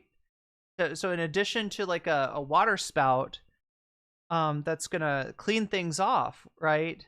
You also have a dryer nozzle, right? That's gonna dry things up. So yeah, depending on you know, like when I was in Taiwan, for instance, right? The bidets there were very sophisticated, and I really wished I knew how to read the language, because you know I had to kind of guess. I was like, okay, I think this one will squirt water, you know, but I'm not sure. I think this one will squirt. But the thing is, there's actually two nozzles, right? There's one that squirts water in the front, and there's one that squirts water in the back. So if you're going to go number one and you can't read the, you know, Taiwanese, you know, characters, you're kind of like, is this one gonna? Because you don't want the one in back to squirt. You want the one in front to squirt, right? Because you don't know which one is the dryer. You don't know. You could maybe get lucky, as I did, and hit the right button to get the front nozzle to squirt instead of the back nozzle. But you know, assuming that you can find the dryer one is like, I don't know. It's complicated, chat. That's all I'm saying. It's complicated. Do, as a matter of fact, not only do they disagree with the way you go about dealing with issues, but also people disagree with your overall sentiment. They disagree with your opinion, and it's not in an anti-Semitic capacity either. Some of the people that Ethan has deplatformed are Jewish, okay? Like the Arabs podcast. He called him a token, a person that he tried to get fired. And the way that he talks about, I think Shakespeare pointed this out earlier in chat, right? When he talks about like Jewish identity and Arab identity as if they're mutually exclusive, he's literally erasing people, like the guy that Hasan's talking about here. MF Doomscroll says iDubbz failing to publicly declare Ethan and Hila have cleaned the dog feces from their carpet before having visitors surely is the ultimate betrayal. True. We need a bidet. Wash your ass emoji. Yeah. Like, isn't there like a bidet symbol that they put on things? Like a universal symbol for bidets. Fired from their Good Mythical Morning production job. Matt Leap, also Jewish. Like, what do you mean? It's like you don't care. It's not anti-Semitism at all. It's just me. People don't like what I have to say. They must be anti-Semitic. Like, what a fucking silly way to approach reality. That's, in my opinion, doing something that's difficult and standing by your principles. Ethan That's the whole point. Sam That's what Hyde, makes standing. You can't get everything with the water. It's not possible. Well, I mean, like, look, the way that it works in Thailand is that you clean with water, which is usually a nozzle that's by the toilet that you yourself put into place so you can squirt the nozzle where you want to squirt it. And then the common practice is to use a little bit of toilet paper in order mainly to dry yourself. But I suppose if anything gets left direful, it would get that too. And then here's the important part for anybody thinking of traveling to Thailand. You know, put this in your memory bank, okay? Got it memorized? I'm going to ask you afterwards. Got it memorized? All right, so here's the important part. After you dry yourself / clean yourself with the toilet paper, you're not putting it in the toilet. Thai toilets, for the most part, do not accommodate flushing materials. They only accommodate flushing human waste. All right? Take that toilet paper out of the toilet and you trash. There's a little trash bucket next to the toilet. That's where that goes, right? And it's kind of gross as an American because you kind of want to get rid of anything that's touched anything that's involved with going to the bathroom. But I swear to God, it is the way that they do it here is to throw it away in a bin next to the toilet, not flushed, never flushed. Do not flush paper. I cannot say this enough times, right? A Thai toilet, if paper is flushed down it, has a high probability of clogging. And you do not want to have to explain you know, you won't be, in other words, it won't be like Sam Cedar where you go on the podcast afterward and you're like, oh yeah, I clogged your toilet, Tim. Why your Ethan brought up how Sam Hyde broke iDubbz. Some of his chat likes Sam Hyde now. Dude, that is crazy. He made Sam Hyde look good, Lemafea. We love Sam. So for the record, Ethan was not trying to make Sam Hyde look good. Ethan did at some point say that Sam Hyde is, a little bit of a Nazi, right? But I don't know. Look, when your parasociality is based on hatred for Hasan, and you say that somebody got the better of Hasan, they're gonna see Sam Hyde as a little bit of a hero, even if you do say that he's a little bit of a Nazi as well. Just because we hate Hasan and iDubbz doesn't mean we like Destiny and Sam Hyde. Who's Sam Hyde? Sam got him, Lamau. Sam's gonna eat this up, lol. Sam is too smart. Lol, Sam Hyde W. Is wild. Is wild because, like, if there's a real rabid anti-Semite in this equation. Yeah, I stand corrected. That was in Ethan's chat. They're literally, like, big upping Sam Hyde. It's not me. It's not iDubbz. It's Sam Hyde. He's literally a pedophile Nazi, okay? Not only is he a straightforward Nazi, he's also a f***ing abusive. Some bidets have multiple flows, like pulses and then sprays. Wow, that's sophisticated. I wish there was one that connected to your phone, and you could just be like, okay, now do the spray, now do the dryer. Hey, that would get over the language barrier. Pedophile, and this motherfucker is like, he doesn't have issues with that because, like, Sam Hyde hasn't said anything about him personally. It's just so simple. It's what you see is what you get. If you criticize Ethan, okay, recently, if you have something to say about Ethan recently, no matter how gentle you might be initially, you're the fucking Lady Badash. Title this section of the streamer talks about how to get squirted on. Yeah, definitely put that in the what is it called? Timestamps. For some reason, I always want to call timestamps thumbnails.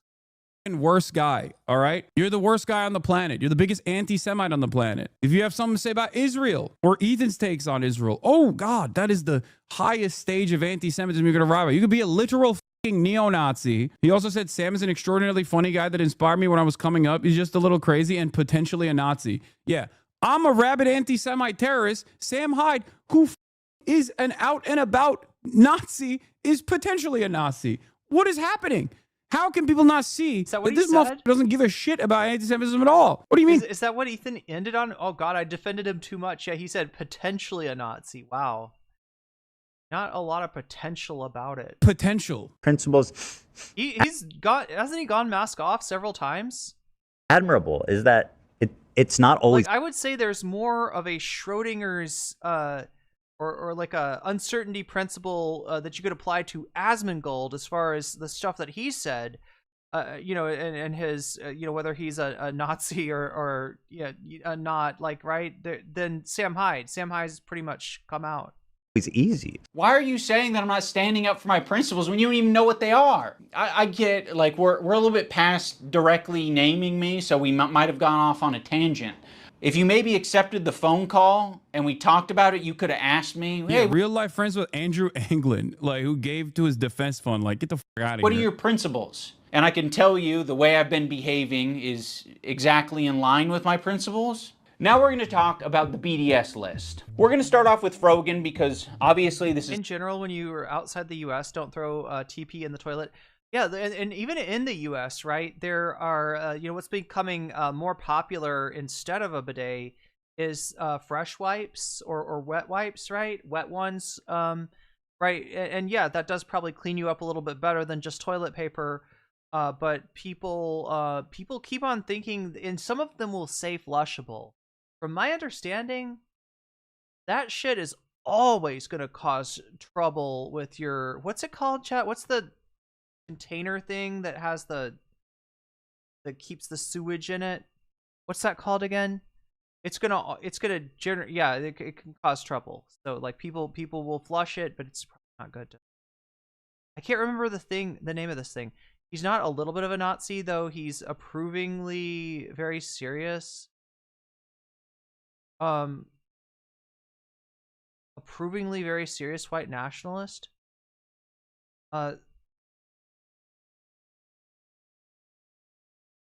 What is that thing called? The tank, chat. What's the tank called?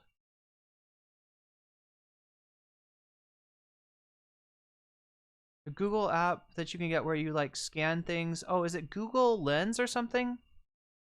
Yeah, so I think you're talking about yeah, Manic Mermaid Ash says there's a Google app that you can get where it will like scan things with your camera and translate. So I think Google Lens is the one that you can just like hold up your camera to something and look at it, look at the picture through there. And then Google Translate will allow you to like take a picture of something and then automatically scan it and translate.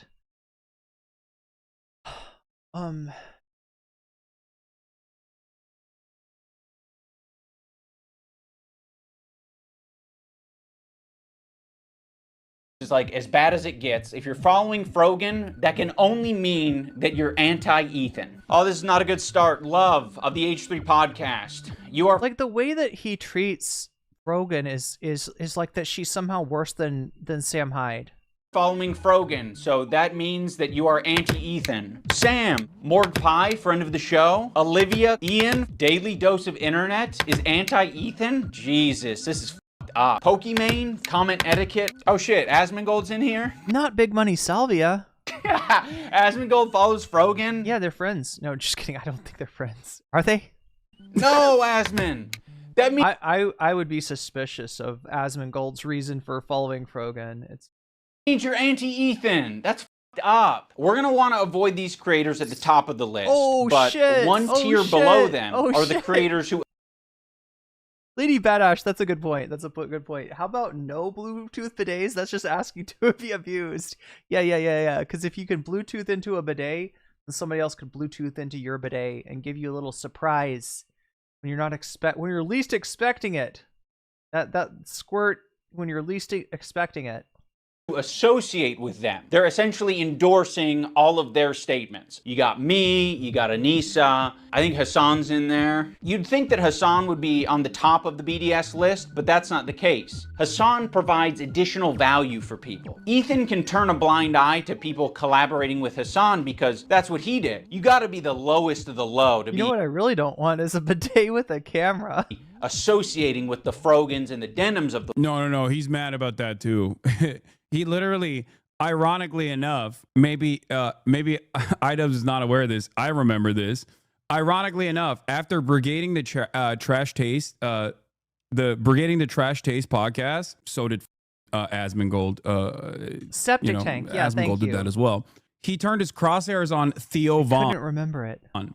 The irony, of course, was wait, who did? That Theo Von had literally one day before me, and I did not know this at the time, had Candace Owens on. And he thought that he could get Theo Von to look at me as an anti-Semite dangerous terrorist when he had Candace Owens on. And Ethan didn't give a fuck about Candace Owens being platformed by Theo Von. He was like, Hasan is being platformed by Theo Von. Does Theo Von know how much of a dangerous anti-Semite he is? Yeah, make sure Theo knows how you feel about hosting terrorist there we go. adjacent creator. Do you not care at all about how you look, man? Like, think about that. Think about that, bro. Like, this right here is, there are a million examples of Ethan demonstrating that he doesn't give a fuck about anti-Semitism at all and only has this like personal agenda towards people that have said, do Americans not have sewers? They have this thing like that is like what, like associated with the house basically, like, so you know, you got your toilets, maybe multiple toilets in one house, right? You know, they bring in, I don't know, what is it, gray water? Did toilets bring in gray water? And they put out, I can't remember the name for this, but like, you know, water with human waste, right, is what they put out. And that human waste water goes into something called a septic tank in order to get it into the sewer. And I'm guessing that the septic tank takes any like thing that's solid maybe and makes it more liquidy. Is that how that works? Make sure that it can flow into the. I don't actually know how a septic tank works, and I kind of don't want to know. I remember seeing like a Papa Meat video where he goes over some guy that will pay you if you'll let him swim in your septic tank. Like, right, this guy, I don't remember if he wears like a diving, like a wetsuit or something like that, but he'll pay people if he can sort of dive in their anyway, Chad, it's really gross, and that's the only time I've ever seen what a septic tank looks like on the inside, and I never want to see it again. I don't like what he has to say about Israel. He's just lost in the sauce. He's defending Israel, right? He can't stand that shit significantly more than he actually cares about real anti-Semitism. That he turned around and got mad about this and not about Candace Owens being on the Theo Von broadcast. Like it's so transparent. You don't have to be the smartest Ethan Klein foot soldier to recognize the inherent irony. Google Lens and Grab food app screenshots. So, Chad, if you don't know, Grab is kind of like Uber Eats or DoorDash that is maybe in Southeast Asia. And Google Lens is the thing that sort of like automatically translates for you. What I found is that I can use Google Translate. If you hold down if you got Google Translate and you hold down the home button on any page, you'll have the option to hit Translate.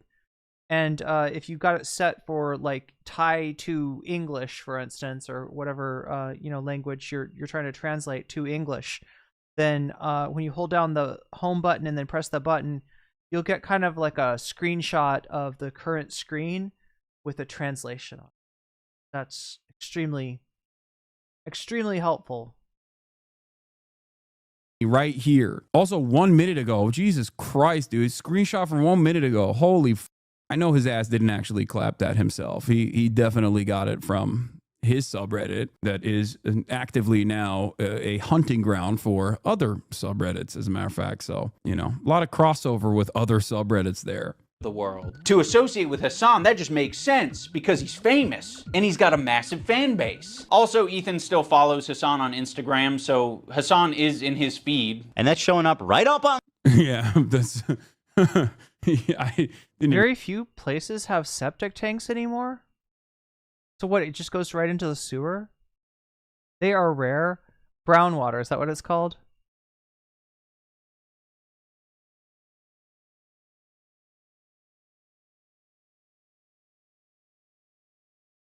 Realize that, but yeah. Us Nisa's and iDubbz feed. It's important to remember that this is a living document and people can be removed or put onto it depending on how Ethan's feeling that day. You have this other tier of creators that exist below Hasan but are still anti-Ethan, but Ethan really doesn't want to bring your attention to these ones because it's kind of unpopular, A lot of them are famous. It's no coincidence that Ethan stays silent when these powerful, popular men are supporting Hasan. Wait, septic tanks are self-contained? They exist in places where sewers don't? I feel like I had neighbors that had a septic tank at some point, because I remember that one day the wind blew in a certain way and it smelled poopy, and I asked my parents, why does it smell poopy outside? And they were like, oh, it must be somebody's septic tank is overflowed. So wait, what, they just get them removed? It's like a portalet but for a house. The YouTuber that does a breakdown video on TP and wet wipes, the one wet wipe breaks down way faster than the amount of TP most people. Oh, one wet wipe is what, safer then? Wait, he does what? Wait, did I miss something? It's because he's popular. You have this other tier of creators that exist below Hasan but are still anti-Ethan, but Ethan really doesn't want to bring your attention to these ones because it's kind of unpopular, A lot of them are famous. It's no coincidence that Ethan stays silent when... Wait, yeah, I didn't see this. So it's like he's taken the chart for BDS and he's made it where you're like, instead of Israel, it's like Hasan. That you're doing BDS. Oh my god, Chad, I gotta pay more attention. Pressure targets for the BDS movement. Wait, Hasan's on there, right? Wait, I'm trying to understand this.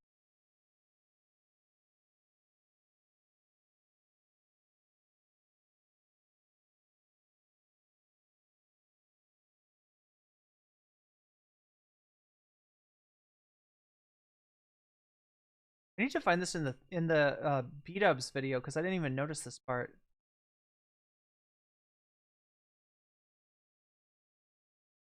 So there's the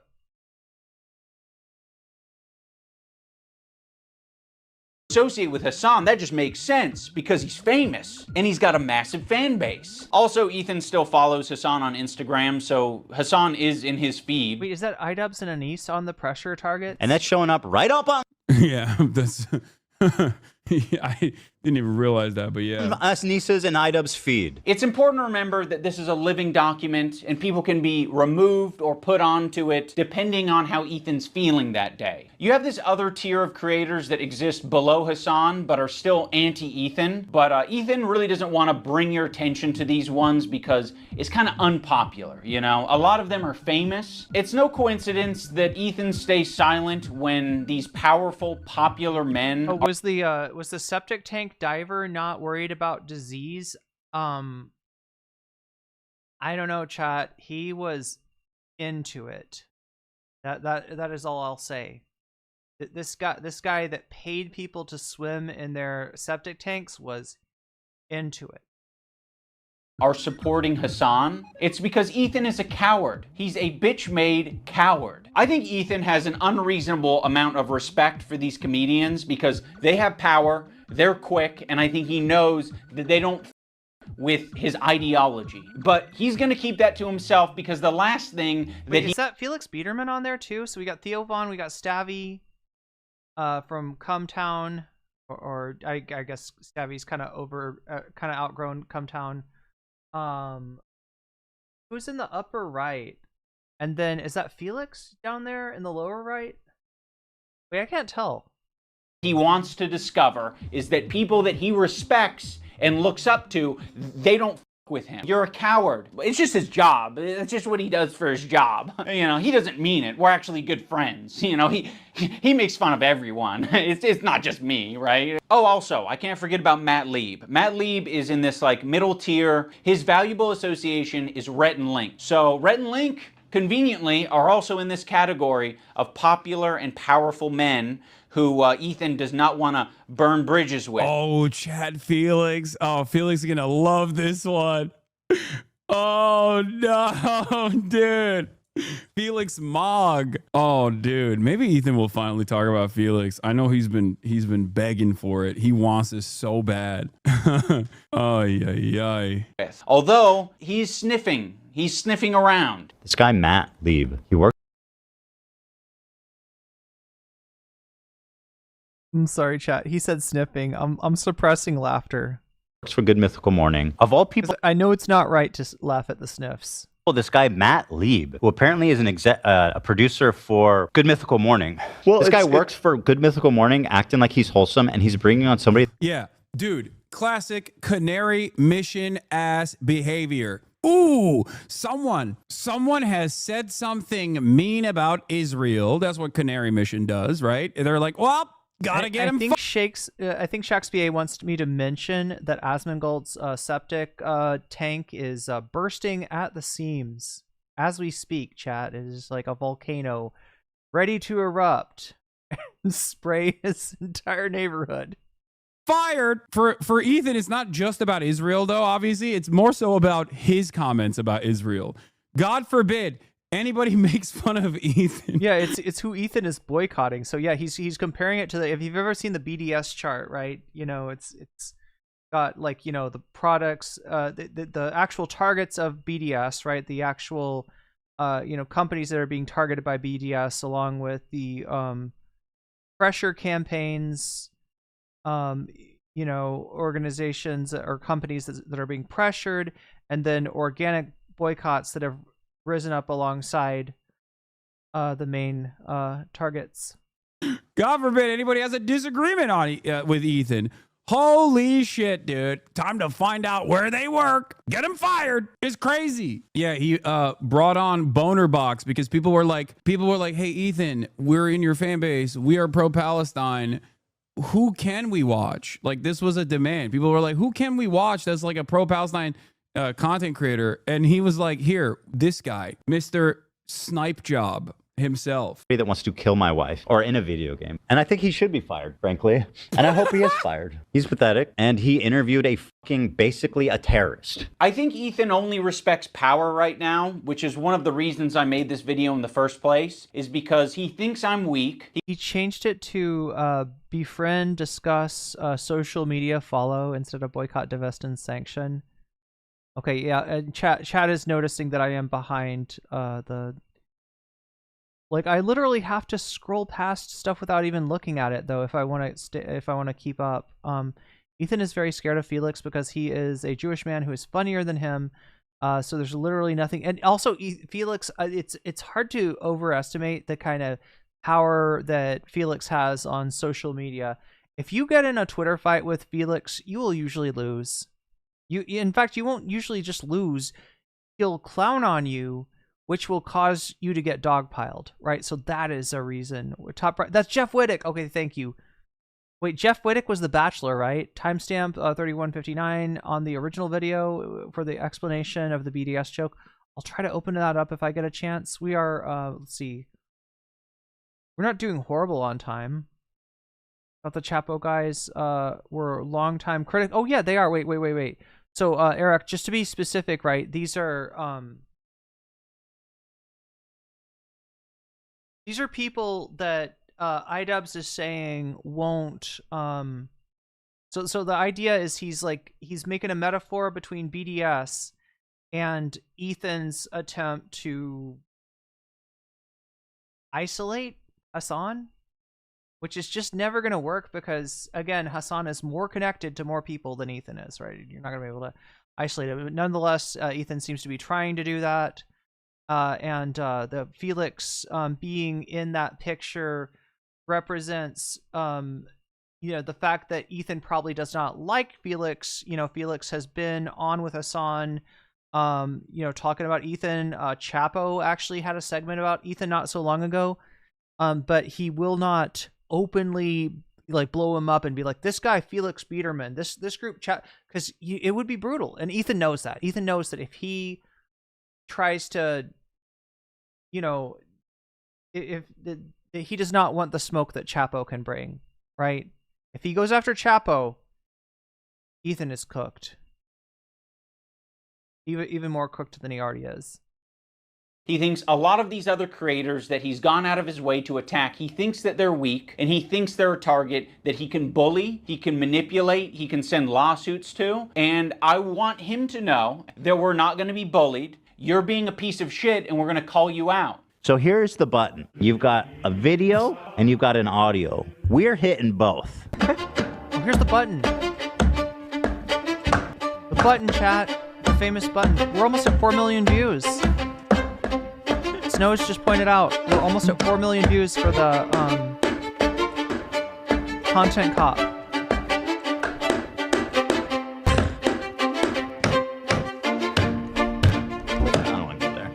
Yes. There's no point. Let's leave. Yeah, there's no need. Yeah. I don't want to. Oh, shit. Like, how pathetic are you?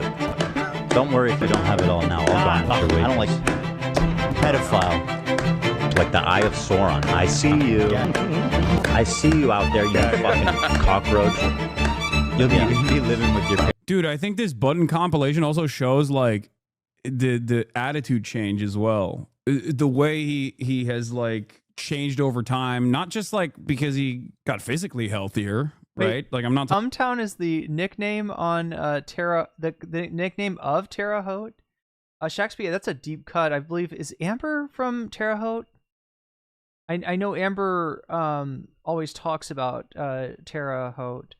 What I think the Pearl City, isn't that what they call? I had a friend from Terre Haute, and I remember him referring to it as Pearl City. Or no, Pearl City was like a suburb of Terre Haute or something? Talking about that. Is it a particularly bad suburb? But mentally, where he's at. Parents for a lot longer, buddy. Yes, please, I want to be a good Jew. I'm a good Jew. Please, guys, please. That's fine. That was fine. Yeah, I don't think it was that fine. big a deal. Of all the things that it always surprises me what you think crosses the line. Well, I looked at Olivia and she's like, yes, do it. Now let's talk about the button. Ethan got this button, or kill switch, as a response to the controversy with Cutie Cinderella. He was not able to control himself in that moment, and instead of figuring out how he can change his behavior, he spent $20,000. Dan and Hila were like, we would kill button that right now if we could. I can't change who I am. I know. That's why the kill button is on its way.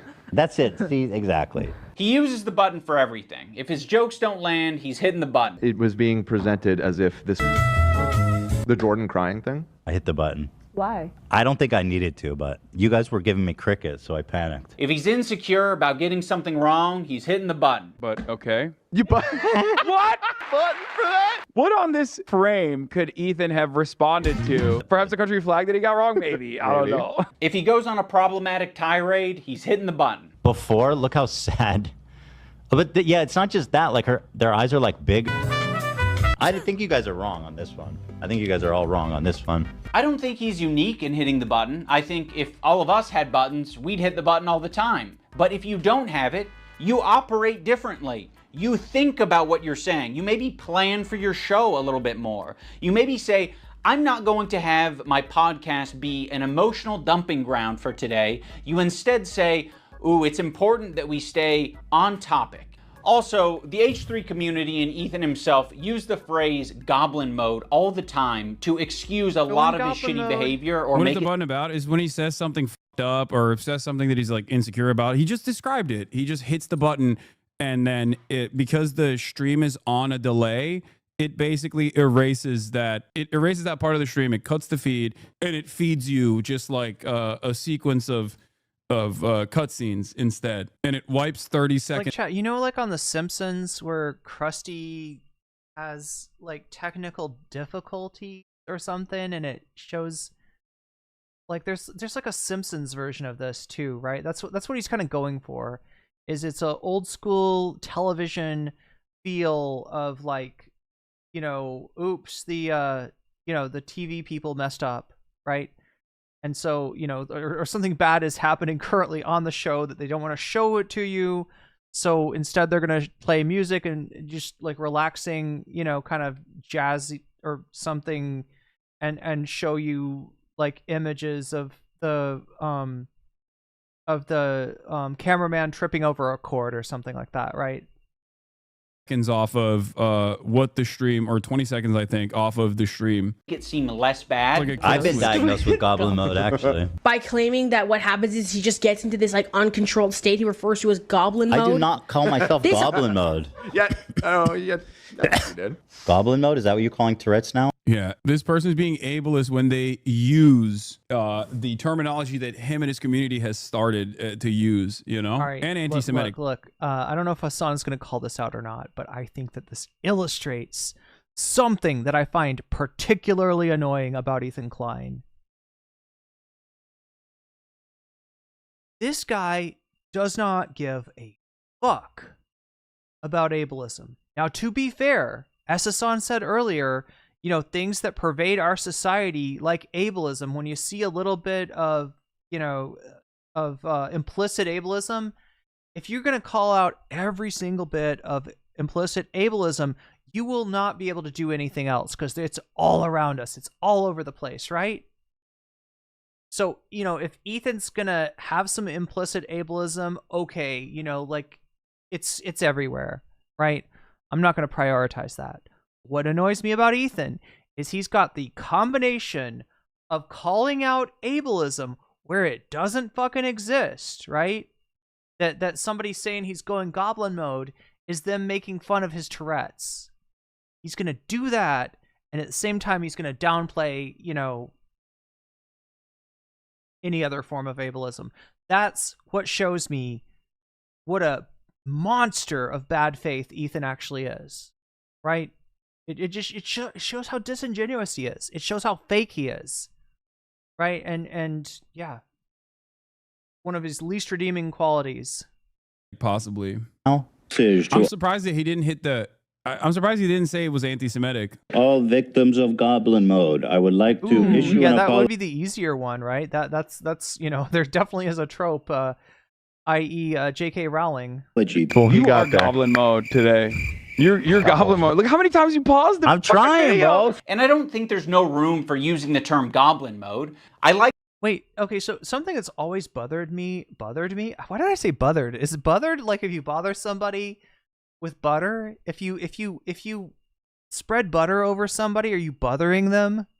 Like, right? Because they're both bothered and they're having butter spread on them. Anyway, chat. Something that's always bothered me about the goblin mode thing is like, okay, correct me if I'm wrong, chat, but goblin mode became a popular meme during the lockdown, and that was to describe, like right now, I'm wearing pajama pants, right?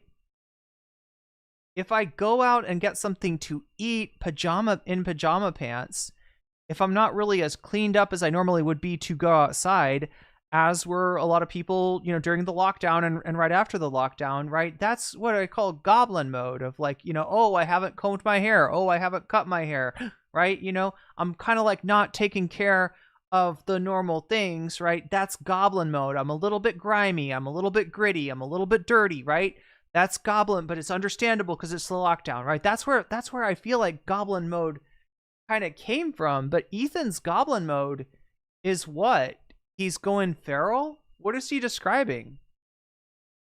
I like the idea that you're defending yourself and the little guy by going goblin mode when a big corporation or a big entity is trying to attack you. Like if you f me over, if you steal. Oh, okay, that's what he's using as goblin mode.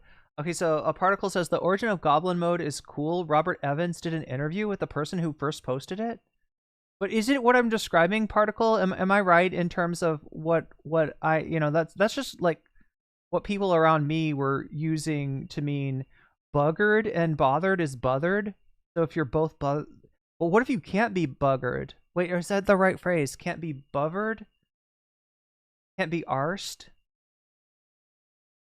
How come there's so much ass stuff in British slang? I don't understand. Crying goblin mode, my hair past my mid, now to my lower back. Yeah, going full Mad Max. Elizabeth Buttery, she bathed in butter of her milkmaids. It's funny because goblin mode to him literally means he's not being PC. I guess I see the parallel then, if that's how he's taking it. A meme, fake onion satire article he posted on to Twitter. He used to say he was going goblin mode all the time. But yeah, the way that iDubbz is describing it is that like, so like a goblin is a low level enemy in like tabletop RPGs, like Dungeons and Dragons, right? Like if you're in Final Fantasy, you're going to be fighting a lot of slimes at first, right? And my understanding is that goblins are like the slimes of Dungeons and Dragons, right? You know, you get like 5 experience points, which if you're a level 1 wizard, you need those. You can't do much as a level 1 wizard. You got like maybe 1 magic spell. You can cast it once every month, right? You got 4 hit points or less. You got 2 hit points, right? So you got no armor because you're a wizard. You gotta wear the cloth, right? So you need those 5 hit points from you know, probably killing the goblin with like a dagger or something, because like I said, you've got 1 spell. It's probably not an attack spell. And anyway, so but like yeah, but he's saying like the goblin is like this little dude that like even if like the enemy is like a big, you know, party with a wizard and a fighter and a cleric. Is it a cleric? It's not a white mage, right? It's a cleric in Dungeons and Dragons. Is it a cleric? I think it's a cleric. And a thief, right? You know, you're a little goblin. You probably shouldn't be fighting them. They're gonna 1-hit you. Basically, you got 3 hit points as a goblin. Very low armor, a little bit of leather armor that's kind of broken, right? But you're gonna go up anyway. You're gonna be like goblin mode. It doesn't matter that I'm super weak. I'm gonna attack anyway. Is that how iDubbz is putting it? Let's rewind to this. You are goblin mode today. Your goblin mode. Look how many times you paused. I'm trying, bro. And I don't think there's no room for using the term goblin mode. I like the idea that you're defending yourself and the little guy by going goblin mode when a big corporation or a big entity is trying to attack you. Okay, that's what it is. To George, Danny with the Great. To be fair, there's a lot of ass stuff in American English too. Yeah. Touche, Danny boy, touche. If you f me over, if you steal money from me, if you patronize me, if you do any of this shit like you're trying to do to me, to treat me like a idiot, I'm crazy, dude. I've gone goblin mode over way less. Yeah, what's crazy about this is like he started doing this to people that weren't doing that to him. But you not thinking about what you're saying, not, reflecting on your behavior, not changing your behavior, that's not goblin mode. That's being a child. Let's talk about the crew. I think I play a game called Final Fantasy with the emphasis on ass. What would that be like? Crew has been put in the worst working environment that you possibly can be for a podcast. Every crew member super chatted $5. Beyonce once said, on that demon time I might start an OnlyFans, and I think it's the same vibe. Yeah, it's like demon time. So like when you're in a particularly you're in a particular mood. Shakespeare says succubus with goblins. In bed with a goblin. Is it bad? Ingratiating goblins. Like, to be around Ethan, period, would be a nightmare right now. I'm standing by every fucking syllable of that, okay? What she did was abhorrent. And by the way... Yo, there we go.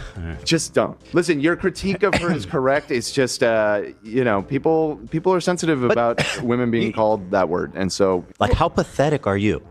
You know what I mean? So for the record, right, in this episode of H3, or maybe before this episode, Ethan had just went on a long diatribe where he was getting a catharsis from calling Denims a bitch, and he was justifying this based on saying that Denims had denied, the testimony of rape victims. Spoiler: she didn't.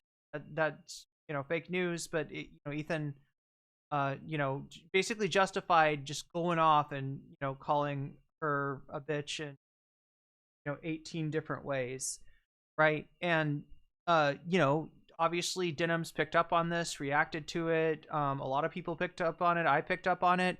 It's very easy to, call this out as misogyny because the way that he was, right. It's not that you can't use the word bitch. It's not like that people don't use the word bitch, but it's sort of like when you use the word bitch to a woman who, you're perceiving as mouthing off, right? And you're Ethan Klein. That's just, you couldn't get, you'd be hard pressed to get worse optics, right? And so his crew is trying to save him from those optics. They know who he is. They know he's not going to change, but they're like, button it up, buddy. Button it up, because every time you fucking do this, you're gonna get owned. Every time you're doing this, you're getting, you're coming off looking at like a misogynist piece of shit. So, we derive our income from your show, and we don't want that to happen. So please, Ethan, button it up. And so he starts buttoning, or people are pressing the button to save him from going off on a diatribe where he calls Denims a bitch like 100 times. Well, I'm not assuming his pronouns. And all these people. Okay. Go ahead. No, and I'm not yelling at you. I'm just... Kelly is a black woman, right? Yes. Maziel is a... Korean. Oh, Dan, come on. You're being such a buzzkill. Yeah, I didn't know Korean. I asked if Koreans are POC. God. Something I never hear anybody bring up is how Ethan mentioned your guy's old podcast that he was starting, the H3 Industrial Complex, but now DMCA's people. Yeah, for a brief moment, I think Ethan saw the Hasan Eclipse Industrial Complex and my attitude towards IP and thought it would be beneficial for him as well. And I think it would have been beneficial for him as well, but I don't. I mean, why did Ethan do a show with Hasan, right? He's got his eye on an audience, and he's trying to, bring more of that audience towards him. sees what is Hasan doing? Ooh, industrial complex. Let people post your clips. Sort of similar to, you know, like you've seen other content creators, you know, have success with similar tactics. Tate being the one that comes to mind, although I think Tate's was a whole, like, what was it, like a weird like commission thing where Tate was actually paying them to do this, but Hasan just says, hey, you can take my IP, you can cut it up into segments, you can put it out on YouTube, and you can make ad revenue from it. Pretty good deal, right?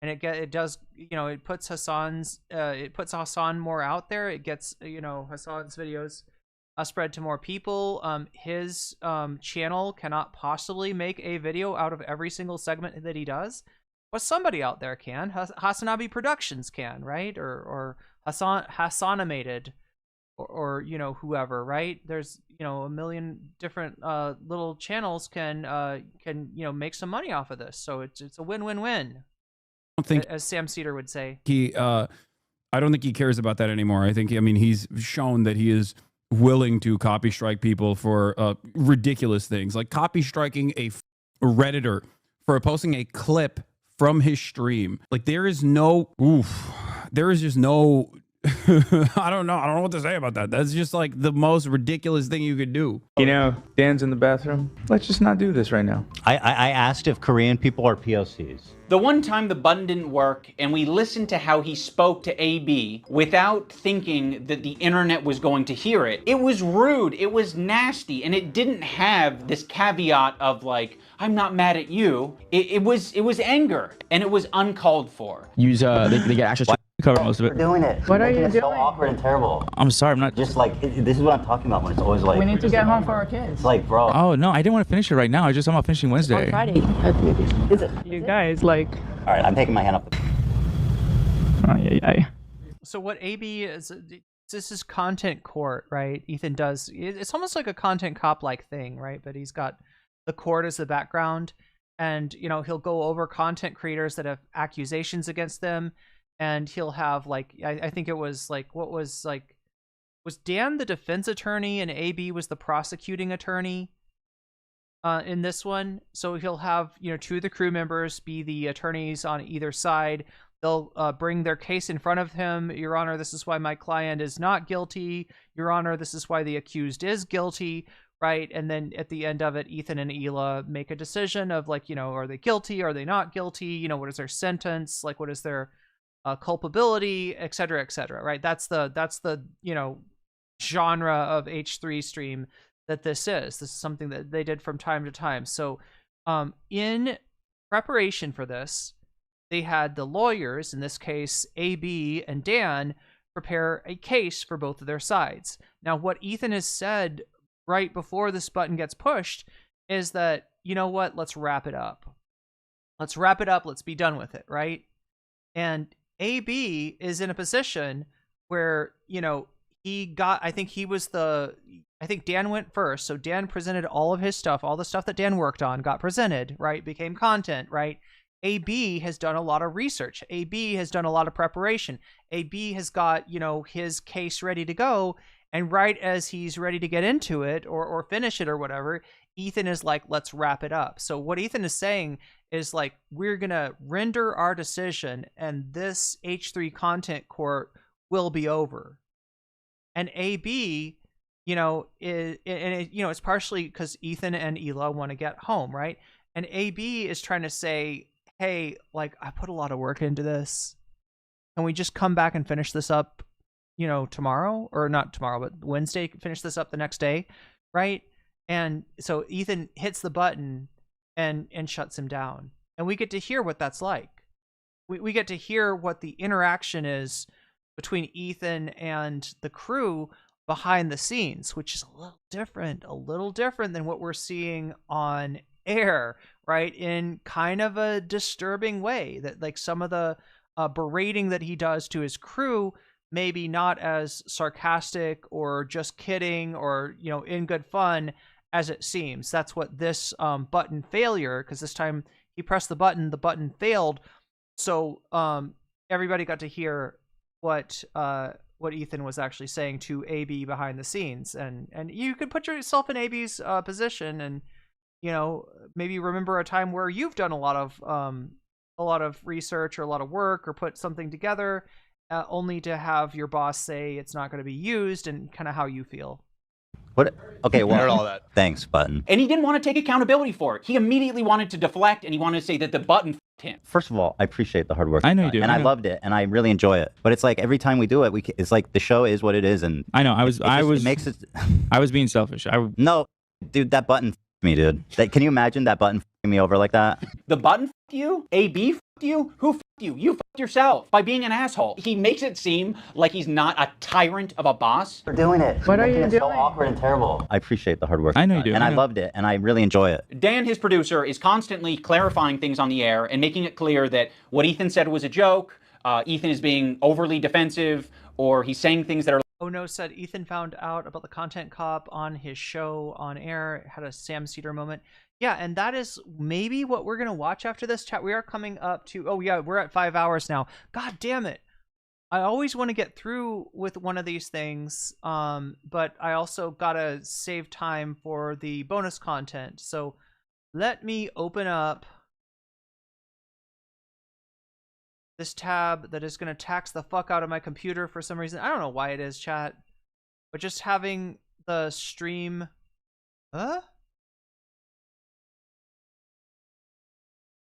on here.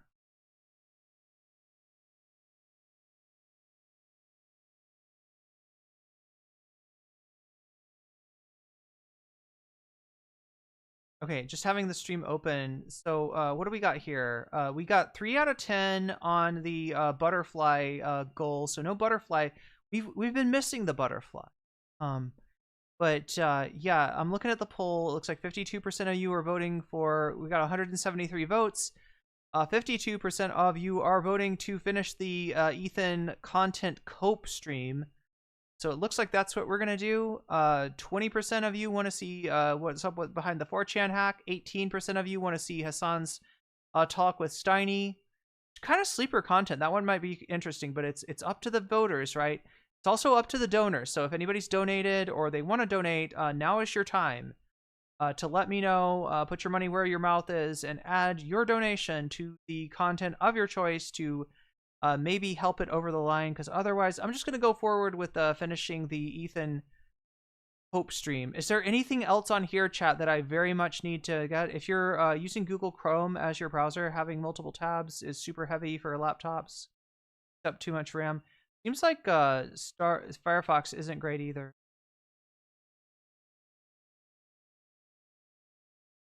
Yeah, play something. It does, kind of feel it feels kind of abusive, right? But yeah, that's where we're at now. I don't know. We're at 140 out of 200. Remember that 200 goal is for some Songkran content for me to go out in the streets and film some IRL stuff of the water gun battle. That is Songkran, which I assume is still going on in some part of the city. Most browsers have AI implemented now, and they are all resource heavy. I feel like they're using AI to fuck me, though.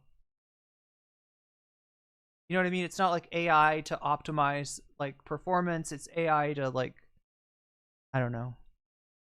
I mean, you're not paying for the browser, so you are the product.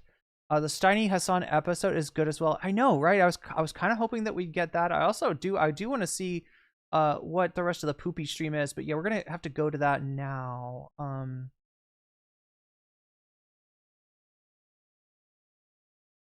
H3.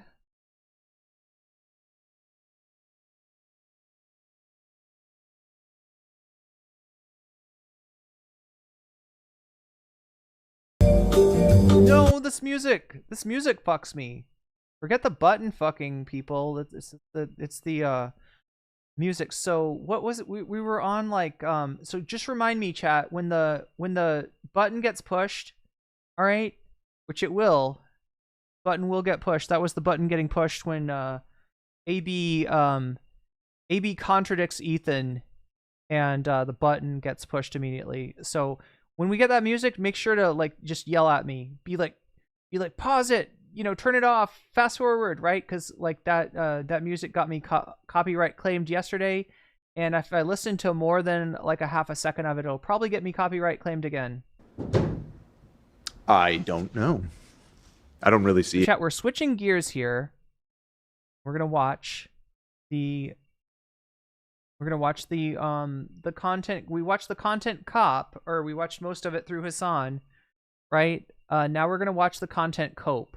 That's Ethan Klein trying to react to show that he is not bothered by anything that iDubbz said, and it's all a nothing burger.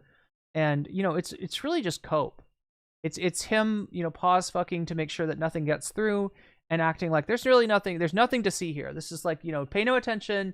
The little man behind the curtain. There's nothing to see here. This is what Ethan is doing. I was in Frogan's chat for Ethan's reaction to seeing her. Oh my god. Yeah, Ethan can't handle Frogan. That's true.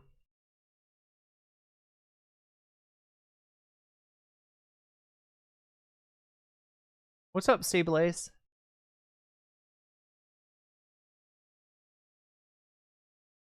Paying for it still means you're a product unless they have zero ability to use your data. That's true. That's true, YS.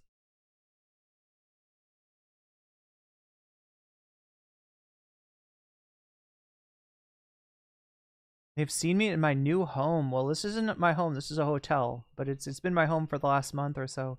Music comes up like 6 seconds into AB disagreeing with Ethan. Yeah, I'll just have to remember to fast forward when that happens. It's a fuck heavy stream. Wait, a lot of F words dropped.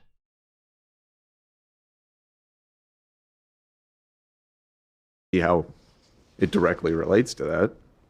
Well, he's drumming up. I mean, just getting attention on his channel. I mean, he might plug it at some point in the video, I guess. From what I understand, he doesn't plug in. There's no plug in the description either. So, oh, what does he do? Whoops. I ticked out. He is brutal to that laptop. Oh, okay. I won't laugh too hard. Yeah. It's okay. It happens. Nope. I'm not even taking any These chances. people really think that by himself. I have to. They want all you guys to quit, and for me to just be like alone, little Jew boy, alone by himself, defending Israel. Israel's greatest defender. I swear to God, this is the liar shit. This is Ethan going into the bathroom to bash his face in on the sink in order to, you know, to try to convince the judge that he got beat up in the bathroom. This is him like, you know, fucking slurring himself. It's the weirdest thing. Right? We saw him do it before in the Content Nuke where he says, you know, kind of like calls himself the K-slur, and then shows a clip of Hasan laughing as if Hasan, you know, thinks that anti-Semitic jokes are really fucking funny. Israel's strongest defender, Ethan Klein, the one that called Netanyahu a genocidal maniac and said West Bank settlers are valid military targets.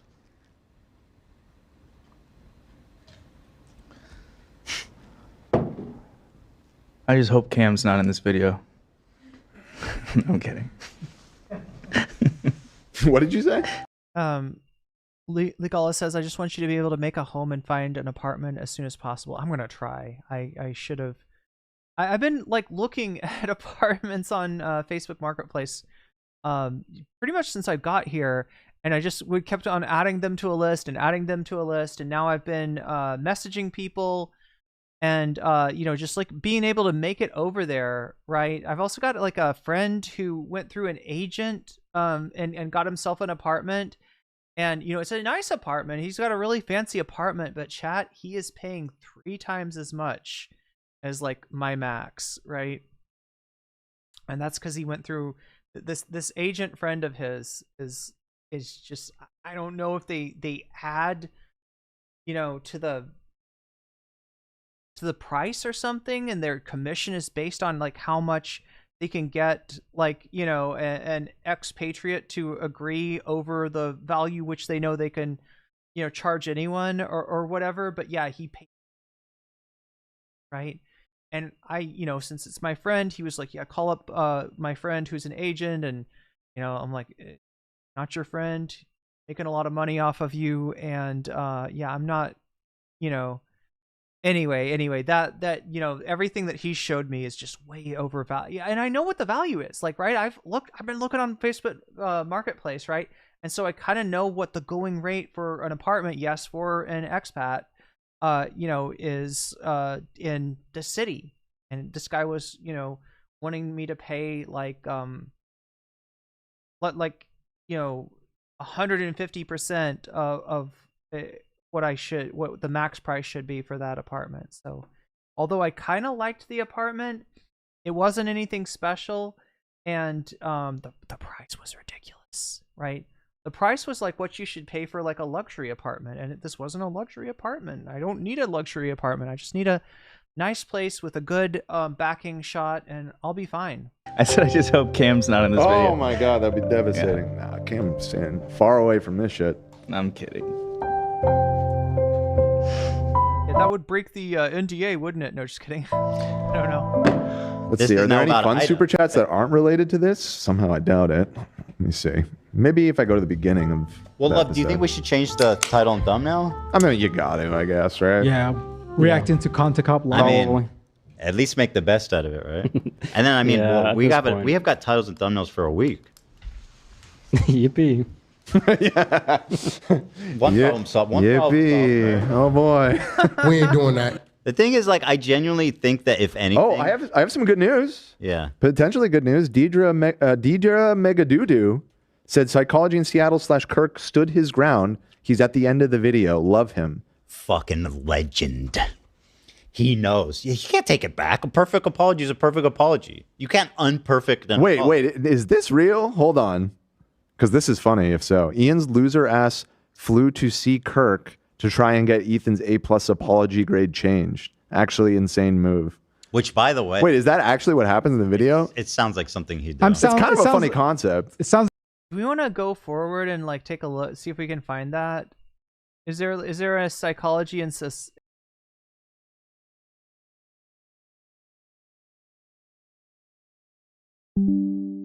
and back? All right, chat, are we back?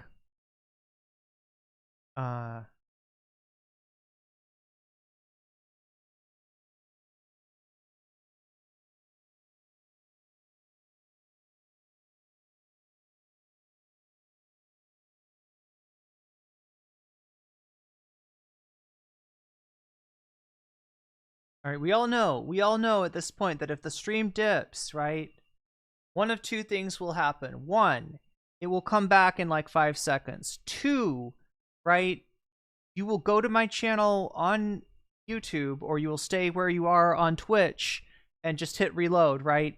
And on YouTube, there'll be a new stream, right?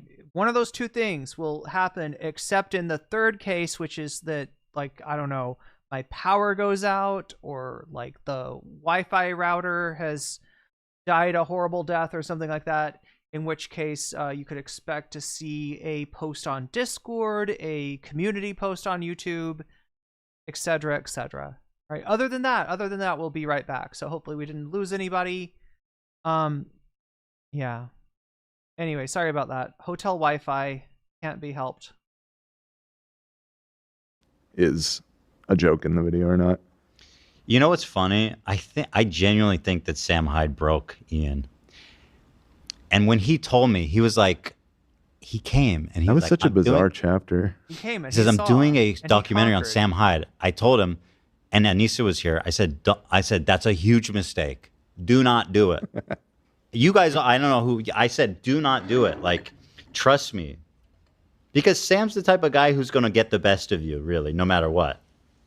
And it turns out he did. And he's even crazier than Ian anticipated. Right. He absolutely, I think it just broke him. And I mean, Sam Hyde's like super ultra right. So maybe he's just, I don't know. I'm like Sam Hyde now, apparently. I was talking about it in the. I don't think Sam thinks very highly of Jewish people either. So I don't know. I was talking about it in the office the other day, but I didn't know who Sam Hyde was until iDubbz brought him back in the spot. So, are we back? Reload. Reload. Tell your fellow viewers to reload.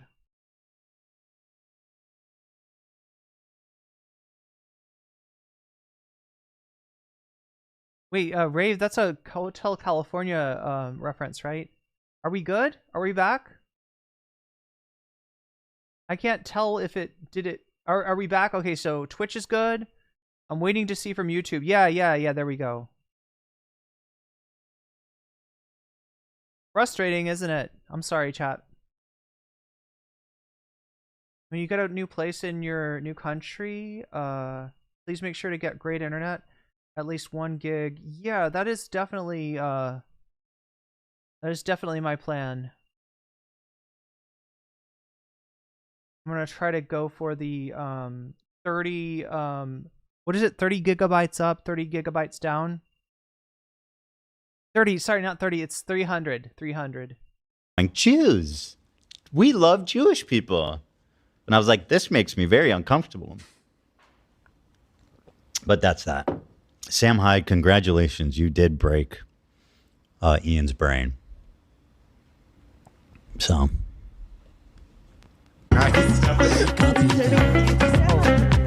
Why is this going so long? Because it's kind of epic. What? Okay. That was epic. Why are they dunking on me so hard? Epic on, dude. Sick. Third intro? Does he have shit in his teeth? Yes, he took a big bite out of. No, Ethan, not everybody eats shit. Okay, that's a you problem, Giardia boy. I think he's missing a tooth. I noticed that in the other thing. Oh, it's a tooth. Oh, it's silver. Okay. It's pretty cool. That's epic. Are you sure it's not gold? Or gold. Looks Sorry, gold, it's a gold yeah. tooth. You think he has a gold tooth? Yeah, it's pretty sick. I'm not gonna lie. I already said it on stream, so I can't hide. By the way, all three of these people, as far You want me to get the gig? Like, so I've got a friend who paid for a gig, and he gets 300. I don't know. YouTube is good. I didn't refresh, just soldiered it on because I'm a trooper. Yes. Yeah, I know that gig internet is technically available here, like on a fiber. Prepare for constant pauses. That's what we're about to get here. Party. When I needlessly congratulate Nazis after months of complaining about anti-Semitism and something I'm really passionate. No, but he's got to give his props to Sam Hyde, right? Because he learned a lot from the comedy stylings of what is it called? Something extreme. What is Sam Hyde's show called again?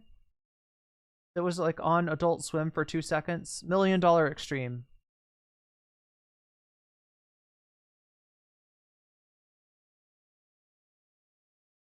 Is it the router, the Wi-Fi, or the PC? It's not the PC this time. I'm gonna guess it could be the Wi-Fi, or it could be the router. Because everyone's turning on streaming services right now. That's quite it's possible. I don't know. It's still like morning here, so.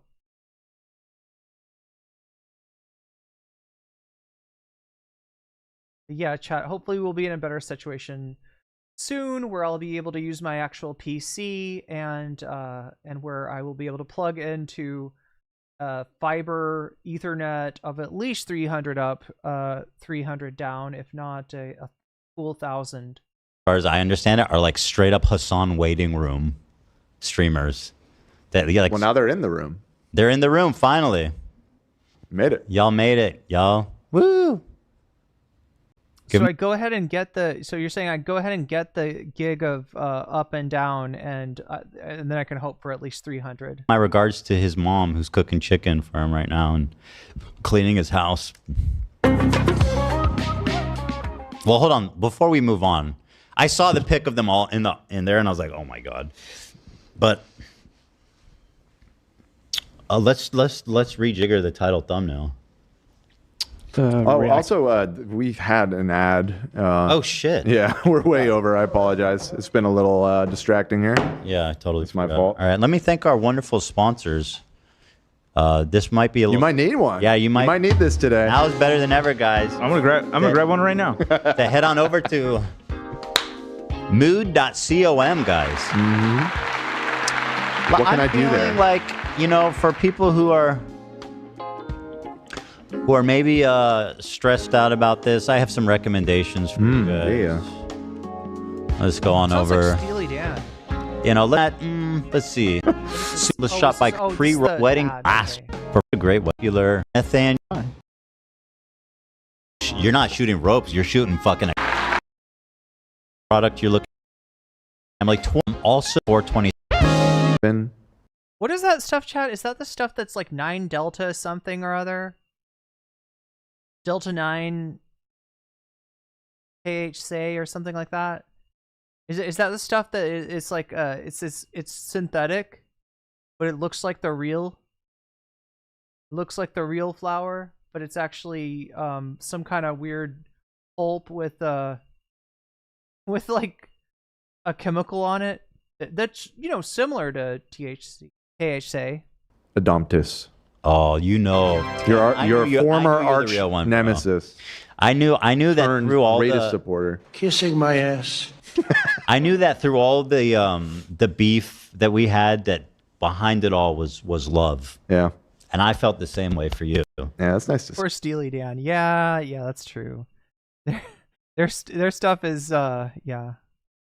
I mean, it's all session musicians, right? It's like you know, 2 songwriters that are pretty highly acclaimed, and then when they do an album, they bring in the best session musicians that the 70s could offer, and but they made a kind of music that got copied by all the smooth jazz of the 80s and by all of the elevator music of the 80s through 2000s, and so therefore when you know, Steely Dan, the association is forever with Muzak, when really it's supposed to be kind of very, very biting, you know, ironic sort of music, right, with a jazz flavor to it that kind of, I don't know, it's, what is it called? Delta 9 is an organic cannabinoid, so it's not synthetic. But it's also not flour, right? It's not like actual flour.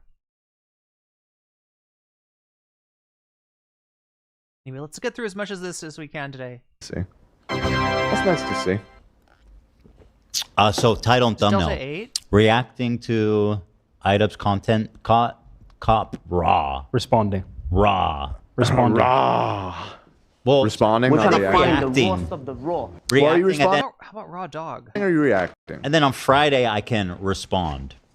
Oh, respond react, implies respond. more preparation. React. Wait, they had a song Hey 19 where they advocated not to be creepy. Well, it's not for the right reasons. Like they're not like, you know, they're not like, hey, age gaps are like a power dynamic that you should try to avoid, right? What Hey 19 is really saying is that if you're in your 30s. C. Blaze super chatted $20. Whoa, thank you, I just C. want to Blaze. say that I love this girl, and I got no chance, because she has her SO, but I love her, and would do anything for her, and just want somewhere to say it. I won't be weird about it, to her will be her friend. Well, as long as you're not like a 40-something saying that about a 19-year-old to contradict the message of Steely Dan's Hey 19, but no, I'm just kidding. Just relating that back to what Narwhal was talking about. But thank you for the super chat, and good luck. I know that's a difficult situation to have feelings that you're not sure if they'll ever be requited, and you just got to kind of deal with that. Yeah, I think a lot of people can probably relate to that, right? Yeah, so the Steely Dan song is called Hey 19, and he's talking about how, you know, I don't know how he ends up like, you know, dating this person or with this person being interested in him or whatever. But he's just saying like that all of the cultural references that he has, like Aretha Franklin, it's like a new thing to her. She's like, what? Aretha Franklin?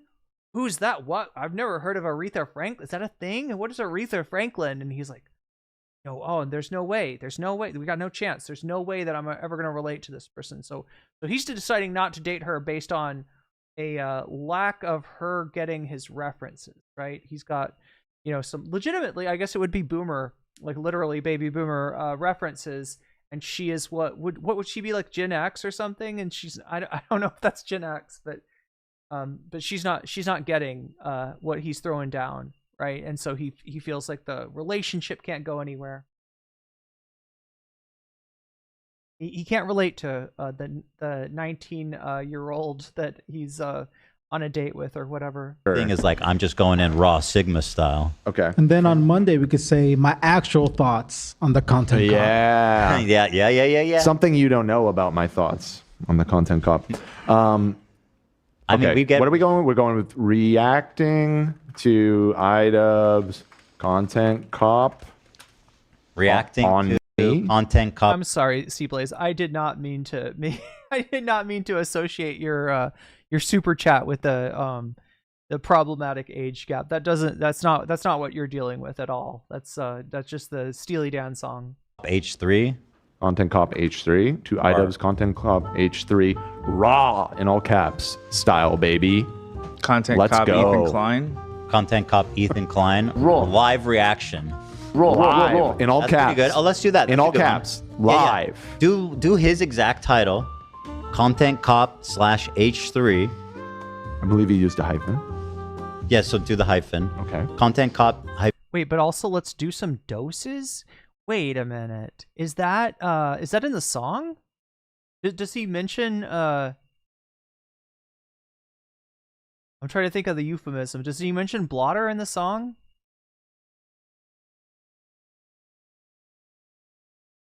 -H3 reaction raw reaction. Do it live. Is it iDubbz? Live reaction? Live Content Cop or just H3? Content Cop H3 live. Live in all caps, right? Yeah. But we should gotta fit iDubbz in there though, right? Do it live. Fuck it. I agree. iDubbz H3 Content Cop. Just put it at the top. iDubbz. How you doing, tall skeleton? What a day to come visit the studio, huh? Most surreal day I could possibly be here. The Gatsby came in and then everything. True. Wow. Yeah. The highs and the lows, really. This is actually all for you. Yeah, actually. You set all of this up for me? Yeah. That's In so fact, nice. it's not real. iDubbz is in on It's it. all Yeah. a hoax to fuck with you. Yeah, I considered Wait, does slide on down mean chew some blotter? Is that what slide on down means? I don't know. I thought what he was saying is you know, like I don't know, like so like he's like 30 and she's 19 or whatever, and that he's maybe saying, look, when I'm 40 and you're 30, you know, maybe then we can relate or something. Like right, grow up a little bit. I don't know. It still sounds weird. It still makes it sound weird. But wait, the slide on down is a euphemism for getting dosed.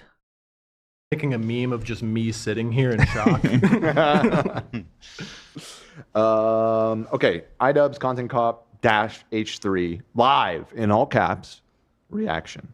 Nah. You don't like it? Wait, you don't like it? What would you do? Ethan reacts to iDubbz's Content Cop. Ethan, again, I am so sorry to drag Cblaze's super chat into this discussion of Steely Dan, which has nothing to do.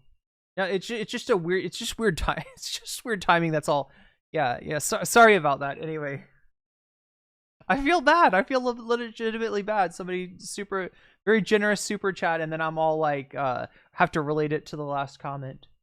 It's my fault. Content Cop about him though. No, it's Content Cop H3 if you do it that way. People will know. So you're saying which? Ethan reacts to Content Cop, iDubbz's Content Cop on him. Sure, on him. Live. I didn't follow any of Raw. Okay. Ethan reacts to iDubbz's Content Court on him. Ethan or not reacts to iDubbz Content. No, Damn, It's dude. boring. I like really kind of weirdly missed out on that. Yeah. No Street Fighter for me either. True. Very much. We should bust. bust. We don't care, Nobody Ethan. said that about Steiny. We don't Every care. single. We don't care about your fighting games. Corey might like come over and watch what I have to say. I mean, will, right? They'll want Oddly enough, The fighting game community has not forgiven Ethan Klein. I saw a Gokunaro video was fed to me on my feed yesterday, and when I clicked it, or he was live, First thing he said, if the content cop is on Ethan, I'll literally eat a shoe on stream. Yeah, chat. I still got to talk to Gokunaru. If the invitation is open. Narwhal Goku underscore wants to- by super chatted $10. Slide. Slipper T slide. Forget about your troubles and your 9 to 5 and just sail along. Come along and Is ride that on what the that's fantastic about? voyage. Parliament Funkadelics. That's what that's about? I mean, they are funkadelic and psychedelic, so I get. Oh god, I'm quoting the Talking Heads here.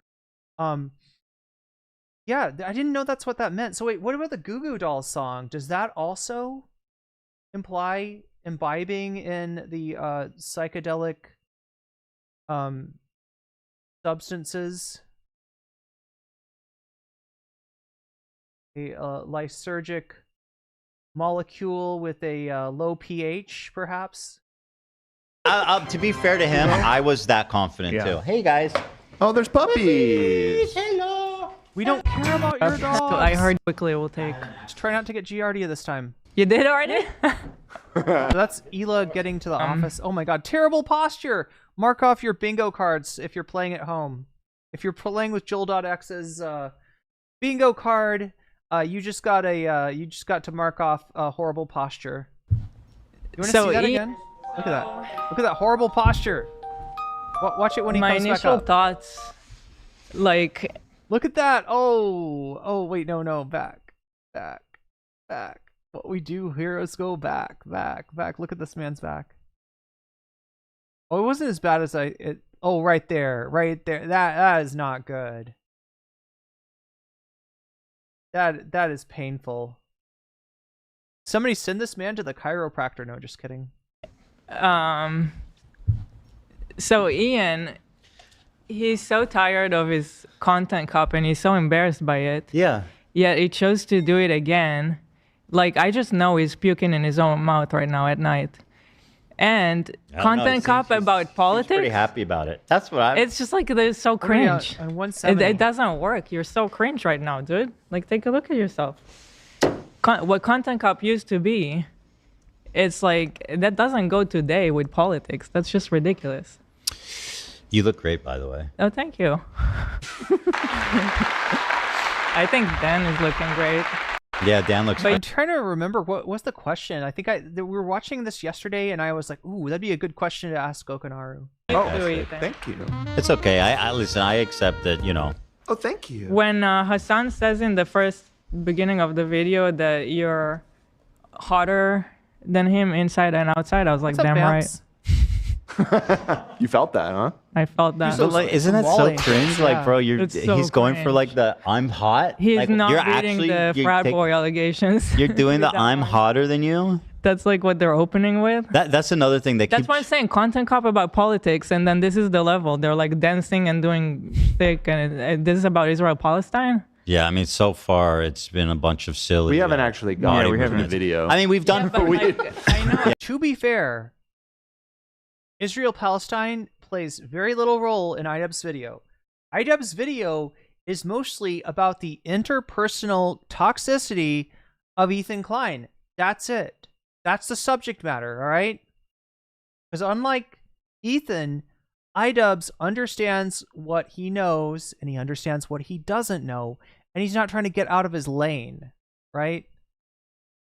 Yeah. Just based on who's in the video, I don't need. I love Ethan talking like he's the fucking master of history, of global events, when he has shown time and time and time again, and this is the whole problem. This is why Hasan wanted to cut him some charitability, because he's sort of shown that he doesn't know shit, right? And so Hasan wanted to attribute to ignorance maybe what could otherwise be attributed to malice, whereas the chat, the very unforgiving Hasan, very charitable.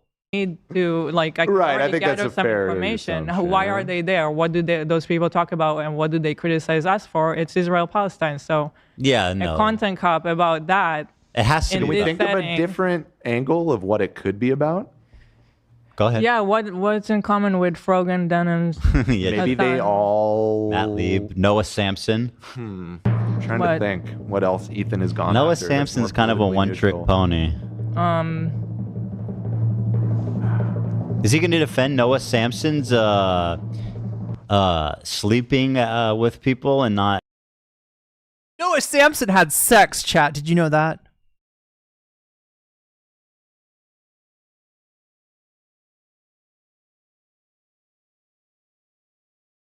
I'm sorry.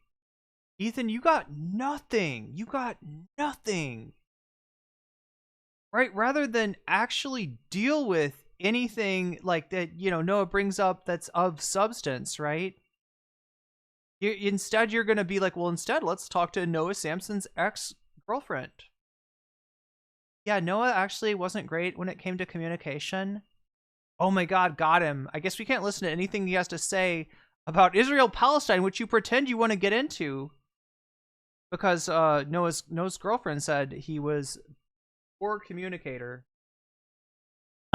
Without a condom and not telling him he has other sexual partners?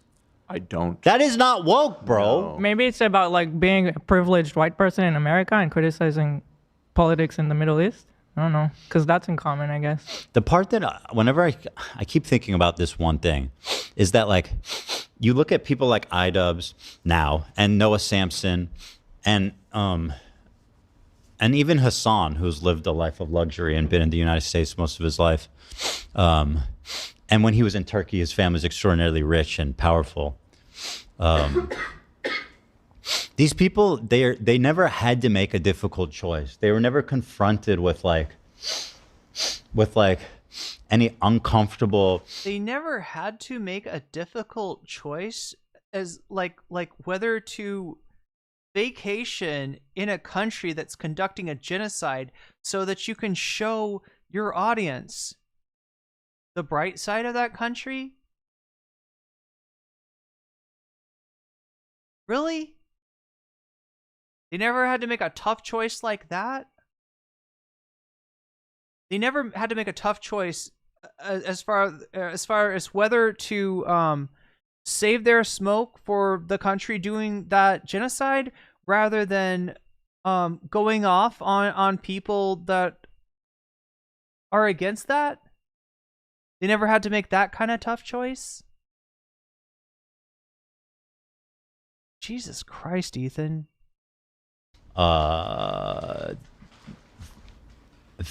Uncomfortable. Like, you could imagine somebody saying this shit about Trump, right? They're saying this about the immigration issue, like justifying their vote for Trump. Be like, oh, you never had to make a tough choice, like whether to, you know, like that maybe you care so much about the violent crime being perpetuated by these monstrous criminal immigrants who Biden has open borders for and is just inviting, come on, all you violent criminals in. You like never had to make a tough choice like that? That even though you might disagree with Trump on some issues and think he's a reprehensible person, you care about the victims of violent crimes. And so you did the right thing and you voted for Donald. Yeah, that's some real moral nuance there, Ethan. What a piece of shit. What a piece of shit this guy is. Like, he is as morally compromised, he has as compartmentalized of a consciousness as a Trump voter. Right? This is the same kind of shit that they will justify their fucking bullshit on. Decisions about what their life is. Like, when you're born in Israel, you have a lot of fucking crazy shit happening all the time. And it's a difficult morally thing to navigate. Mm-hmm. And like these people, you know, it should be the moral navigation that you should do is like, for instance, like your choice of whether to, you know, go on a birthright or not. All right. I mean, I don't know.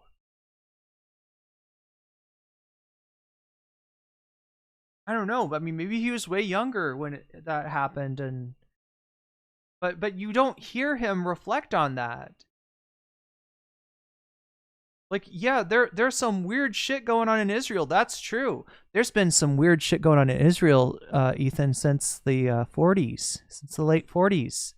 So it's a weird thing to do to justify the displacement and violence against a group of innocent people via the displacement and violence against another group of people.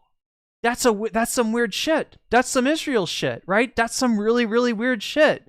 The morality, yes, of Israel is very strange. Is very strange indeed. Yes, you are correct in your diagnosis. You are just not placing that diagnosis in quite the right place, right? You think the morality is like, ooh, I don't know, should we support Palestinians who we know are about to be subject to, more displacement, more murder, more ethnic cleansing, or should we say Israel has the right to defend itself? Hamas bad. I don't know. They act so fucking righteous and high and mighty and pure, like we know what's the right answer, and why can't you just decide to say the right answer? It's like they don't have to deal with the complexities of being born there. We're like, don't you think it would be so much easier if we were just like, yeah, no, fuck Israel forever?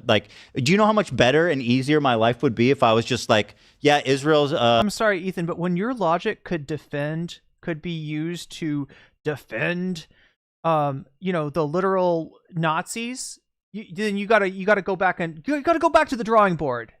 You gotta go back to the drawing board because that's not good logic. Logic that Nazis could use to imply some kind of moral nuance, some kind of complexity, some kind of you got to support your nation, or Germany really got a raw deal in World War I or whatever. Like, right, that when you could use your logic for that shit, you need to reconsider that logic, sir. You desperately need to do that, or else you will end up being on the wrong side of history. And you're saying that you're doing this for your children. Someday your children will look back and they will respect you for standing up for what you believed in. Your children will look at you as a fucking monster. History will look at you as a fucking monster. When it is revealed what Israel actually did in Gaza, when that is not just speculative, when that is not just a conclusion that you can easily draw, but it is a provable, forensic fact of the matter, Ethan, you are going to look like a goddamn monster. History will not vindicate you. Quite the opposite. Quite the opposite. Genocide. We need to disband its borders, and the people, whatever. The ultimate point, they're coming after me, a person who did leave Israel. That's your ideal. You guys want people to leave Israel, right? I'm not there. Go after somebody else. What do you guys want from me? We should move to Israel to spite them. Yeah, let's go back so that we can actually be... Smug asshole. But seriously, I wouldn't put it past them. I wouldn't put it past them. This is the kind of shit that he does, right? He's wrong, maybe out of ignorance, maybe out of some moral failing. There's no real way to know. I'm not inside Ethan Klein's head, right? So I can't make that call. But, Hasan, being being charitable to a fault, it's going to assume that it's ignorance, right? But then he doubles down on his ignorance, and because people are giving him shit over it, he then just goes full hog. Full hog. And I'm going to have a bunch of kids. For them to talk about. I'm going to move back to Israel and have 10 kids. Right, Hila? She didn't hear that part. She did not hear that part. And I heard it suggested that maybe this video is about your notebook take. Oh. What if these people are all unified by their love for the 2004 film The Notebook, starring Ryan Gosling and... Wait, can we look at the... Wait, what was I trying... I was trying to look at the... This is what... When the stream went down earlier, hopefully this doesn't cause anything. Then I would act extremely Is this the psychology in Seattle thing? defensive and nasty and not really processing them in a healthy way. This is the... Goddamn. Cinema. Where's yours? I didn't do it. More. Right. Sometimes that makes it worse for them. Yeah, wait, that is. Okay, so this is the Hard. part. The part Fighting that it, he changed YouTube for the better. And I thought that was cool because he just got... But when it gets back to what I remember. Okay. You were one of the inspirations for me to start creating content, so all this has stunk. I hope you really hear this, and I wish you the best. I think Ethan Klein rocks a buzz cut pretty good.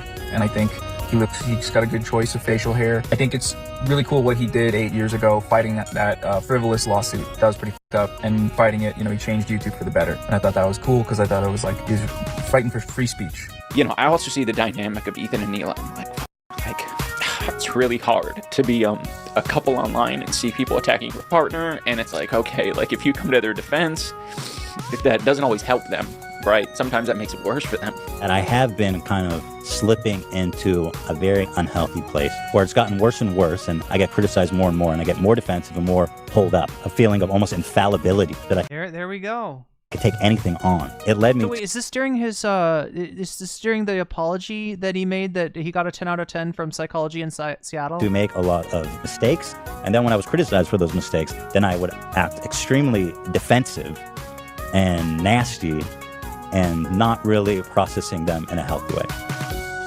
Goddamn. Cinema. Where's yours? I didn't do one. I'm glad that other people did. Frogan did, but you didn't? Yeah, I didn't. Partially because I don't think it would have been helpful. The reason why I don't think it would be helpful is because, and this is what I told iDubbz at the time, I was like, listen, I've made my position known in terms of wanting Ethan to get better, and I've said it so many times that at this point, it literally is just repeating the same thing that I've said over and over again, and that I don't think he will ever view it charitably. Like, I just don't think that he will look at that and see it as productive. Because in spite of all the things that Ethan has done, I still want him to get better. I still want him to, you know, take some time off, really reconsider what he's done this entire time and get better. I have maintained that level of charity to this day, and that hasn't changed. And some people even say, oh, you just want him to get better because you want him to stop talking about you. And it's like, yeah, there's a level of self-interest there for sure. It doesn't really matter. Like, Ethan trying to tarnish my name, Ethan trying to come after me, has demonstrably not worked. He's not the first person that has decided, I have a political disagreement with this person and I'm going to do everything in my fucking power to constantly call this guy a piece of shit and make my audience hate him. This is my entire career. I'm a leftist online, dude. I'm live 8 to 10 hours every day. Of course, I open myself up to attacks just on that alone in perpetuity. It's not new. Ethan will not be the last person that comes after me and kind of loses their mind in the process. So yes. And Steiny asked me this question as well, ironically enough, on the podcast that we did. And I said the same thing there. I wish him well. I don't think that all of this stuff that he's engaged in is good for his mental health. And it feels like it's so bad for his own personal mental health that, like, it unironically is visible. Is visibly deteriorating him. For those of you... Damn. All right. Bars. That almost feels like a good note to end on, but I realize that we haven't really gotten very far in the Ethan thing. But that's how the iDubbz video ends, and then that's how Hasan's reaction to the iDubbz video ends. Do we have a troll in Twitch chat? Is that what happened? I was like totally paying attention to other things. Didn't even notice. Were they just please tell me they were trying to troll me and they got like no reaction. They didn't even notice that. I hear chat talking about somebody. I have to give props to Hila's acting chops, saying Ethan is hotter inside and out than Hasan. Is that what she said? Oh my god. See, that was supposed to be a joke. Like, Ethan definitely took it as a joke, and then Hila taking it seriously is kind of... Anyway.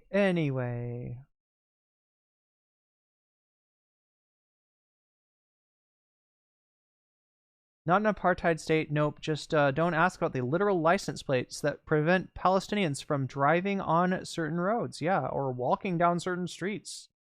I mean, not license plates, but...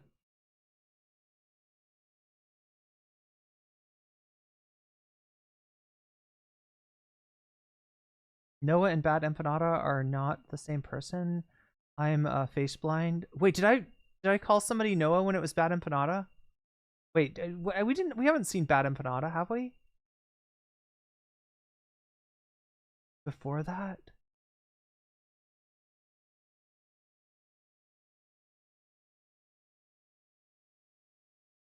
This was when he first spoke about mental health and starting Lexapro. Oh, okay.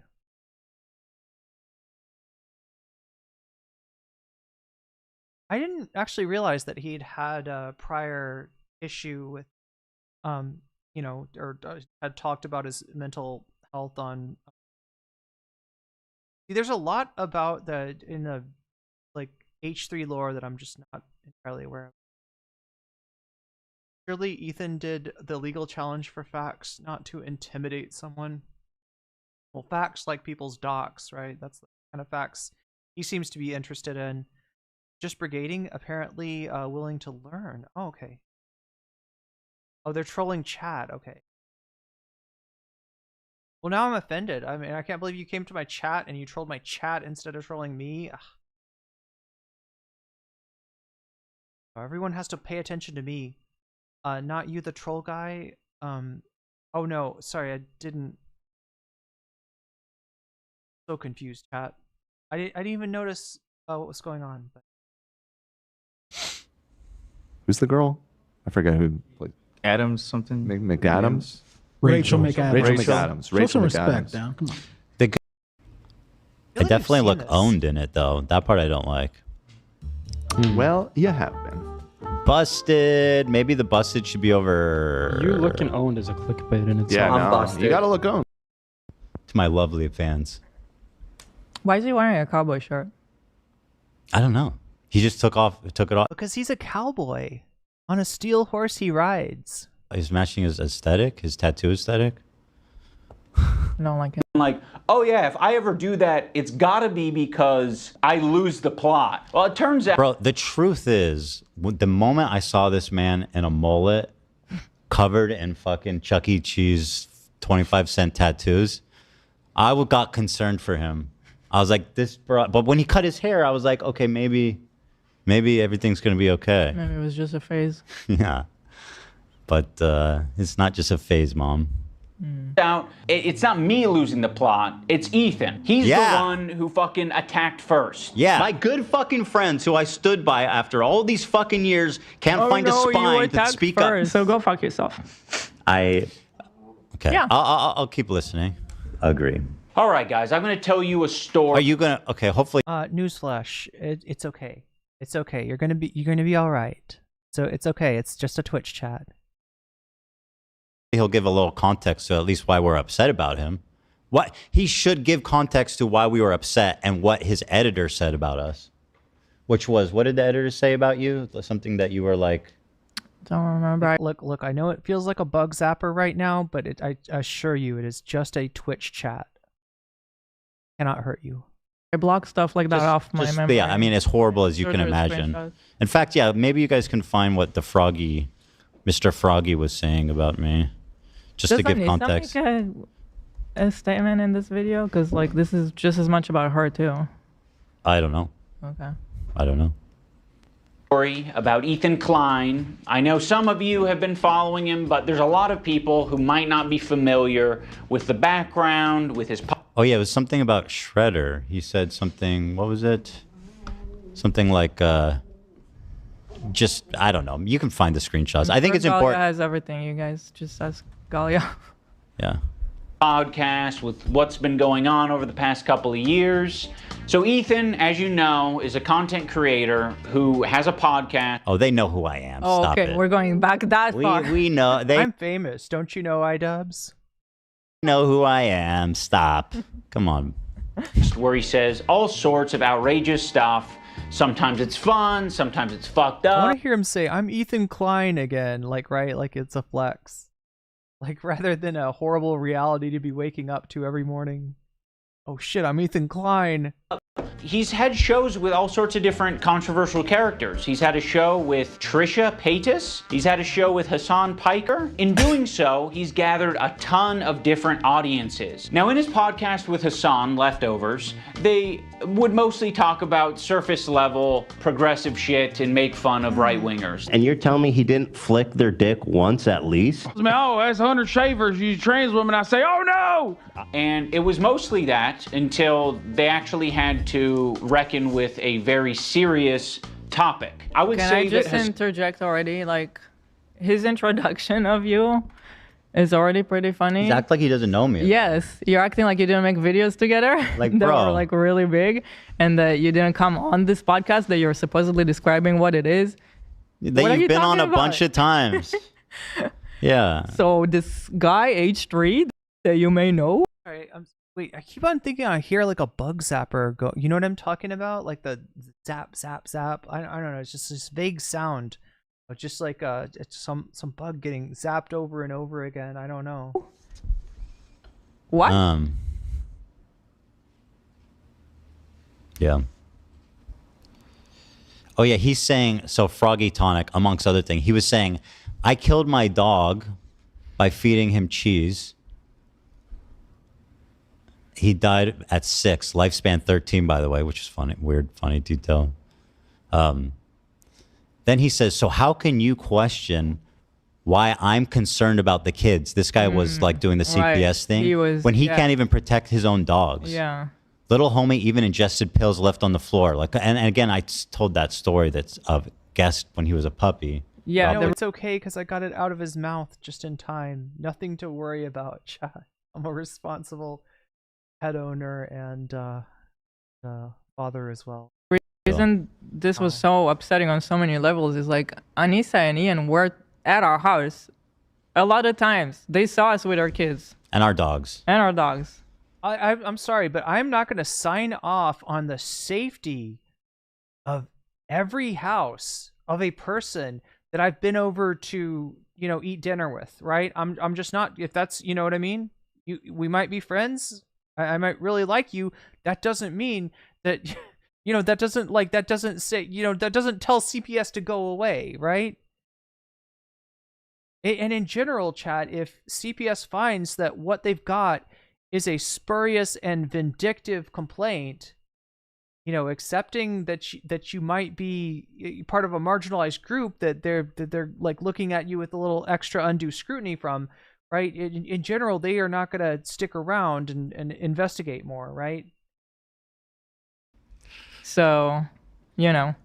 So, but like, yeah, I mean, I'm like, dude, this is your editor and you're not going to say anything? Like, I mean, I spoke up for you. It just feels like pretty, it just feels pretty sad. But Mom, Ethan hit me first.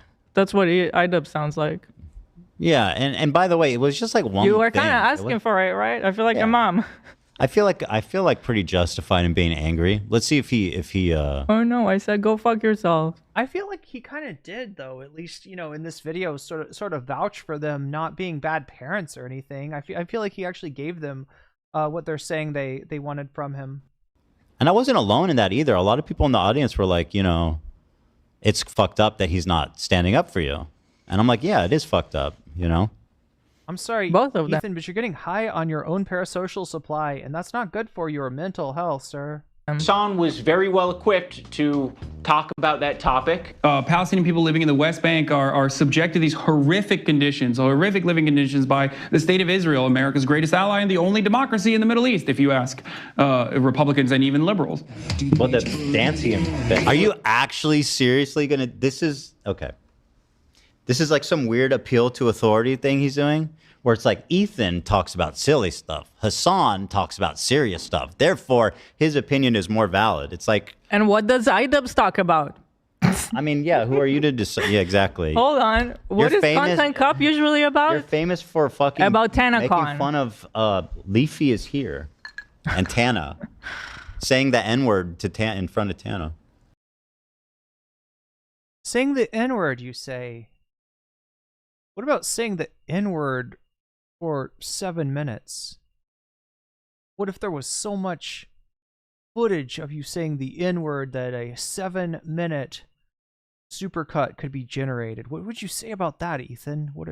Is that a good thing to be famous for? As you sip your tea? Are you trying to do a Kermit there? Well, I wouldn't know about calling my audience the N-word F-slur. Sips his tea. Oh Which he's apologized for. And I have too for my usage of that. But I'm just saying, I find this a weird appeal to authority kind of pathetic. I find your basic bitch debate bro tactics kind of pathetic, right? Oh, appeal to authority. Oh, that one's a ad hominem. Oh, ad hominem. That's a fallacy, sir. That's a fallacy. I'm sorry. I'm doing Ethan as Kermit now. Ethan the Klein here with my Lipton iced tea and not so subtle shade. So kick ass. Israeli settlers are trying to evict Palestinian families in occupied East Jerusalem. The United Nations says that may be. But no, what he's saying is you got one guy that keeps up with the news, that will consult a history book or a history expert when there's something that falls outside of his field of knowledge, and that is, whose job it is to deal with this content. And you've got somebody who's known for vape niche.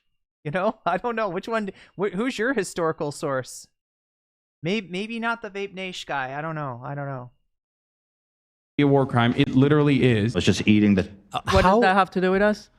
This is such a pathetic argument. It really is. So he's saying my opinion as an Israeli Jewish man is worth far less than Hasan's because I've done silly comments.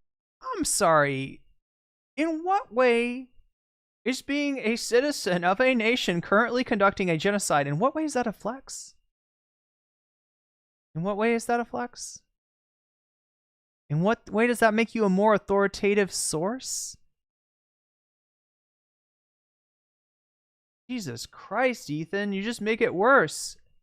You just make it worse, don't you? Content. Did we ever disagree with that? Did we ever prop up settlers? I don't think no, of course not. So what does that even have to do with us? The thing is, I've always, I don't believe that it makes my opinion less valid. You know what I mean? Like we're two people having a conversation. What's the point of doing a show together if it's like this guy? And by the way, this is Israel-Palestine. This is like one of the most contentious issues of all time. Like, you really just going to throw your hat in with Hasan for just a straight up appeal to authority? Just like, he's been serious about this longer, therefore he's right. He also fucking said that the Houthi kid isn't a terrorist, and like he literally says, I am a terrorist.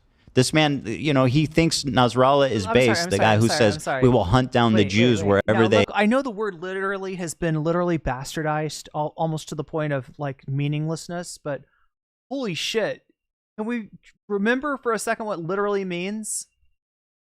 Like, that would be like you've got something of Rafiq saying, I am a terrorist. Terrorism is based, right? No, you don't. No, you don't. I think he said at some point, something like, no, he never fucking said that. It's just a God.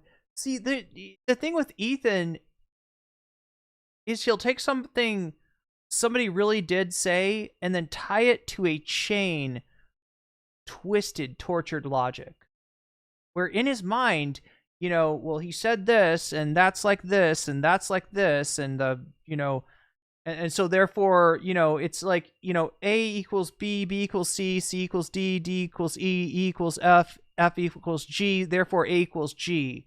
And you got to come back along and be like, actually, dude, C does not equal D, and E does not equal F, and, right, you just, like, I'm sorry, this is broken logic. This is busted.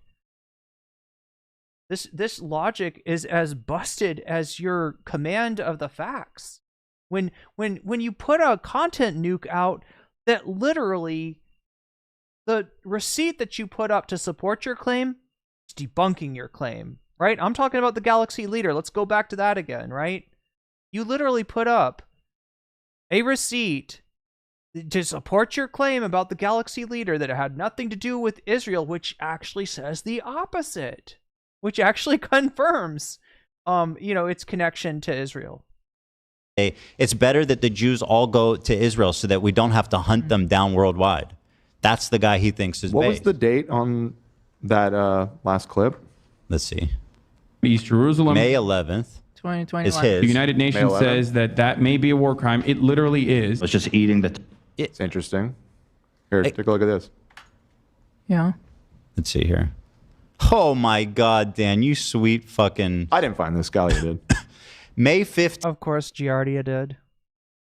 I feel like we've already watched this. I feel like I don't know how I managed to do it, chat, but I feel like I'm rehashing like content that we've already watched. Fucking awkward. There you go, chat. If you're playing Joel.exe bingo, you can mark off your square that says music being used to cover up dead air. That's a you know.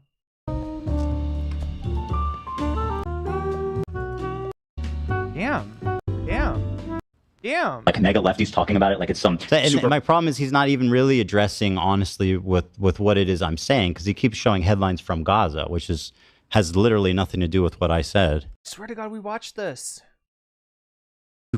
You say something and then you immediately be like, I was wrong. But that's not okay. No. It's always like you have to live with this moment where you said something right. Look, if you don't know what you're talking about, don't say the thing. Don't say some guy that you know was part of the Israeli war cabinet that made the decisions to enact this genocide. Don't say he's a good guy. All right? Or here's the other thing. If you're just like that ignorant and that intellectually incurious, then don't fuck with this content. Don't say anything about it, because you're not adding knowledge. You're adding bullshit. Right before you apologize, and you're like, "Oh, okay, I understand. I was wrong about that." But this is like the you know, if you've heard people try to rehabilitate like members of the you know, the like officials in the Wehrmacht or something like that. Oh yeah, but Rommel was kind of a good, you know, like was he, you know, I mean, like he's, you know, down there in Africa fighting for the Third Reich. Was he a good guy? Or are you just looking for a Nazi to rehabilitate? I don't know. Not good enough. They're going to parade this clip around forever. Like, it's so fucking dishonest. A really good guy did it. It's not. It's literally the truth. You said it. It came out of your mouth. It's not dishonest, all right? You're just doing special pleading here. That's all. A lot of people are pissed about it. So Ethan is having this back and forth with his liberal audience, leftist people online, progressive content creators, Hasan, all of these different people. This bro literally just like cut out some headlines and he was like, see, Ethan's wrong. Yeah. Like, that's your fucking level of research, bro. This is the You want actual. to talk about your level of research? I point you once again to the Galaxy Leader segment from Ethan's so-called content nuke, right? Where the headline, or not the headline, but the, I think it was a piece of a news article or something that he cut out, literally debunks what he's saying at the time that it's up on the screen. But that's all right, because it's only on the screen for like 1 second, because Ethan doesn't actually want to show, to back up his claims. He doesn't want to, you know, confirm that, you know, these are, you know, facts that I'm stating. He wants to give the appearance of facts without actually... you know, as long as you got something up there, oh, well, it looks like his claim is backed up, right? Because he's got something on screen. It's in small letters. I'm not going to take the time to read it. I'm not going to pause it. It's on there for like 1 second, but yeah, it's literally something that not only does not prove Ethan's point, it debunks Ethan's point. Actual conversation. You're entering the Israel-Palestine conversation with that level of context. That's crazy. He's finding new people every day, basically, to get in fights with. Of all people, this guy, Matt Lieb, Frogan and Denims and all these dipshits, and everybody thinks this guy's awesome. Yeah, it's like they're all fucking dogpiling for the same dumb shit that you are now, too. It's not like they're random people, dude. These people are saying disgusting freak shit. This guy that's on the screen, can we show his recent tweets? Remember when he was laughing at Israeli civilians running in fear? Are you okay with that, Ian? Mm-hmm. Have you seen that? And are you okay with that? Apparently. Again, Ethan, if our standards are going to be that you can't touch what somebody's apologized for, Anthony apologized. I know exactly what you're talking about. Anthony apologized for it. Anthony did not think that was, you know, was not proud of that either, right? So again, hoisted on your own petard. Even though he looks like Millhouse, fucking dork. Denims, Yeah, by the way. shouts out to Okay, Do that's Not fun. Worry. That's You right, should- Ethan's He should basement. include that. And good to What's see the you. real villain of the video? Evil, hateful, fucking. And I'll say it and I'll double down on it. And people, oh no, No, Did I not go no. there. And it's all culminated, at least. You guys know how I feel about them. I don't need to say it. So is Ian going to say anything? Because so far he's doing like the Philly D where it's like, well, so people on the internet are saying this. Well, no, And Ethan said that, and they're saying that. Let me know in the comments what you think. He is saying, You could say that iDubbz did a little bit of fence writing earlier on. I think this video kind of puts that to rest, though. He's saying he agrees with them, but he's just. But yeah, fence writing on the other side. You have use a molecule of empathy. You can understand where he was coming from. Oh yeah, for Anthony. Yeah.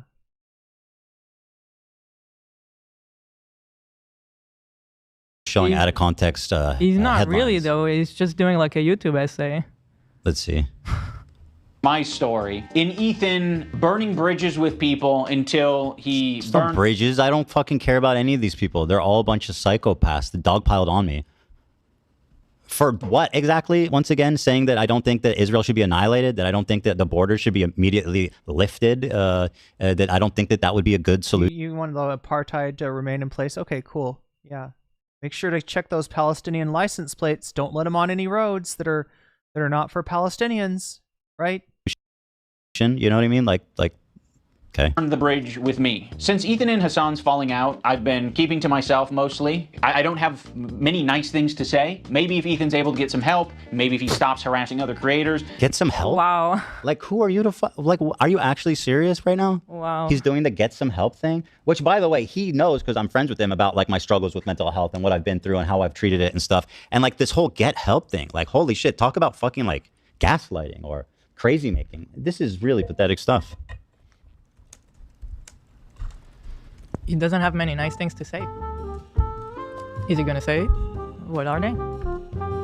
Just leave us wondering. Maybe if he does these things, eventually he'll find peace and we can like rekindle our friendship. Really? I won't speak for Ethan, Ian, but I don't know if you're watching this. I just have a feeling that that friendship's probably over for the foreseeable future.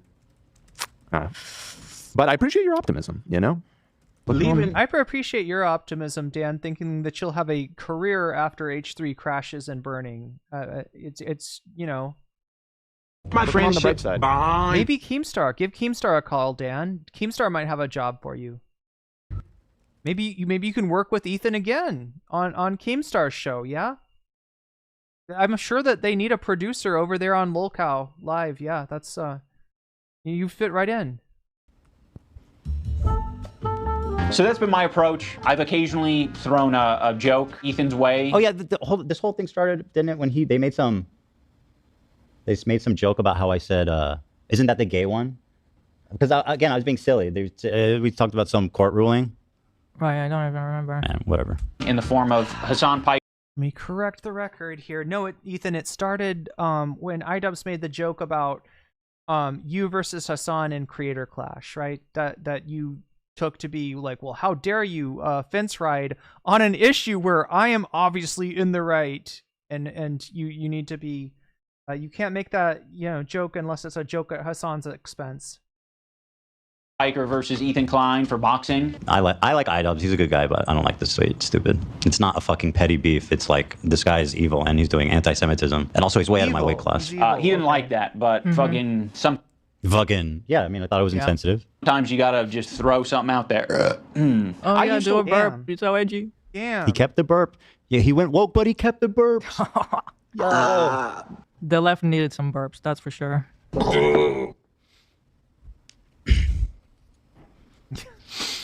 No, but we're not right wing or anything. We just fucking hate the left. Ethan busted, by the way, is still going on. Still at 50-50. It's still at 50-50. I've been keeping an eye on that, and it's impressive. It's technically yes is winning, so it's 50.1 or something. It's 50-50. Yeah, but hey, nice, dude. This $30 donation from John C. This video is terrible, but can we not lose sight of the fact that even these losers didn't want to hang out with Mike from PA? That is the best. It jumped out to me right away. It really did. Dude, he assembled the ensemble of like the anti-Zionist super team, right? And Mike from PA is not here. It's fucking brilliant, dude. Couch puncher didn't make the cut. What if they actually invited him and he couldn't make it? Would that crush your soul? There's no shot he wouldn't clear his calendar. Are you crazy? I don't know. You don't think he would show up for this? I don't know. I feel like he doesn't. Again, he's just looking for. He's getting destroyed on social media, and he's still looking for somebody. Oh, I can bully Mike from PA, right? right? My career is crashing down right in front of my eyes. I've lost half of my audience, but hey, at least I'm not Mike from PA. What are you gonna say when Mike's like got more concurrence than you do, Ethan? Right? I don't think he's that far off, is he? Get around a lot. You think he's afraid? You're not gonna be able to laugh at Mike for very long. Agoraphobic or something? Might be. Work with this video editor named Froggy Tonic. Here we go. I discovered him because he was in the circles online that I was in. And one of those circles is an H3 fan. He watched Ethan's content. He liked Ethan's content until he didn't like Ethan's content. There would be an occasional Froggy tweet where I'd be like, I agree with that, you know? Ethan Klein, do you really think putting yourself, your crew, and your audience in a semantic competition over a petty, you're old, I'm right, you're wrong obsession you cannot get over is the right strategy? There's no contact. I don't even know what the fuck you're talking about. Listen to Hasan, like that's patronizing as fuck. What do you mean?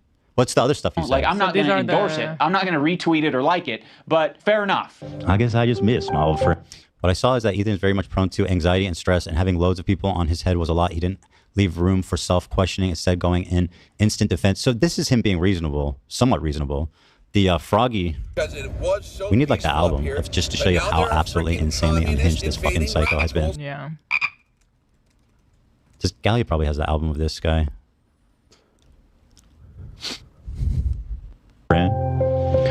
Some wings are too bird feathered colored. Now that brings us to February 28th. Wait, the Dan in the chat. No, I'm talking about Dan on Ethan's producer, Dan. Of this year. So, I really want to show those tweets from that Froggy Tonic guy. What is his name again? Froggy Tonic. I genuinely cannot keep track of all of the There's a lot of froggies involved. There's too many frogs in this story. Froggy Tonic. Turn the friggin' frogs gay! Why are there so Was it many frogs? Froggy Fresh? Yeah. And then Funky Frog Frogan. Bait is Lena's opponent. I mean, here, I just and then there's Frogan. There's just like frogs everywhere involved in this story. I mean, I just typed Froggy Tonic Twitter, and it's saying, Ethan did not leave. Oh, shut up, you impotent bit. I've got 3 kids. How are you going to accuse me of being impotent? That's factually the worst. I've got 3 kids, bro. And I got 9 male eggs lined up. I'm the king of shooting loads. You're browsing it chronically. You screenshot so many of our tweets. What? Did we just get a little extra information about the Klein's family planning? That we didn't ask for? What? I got 3 male eggs lined up? What? So they've done... Oh my god, are they using IVF to choose the sex of their... Like, we didn't ask for this information. That's your business, sir. I am not trying to judge you, but Jesus Christ, you're making yourself look bad. I only want male children. Only want boys.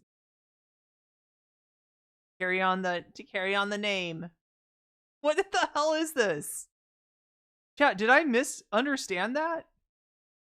We got 3 male eggs lined up, ready to go? Wait, does he have... Wait, what are his... Are they like...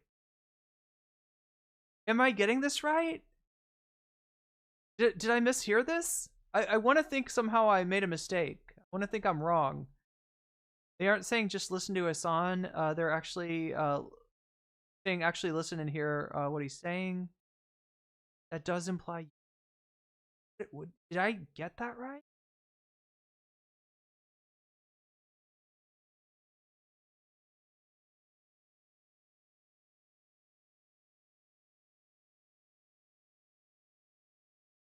I thought Froggy Tonic was Froggy Fresh. Me too at first, but been disabused of that notion. Ethan Spacement says, Ethan, I'm not on Twitter anymore. Hold on. Let me check Twitter. Yeah, and then I'll go post it. I'll screenshot it and post it to Instagram, right?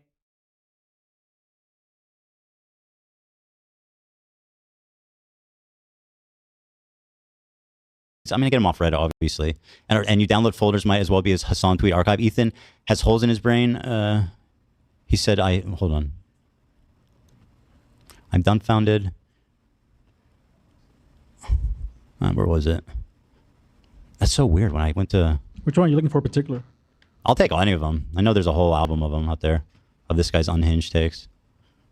Twitter's a rat hole. Now, my former editor of a year and a half ago did say some truly mean shit. He called Hila the... Ethan Klein, how do you think you are morally above us when you're just judging people based on where they're from?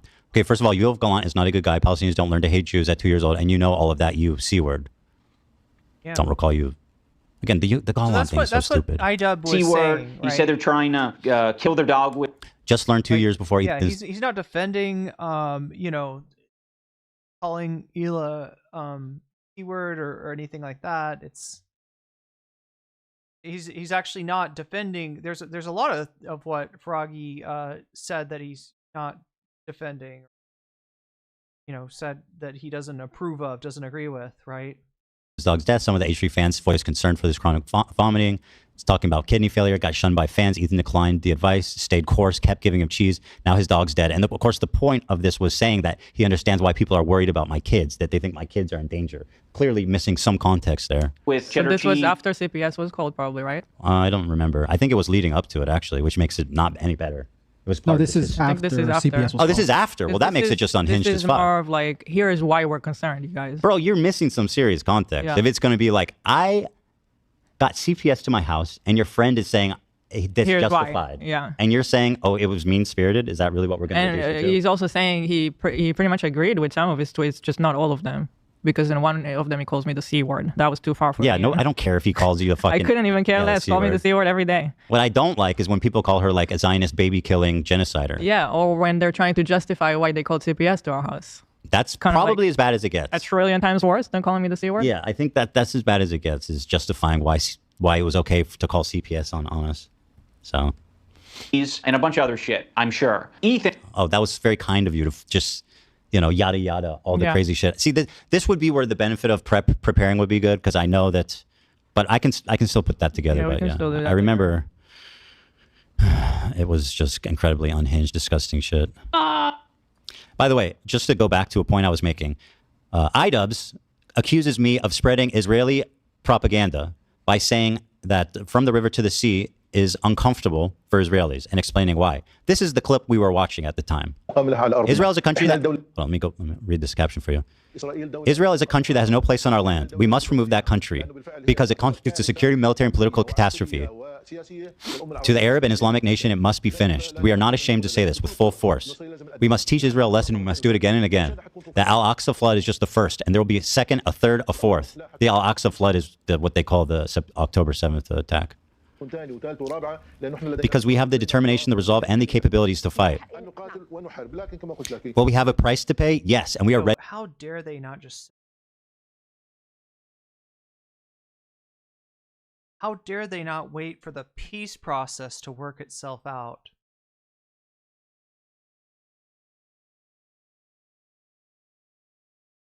Christ. Jesus Christ. Ready to pay it. By the way, that price being The all the fucking civilians that are dying there. They knew the price, and they were, again, as he says, okay with it. I mean, it was part of their war plan. We are called a nation of martyrs, and we are proud to sacrifice martyrs. I mean, listen to this guy. He's saying he wants to fight. This is an official spokesperson. We did not want to harm civilians. But there were complications on the ground. He's saying, and there was a party in the area with civilian populations. He's going, dude, what did you expect? Our fighters came across a party with a bunch of young kids dancing, and they had to rape and murder them. It was a complication. I mean, that's just a lie. It was a large area, 40 kilometers. Oh, I believe we've heard a few lies coming out of your mouth just now. Occupation must end in the Gaza Strip. No, I'm talking about all Palestinian lands. Once again, that's funny because it's exactly related to what he accuses me of spreading Israeli propaganda about. My point is when Israelis hear from the ocean to the sea, they hear all of Israel. And guess what? That's what the guy from Hamas is saying on the screen of the clip you showed. I don't understand. If a movement is for peace between two people, and one people is telling you they're not comfortable with the statement, shouldn't we change the statement to something that both people can get behind? No, because they'll say... Peace? No, right. definitely. Well, definitely, we should tell the group that's being, that's forced into an apartheid situation that they need to be, they need to mind their manners more, and they need to have a little bit more empathy. You know, as you're watching your children dying, please try to have more empathy towards the other side. Will say that Israel's the aggressor, so they shouldn't have to adjust anything. Yeah, but that's like watered down American version of what's happening there. Does this mean the annihilation of Israel? Yes, of course. The existence of Israel is illogical. The existence of Israel is what causes all the pain, blood, and tears. Just the existence. It is Israel, not us. We are the victims of the occupation period. Therefore, nobody should blame us for the things we do. October 7th, October 10th, October 1 million. Everything we do is justified. It is justified. Cool. That is the words of an official Hamas spokesperson after October 7th.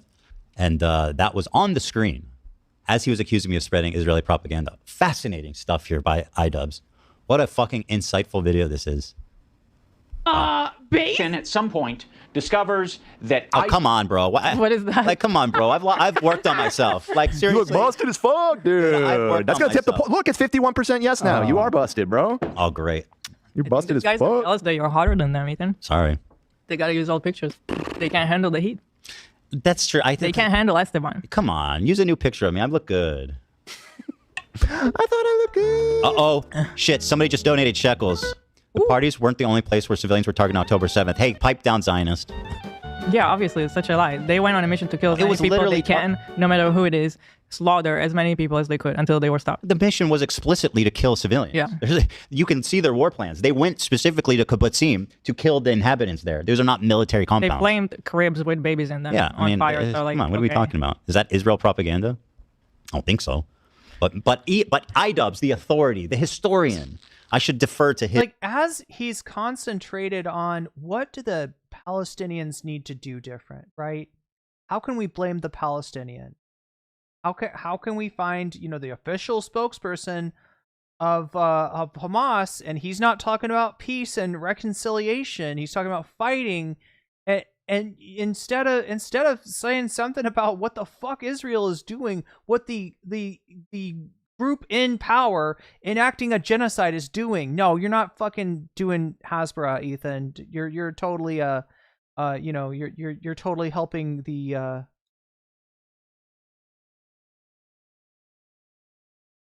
you're on the side of peace and reconciliation here. His experience and authority on the matter. This is as dumb as I thought it would be, by the way. It's like, it's not even good retelling of this horrible shit. Oh, this is the best. iDubbz, Hasan, Gene, I guess that's Denims, Frogan, Frog, Sean DeBlack, Mike from PA. God, look how happy they are. What are we looking at? This is them having a fun party where they're all hugging and loving, and then Mike from PA is sitting by himself, punching couches, man. Wow. This is what your parasocials are doing now. Like, they're taking your lead and trying to bully Mike while you can, because when he's twice as big, you know, of a content creator as you are, it's not gonna work like this, right? It's not gonna be so easy. Go ahead and take your shots while you can, while he's on the up and you're on the down. Go ahead and take those shots. I actually feel bad for him. Can you zoom in on the poor little girl? She looks so sad. I know. I feel so bad. Maybe we've been thinking about Mike from PA all wrong. Maybe. I got to love that he's taking the fattest L today. Maybe he was just busy. Is he, or is he like unconcerned and probably laughing at you while he watches iDubbz's video? Maybe. He's got to show receipts then. I need to see receipts of that. I need an alibi. I mean, it's on the other side of the country, to be fair. Come on. And I'm sure he's got a lot going on. Come on. Yeah, you're right. He's a busy guy. iDubbz's former editor says this horrendous shit about him and Hila. But no one's asking the question, where does Ethan get this information from? Oh, you see, it would wow. be very Here we go. He did his research, guys. By the way, this information, what information? You haven't even shown anything I've said other than the gallant. Caught a bit of Mike this morning and he's doing fine. Are you sure? He's not crying? Thing, which we immediately walked back and corrected, and me expressing my opinion that about from the river to the sea.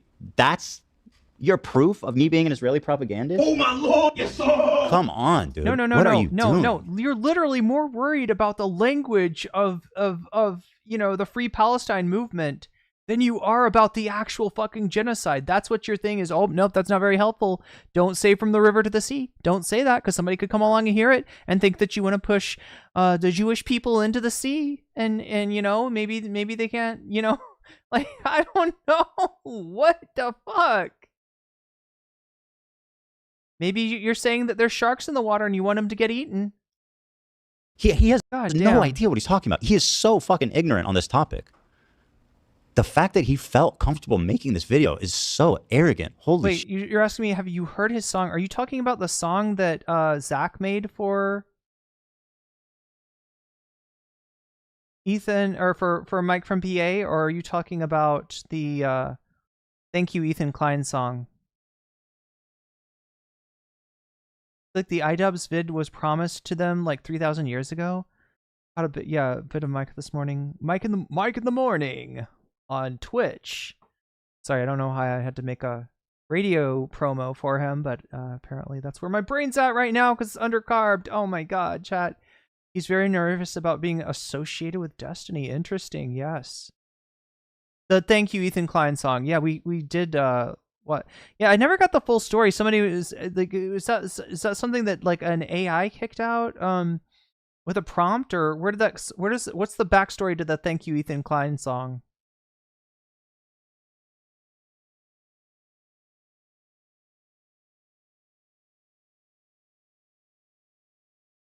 shit, dude.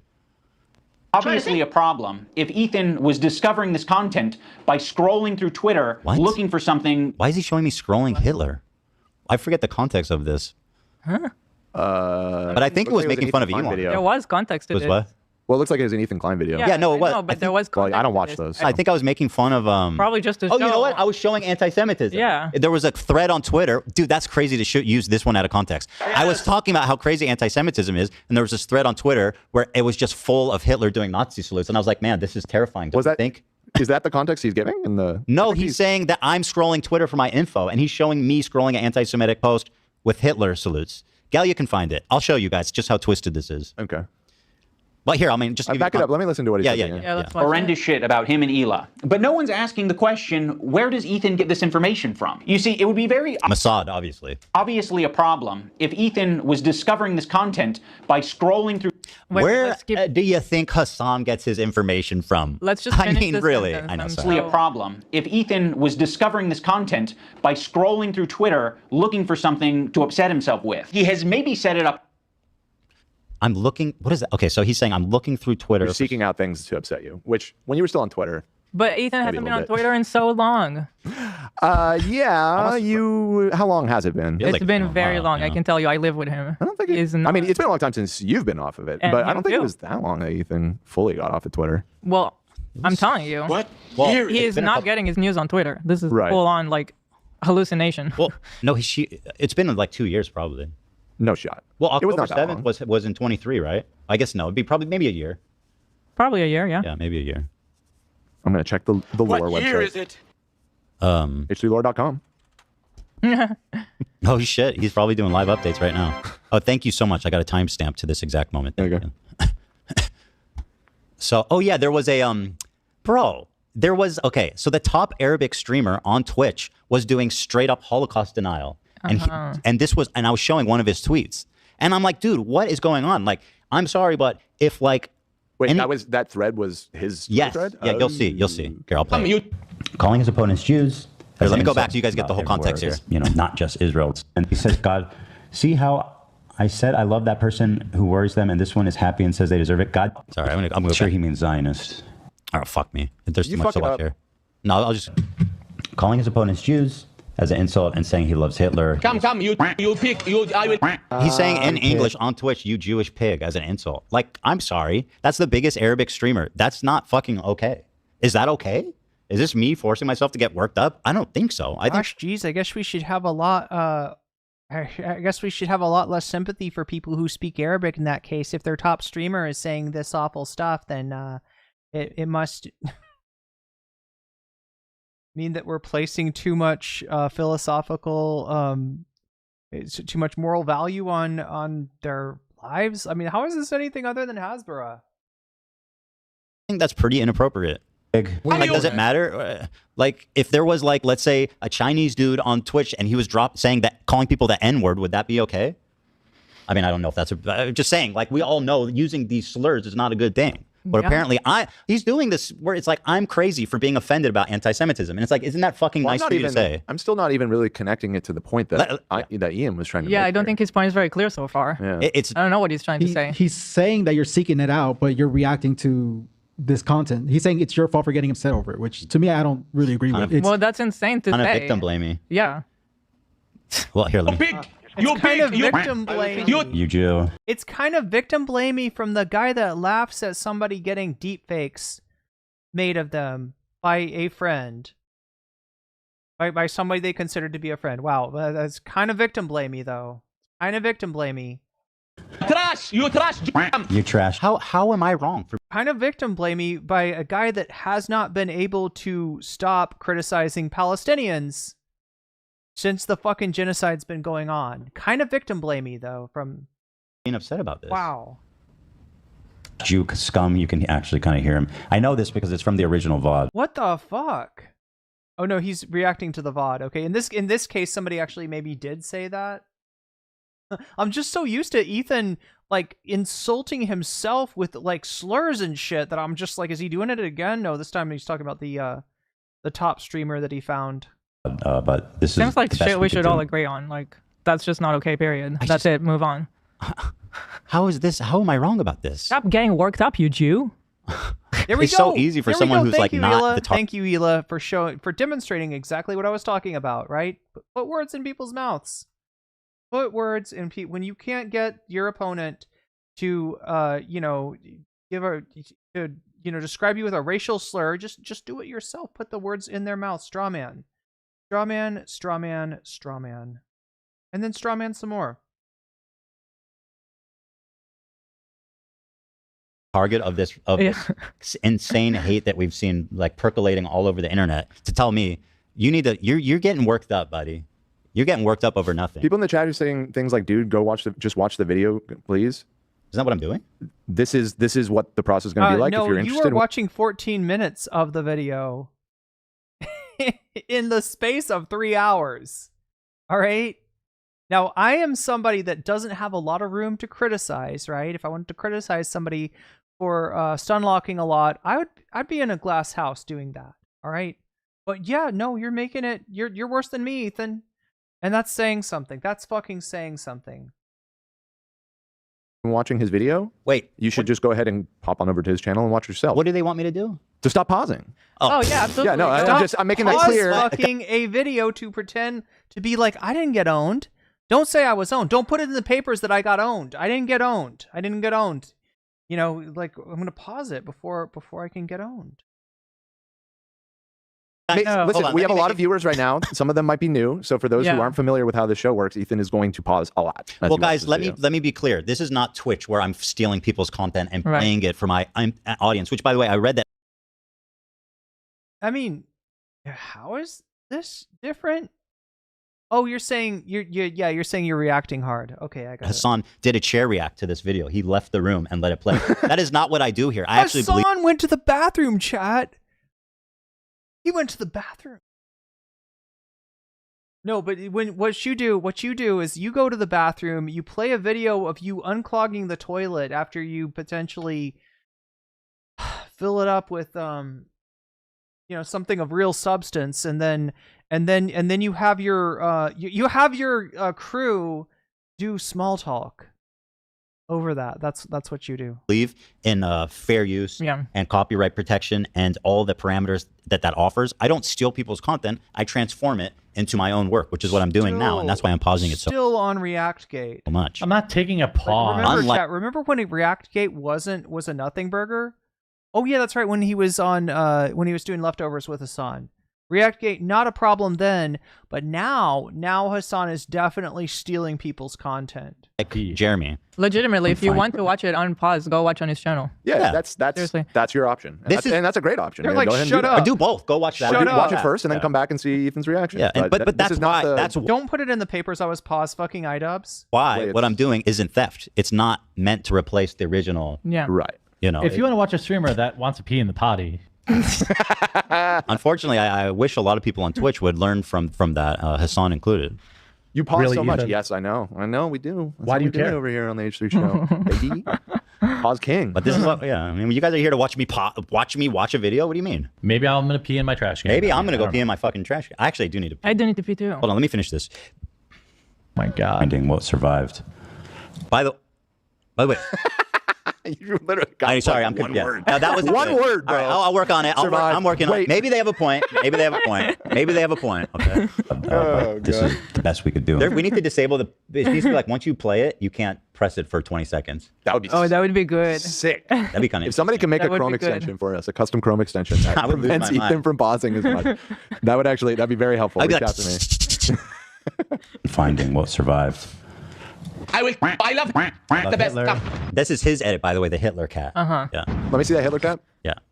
From the original VOD, but this is the best we could do in finding what survived. I love the best stuff. Pause it. Are you? Stop. I got you. I want to okay, there you go. Thank you. Okay, you're good. Wow. Is it wrong to still think it's cute? It is cute. Like, I feel like cute. a bad person No, thinking no, that, you're but I not. look at that, I'm like, that's still a cute cat. We can all agree that The cat it's didn't cute. do anything. They Right. born looking like Man, Hitler. my cat went to use the litter box, but just pissed outside of it. The Jews came in here in the middle of the night, burglarized my cat's bladder, and changed the trajectory of its pee to my floor.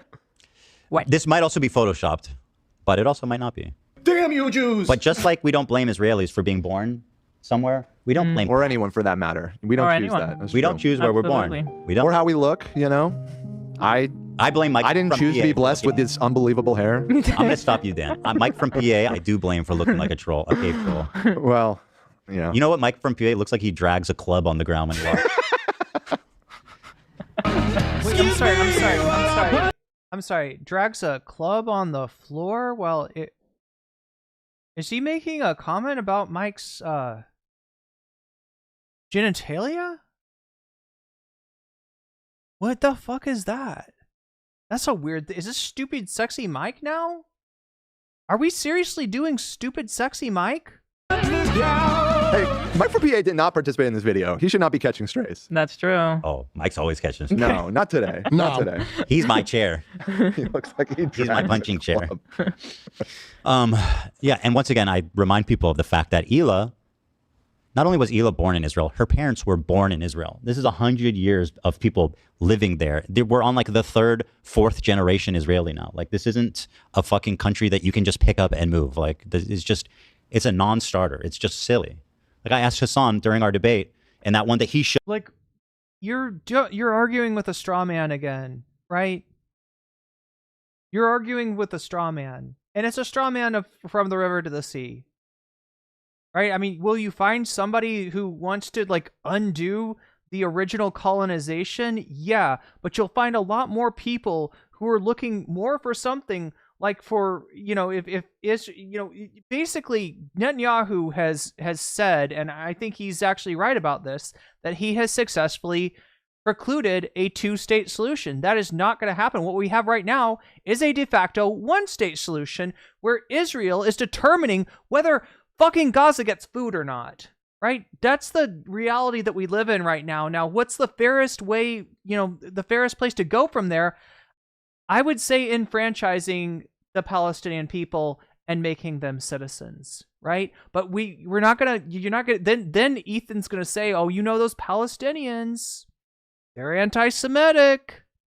They're gonna vote for, you know, something bad to happen to the Jews, and there's so many of them, and we'll get the same demographics argument that you could hear from a right-winger in the US talking about the Great Replacement Theory. You will literally get the Israeli version of the Great Replacement Theory from this guy. Narwhal by super chatted $5. I believe your Twitch stream has some issues. Christ Elijah in YT chat said so. Okay. Sorry. What kind of issues are we dealing with? What are we seeing on Twitch? Let me see if I can see anybody chatting on Twitch. I'm not seeing. Okay, wait. Let's see what Christ Elijah had to say. It's repeating off and on. I keep refreshing. Anybody else dealing with problems on Twitch? Thank you for the super chat, and thank you for letting me know. The club is just a caveman reference. Okay, so he wasn't talking about that kind of club. I thought he was talking about Mike's dick. And like, just given how many times he's done stupid sexy Hasan, I was like thinking, okay, so what's going on in the Twitch chat? Twitch be twitching.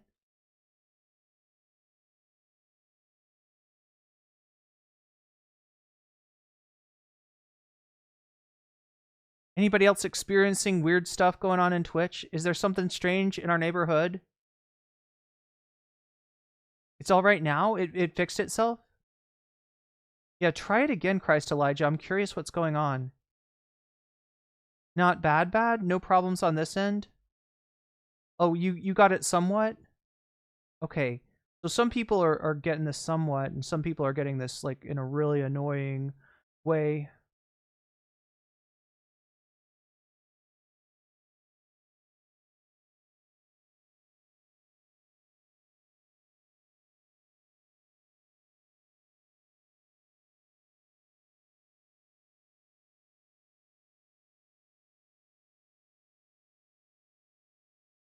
Yeah, who are you gonna call?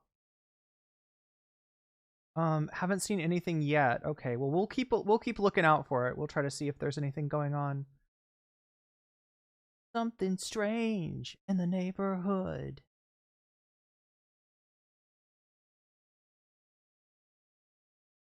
Showed about how I'm so misinformed. I asked Hasan, what should Israel have done after October 7th? His answer was Israel should have disbanded its government and lifted the borders. Like, okay, awesome. Now do you want Fact check? I think he said they should stop running an open air prison. But that's fucking wild. That's craziness according to Ethan.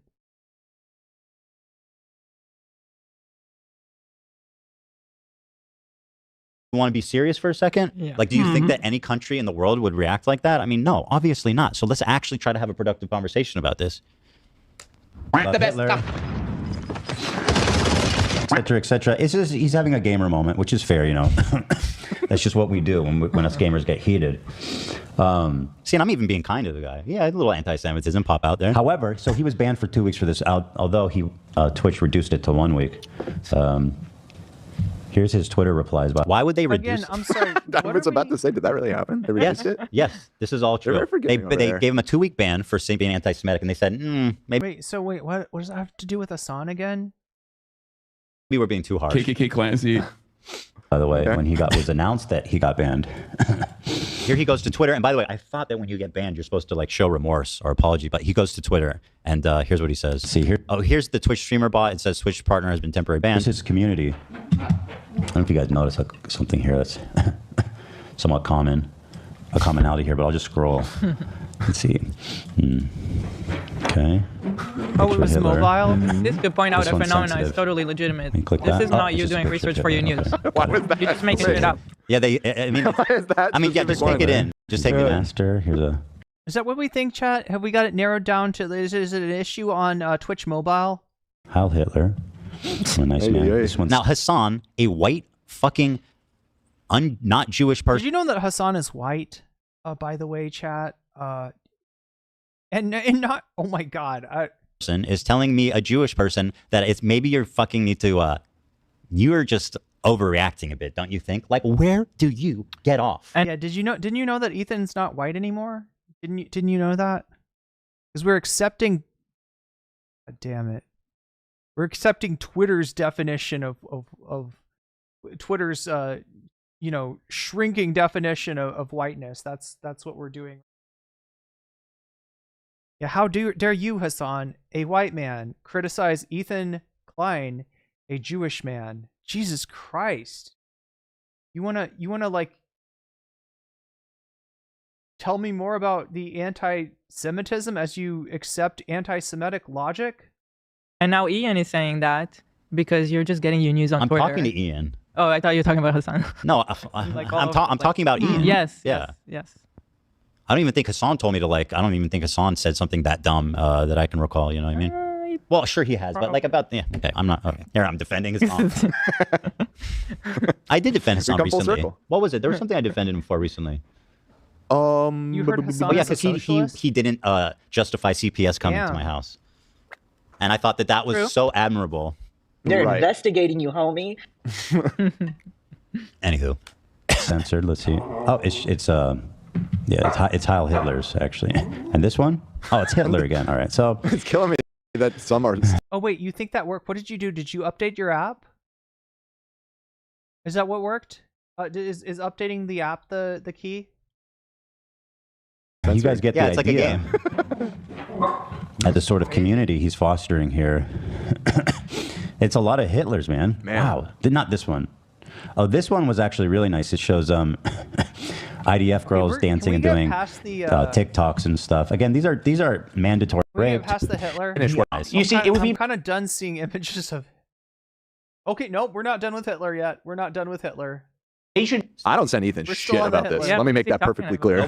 I really don't. My own on that one. No, By the way, first of this is all Ethan. So nice of you to worry about the welfare of my employees, Ian. Yeah, shut up, Ian. That's so fucking. That's so. You clearly are Really not being cares for performative Lena. at all right Okay. now. Sent her one text. Well, hey, if you're not worried about it, if you're like, you hit that button so you can give them some real talk and then pretend to be a nice guy when you come back. Yeah, somebody needs to worry about your employees because you're not doing it. After the video was posted, you care so much. You have no idea how the inner workings of my company works, you dipshit. Mind your own fucking business. You're just making shit up. What are you afraid of, Ian? Wait, airplane These other mode? content cops were not this bad and dumb. Okay, so what the trick is to turn on and off airplane mode? Yeah, turn on and off airplane mode. Wow. Okay. I mean, that does, yeah. I have seen that help stuff occasionally. I'm trying to remember. No, they actually were, from what I remember, I mean, it has been like 10 years. But like his I targets think were he used easy. to be They're like like well researched, right? Well, his targets were like one-dimensional. Like it's so easy. But that's what I'm saying. It was like about 10. It wasn't about politics. Leafy, yeah. You're just like I'm You're gonna out make of your depth. I'm gonna make a content cop about the most contentious political Ela, talk to me, babe. Okay, who's out of their depth? Can you tell me more about how Yoav Galan is a good guy? Who's out of their depth? Who's out of their lane? Who's talking about shit they don't fucking understand? Who's out of their depth? I'm sorry, Ela. Can you refresh my? I can't quite hear you. I can't quite hear you all over all the genocide denial. I'm sorry. I can't fucking hear you. conflict in history, in modern history. And it's like the shittiest version of it. Like there's a million other video essays explaining the situation way better than this. Completely agree. It's just a way, yeah. So far, anyway. Ethan, I got some good news on a bad day. Okay. Hawk got pizza. That is yeah, I knew you like that. He's trying to settle you down. Even Hawk, even Love's dad, can tell that this man is not all right, and he needs pizza therapy. Man, wait, that's not Hawk. That's Zane. Did he do that? Did he do that to cheer me up? I don't know. Did he do that to cheer me up, or just because he's? Let's just go with yes. Nice? Yeah. He was trying to pull you out of your crash out. Yeah, he's getting you pizza. He was hungry. Okay. I'm still touched. He's so sweet. You want? I got a really generous donation from 2014 Tumblr. Ah, those were the days. Wow. Ethan, we love you. Been a fan since 2015. The Ancient Times. H3 Productions is not going anywhere. You guys are goated. Thank you, brother. Appreciate you. Mm-hmm. Thank you. That's the thing. Again, like I'm so grateful because our audience. Look, I mean, unfortunately, some of your parasocials haven't got another place to go. They're kind of stuck. They're stuck in their patterns, right? They're not moving on. You're not growing out of it. Is very left leaning, but we're not like fucking donated communists, to okay? millionaires. But there's a lot. That's There's still wild. a ton of people who are willing to stick around and listen to what I actually have to say and understand that I'm not coming from a place of like confusion or malice or misinformation. That I'm like I have legitimate grievances that iDubbz, by the way, is trivializing right now. He's contributing to it. Be sending you things that are entertaining for your show that don't fucking trigger the hell out of you. Why is there so my much work entire being... existence, brother? That would be horrible. Looking for something to upset himself Spend all with. day He looking has... for something funny so that we don't have to talk about this. Well, ironically, hit the button, Ethan. Hit the button. You just got contradicted. For the past week or two, it's been pretty chill. Pretty chill. Yeah. We had a chill episode today. We had, people are missing out. So now, chat, we went over this yesterday. I'm sorry that everything is kind of like out of sequence here. But I think, we went over this yesterday. A moment. So AB was here in the beginning, right? AB was on the show in the beginning. At some point around 2 hours and 15 minutes, AB contradicts Ethan and is not seen or heard from, I am told, through the duration of the show. I thought we were going to have a ton of fun. I thought we were going to have fun. We're going to talk about Lord of the Rings. Livia watched the first half of the first movie, so I still like Love's. AB watched some of Wicked too. We were gonna hear about that. We literally opened up with the Gatsby. I know. I know. Those are classic feelings. What a way to ruin the fun, and now, Ian. now I'm responding, and the narrative is that I'm obsessed. It's like, give me a break, dude. I loved your parallel universe where the content cop was on kickboxing. And now the narrative is that I'm obsessed, right? After a year and a half of provoking Hasan, I don't know if it, after months of provoking Hasan and Hasan not responding, Hasan responding is definitely him being obsessed. But me doing the 500th War Room of the year, not obsessed. Objectively, not obsessed. Totally fine. Do not need help. Do not need pizza therapy. Yeah, that was my cope. I thought that was a great idea. I was like, that makes sense. He could promote his events. Yeah, right. He could talk about other people that are doing That would have been good. Yeah. But he's like, no, I'm going to solve the Israel-Palestine conflict on iDubbz TV. Oh, somebody in the chat said that. Nothing. Ethan Thanos buttoned AB. He's gone now. Oh my god, he got snapped right out of there. He got snapped right out of his chair. Lady Badass, Ethan still hates communism because he hates anyone who can't afford a nanny. That's right. Love Hasan. He put up with a lot in his own chat. The way he handles Ethan is so civil. Yeah, I mean, to the consternation of much of his chat, right? It's actually something that he does, that annoys his chat, who is, I mean, like, Hasan's charitability is kind of a pretty rare thing. About it too. Sorry. Go ahead. Mine is less important because it's about Domino's. But Domino's has stuffed crust now. Do they? Yeah, and I tried it the other day. Do we have? I gotta say, it's good. Is that what we have but here? Friday, maybe? Bring it up, bro. Oh, I was just reminded by the chat. Somebody said Domino's has stuffed crust now, and it's actually good. And I Well, let's agree. eat It's the like pizza better we than have the here in Pizza front Hut of one. Oh, thank you. Can I get all your Domino's? Can I get a hell yeah? Oh, thank you so much. That's so nice. You can have it. Yeah, okay. Can I get a hell yeah? Thank you so much. Thank you. Pizza! Oh, wow. Oh, wow. Canadian bacon. Whoa. Pineapple and jalapenos. Wow. It's really good. That sounds like something my dad would order. Oh, my goodness. Can Hawk just stay here? Does I need to go back? Let's just move him in. Yeah. Can we get a visa for Hawk? Oh, my God. Be careful what you wish for, Ethan. He's pretty perceptive, right? If you don't want to get pushback, you might not want to have Love's dad stick around. Can you imagine that, chat? It's just like, it's bound to happen. Like, look, they're in this tiny little circle, right? Where like their job is to, I don't know, sane wash Ethan's bullshit, right? That's literally half of their job, is sane washing Ethan. It is catering to his fucking ego. No, Ethan, you're not crashing out. No, you're fine. No, we can do another War Room segment, Ethan, right? And when you start to bring people from the outside in and they look at it without having been inculcated into this social dynamic that is the H3 podcast, they might have some ideas. They might have some suggestions, and that they might say the thing that the crew knows not to say. This is so good. Wow. Yeah, where's this from? I don't know what pizza place this is. It's like Pizza Hut. Or Papillon. It looks like Papillon. Oh, it's Papa John? Where's Hawk to take a bow? Take a bow, Hawk. He might not want to. Zane, you get pizza? It's good. So good. Very good. Yeah, opinions about Papa John's. Now, I don't know if anybody remembers this, but I think I've mentioned this before. My first job in high school was working at a Papa John's. And I think it was because of my age or something, they stationed me as the official pizza bubble popper. I don't know if they just didn't think I'd be good at making the pizzas or what, but yeah, my job was to look in that oven and have like this giant like pitchfork thing or like this little two-pronged fork thing.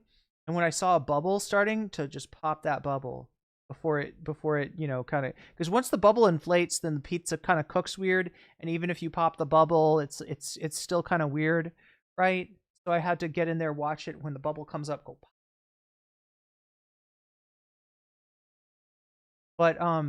But yeah, that was one of the, I was really thrilled to be like, oh, cool, we get free pizza. Wow, every shift that I do, I get some free pizza. Wow. Or I don't know if we got a discount or if we got it for free. I can't remember. But yeah, the sauce is good. Are you talking about the butter sauce? I liked the butter sauce too. I was a big fan of that. But knowing what I know now about calories, I do not feel good about having eaten that much Papa John's pizza. I do not feel good at all about it. I know Papa John. Oh, that's right, his racism era. But I do like the pizza. Did they fire him though? Didn't he have to like leave the company or something? They brought this guest in to eat a slice of pizza. Yeah, basically. Who's the? It's not a guest though. It's Tall Skeleton, who is apparently the meme meister.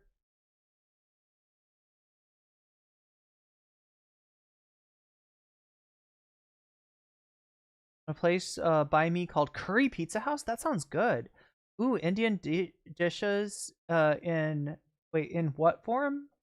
Like a that curry pizza sounds good. Popping them is fun. Yeah, it's not a bad job. Right. I think I got lucky in not having a more high pressure job over on the line or something. You know, the pizza line. It was pretty pretty fast moving, pretty high pressure. Oh my god, chat, we've done like 6-7 hours. Yeah, you could have some. I just want to finish one thing. That's all I want to do is like, can I finish one bit of content? I don't know, chat. Maybe not. I'm just kidding. Now we're watching the. Thank you so much. There's Hawk. That's Love's dad. The name of doing that. Would be my employees It's feel just the so need. wrong. What are you even talking? You're so far from. Why are you making shit up, bro? horrible. They shouldn't be doing that. They shouldn't be sending you things that upset you. They literally don't. Well, some people do that. Yeah. I'm just making it clear that I do not. No. I go out of my way not to. I feel like you got enough things pissing you off all the time. I like to send things that make you laugh. This isn't one of them. Right. This is my. Joshua Keller says Papa John's pizza is shit. Papa John's pizza is a little bit ridiculous, right?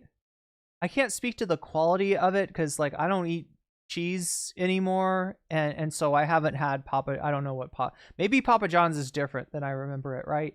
But I remember they load the cheese up.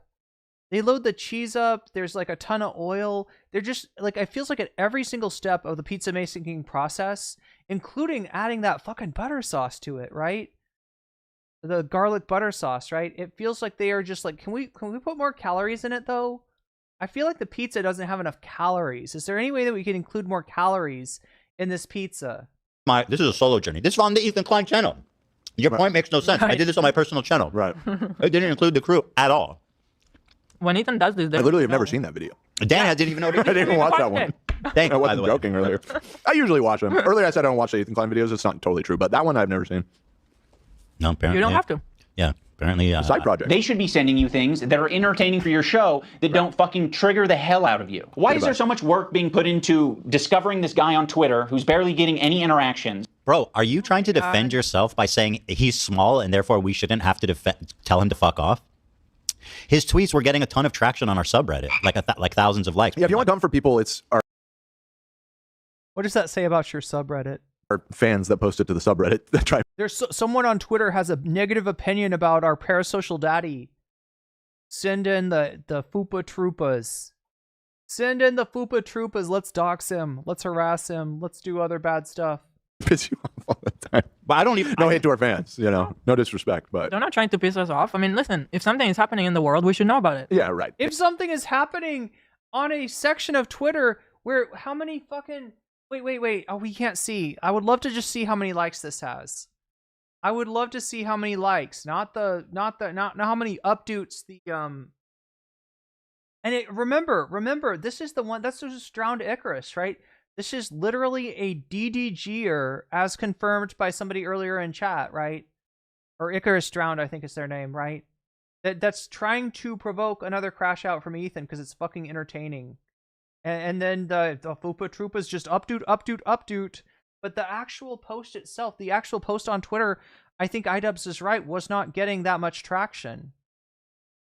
Yeah, exactly. I mean, and You can't just live in this under case, a rock and assume that nothing is happening. I have literally no idea who. Yes, so name search yourself constantly. That's what you should do, Ela. You're correct. That is objectively facts, right? Yeah, this is what you need to do, chat. She's right. You can't live under a rock, all right? So I want one of you out there name searching me on Twitter. Report back to me with anything negative about me. Another one on Reddit, somebody on Tumblr, somebody on right. I want you reporting back to me with a profile of what we know about every person saying something negative about me, and you just find as much information as you. Yeah, this is what they're doing. They're running up fucking kiwi farms. This is some fucked up shit. Right? No, you can't live under a rock. No, yeah, that's right. Name search everything. Name search everything. Who this person is, and I did not seek it out and send it to Ethan to piss him off. Or did anybody else here? I mean, hello, bro. It's literally a screenshot of the subreddit. You stupid fuck. Right. You're so dumb. It's a screenshot of the subreddit. Wait, Froggy What? Tonics. Wait. I'm sorry. What are we looking at here? Let's just run this back. Okay, so Froggy Fresh has picture retweeted a post on the subreddit. Wait, is this Froggy Fresh retweeting a Reddit post from H3H3 Productions from their subreddit of a Froggy Tonic of a Froggy Tonic tweet? I don't know what creator clashes extra blames Ela for rap. And then he found the post on the subreddit and picture tweeted that. You're so dumb. It's a screenshot of the subreddit. What? Linking him to me and posting on the Reddit when there's no work being put into who the fuck is the person on the Reddit who's posting this. What? Are we fucking Wait, maybe he's cooking here. Okay. Icarus drowned. Who is Icarus? I don't know whatever Mossad agent he thinks this is, but like if it has thousands of upvotes, I'm not fucking caring about who posted it. Clearly You should take more interest, Ethan. These people are farming you. These people are farming you. Now, look, I mean, there is a problem with, featuring any like small account in a video that's going to get 4 million views, because this invariably is probably going to send hate. But I think that iDubbz's point, what iDubbz is trying to do, rather than send hate this person's way, I think iDubbz is trying to point out that this is somebody that has farmed Ethan like multiple times, and he should get wise to this at some point, right? Like, you're just, oh no, it's a random account on my subreddit. Oh, thank you for the helpful post there, Icarus Drown. And meanwhile, he's going back to fucking DDG to laugh about it. people find it interesting. In the first place. If you do a little bit of research, it seems like it's an account whose intention is to make Ethan crash out. One of the users on the Snark Reddit points this out. They're like, I've seen this account before. This account has scraped. This doesn't absolve you of being a shitty friend, dude. It doesn't matter who you of being a fucking sucker. And chat, with that, I have probably got to end the stream. We've been going for 7 hours now. This is longer than I meant to keep you up. Get some sleep, everybody. Take care of yourself. Take care of each other. Thank you, mods, for keeping us safe. Thank you, Thumb Gang. Thank you, Patreon. Let me shout you out one more time. I haven't been doing it as much lately. Okay, so shouts out to the Fancy Weasels on Patreon. If you're a $5 contributor or more, you get a fancy shout out. Oh my god. Sweetheart Cats, thank you for the bits. That's really sweet of you. I think that was Sweetheart Cats, right? But yes, also thank you to my Patreons. Shouts out go to Oral to Ellipsis, Temporal Insanity, Steven Sayers, Funky Monkey, Shax BA, Sarah, to Nadia Yvette, to Moe Noape, to Crystal Safira, to Jules K, to Jessica Bell, to Izzy Mandius, to Infallible Fowl, to Hot Hem Radio, to Good for Gavi, to Buffy Geek, to Animus, and a fancy shout out to Azera Xerix, to Rachel K, and to Omega Star. I have really gotta get going. Much love, everybody. We'll finish up whatever I didn't finish tomorrow. Again, sorry for leaving, the completionist out there. I'm sure, you're just as annoyed as I am. Anyway, good night.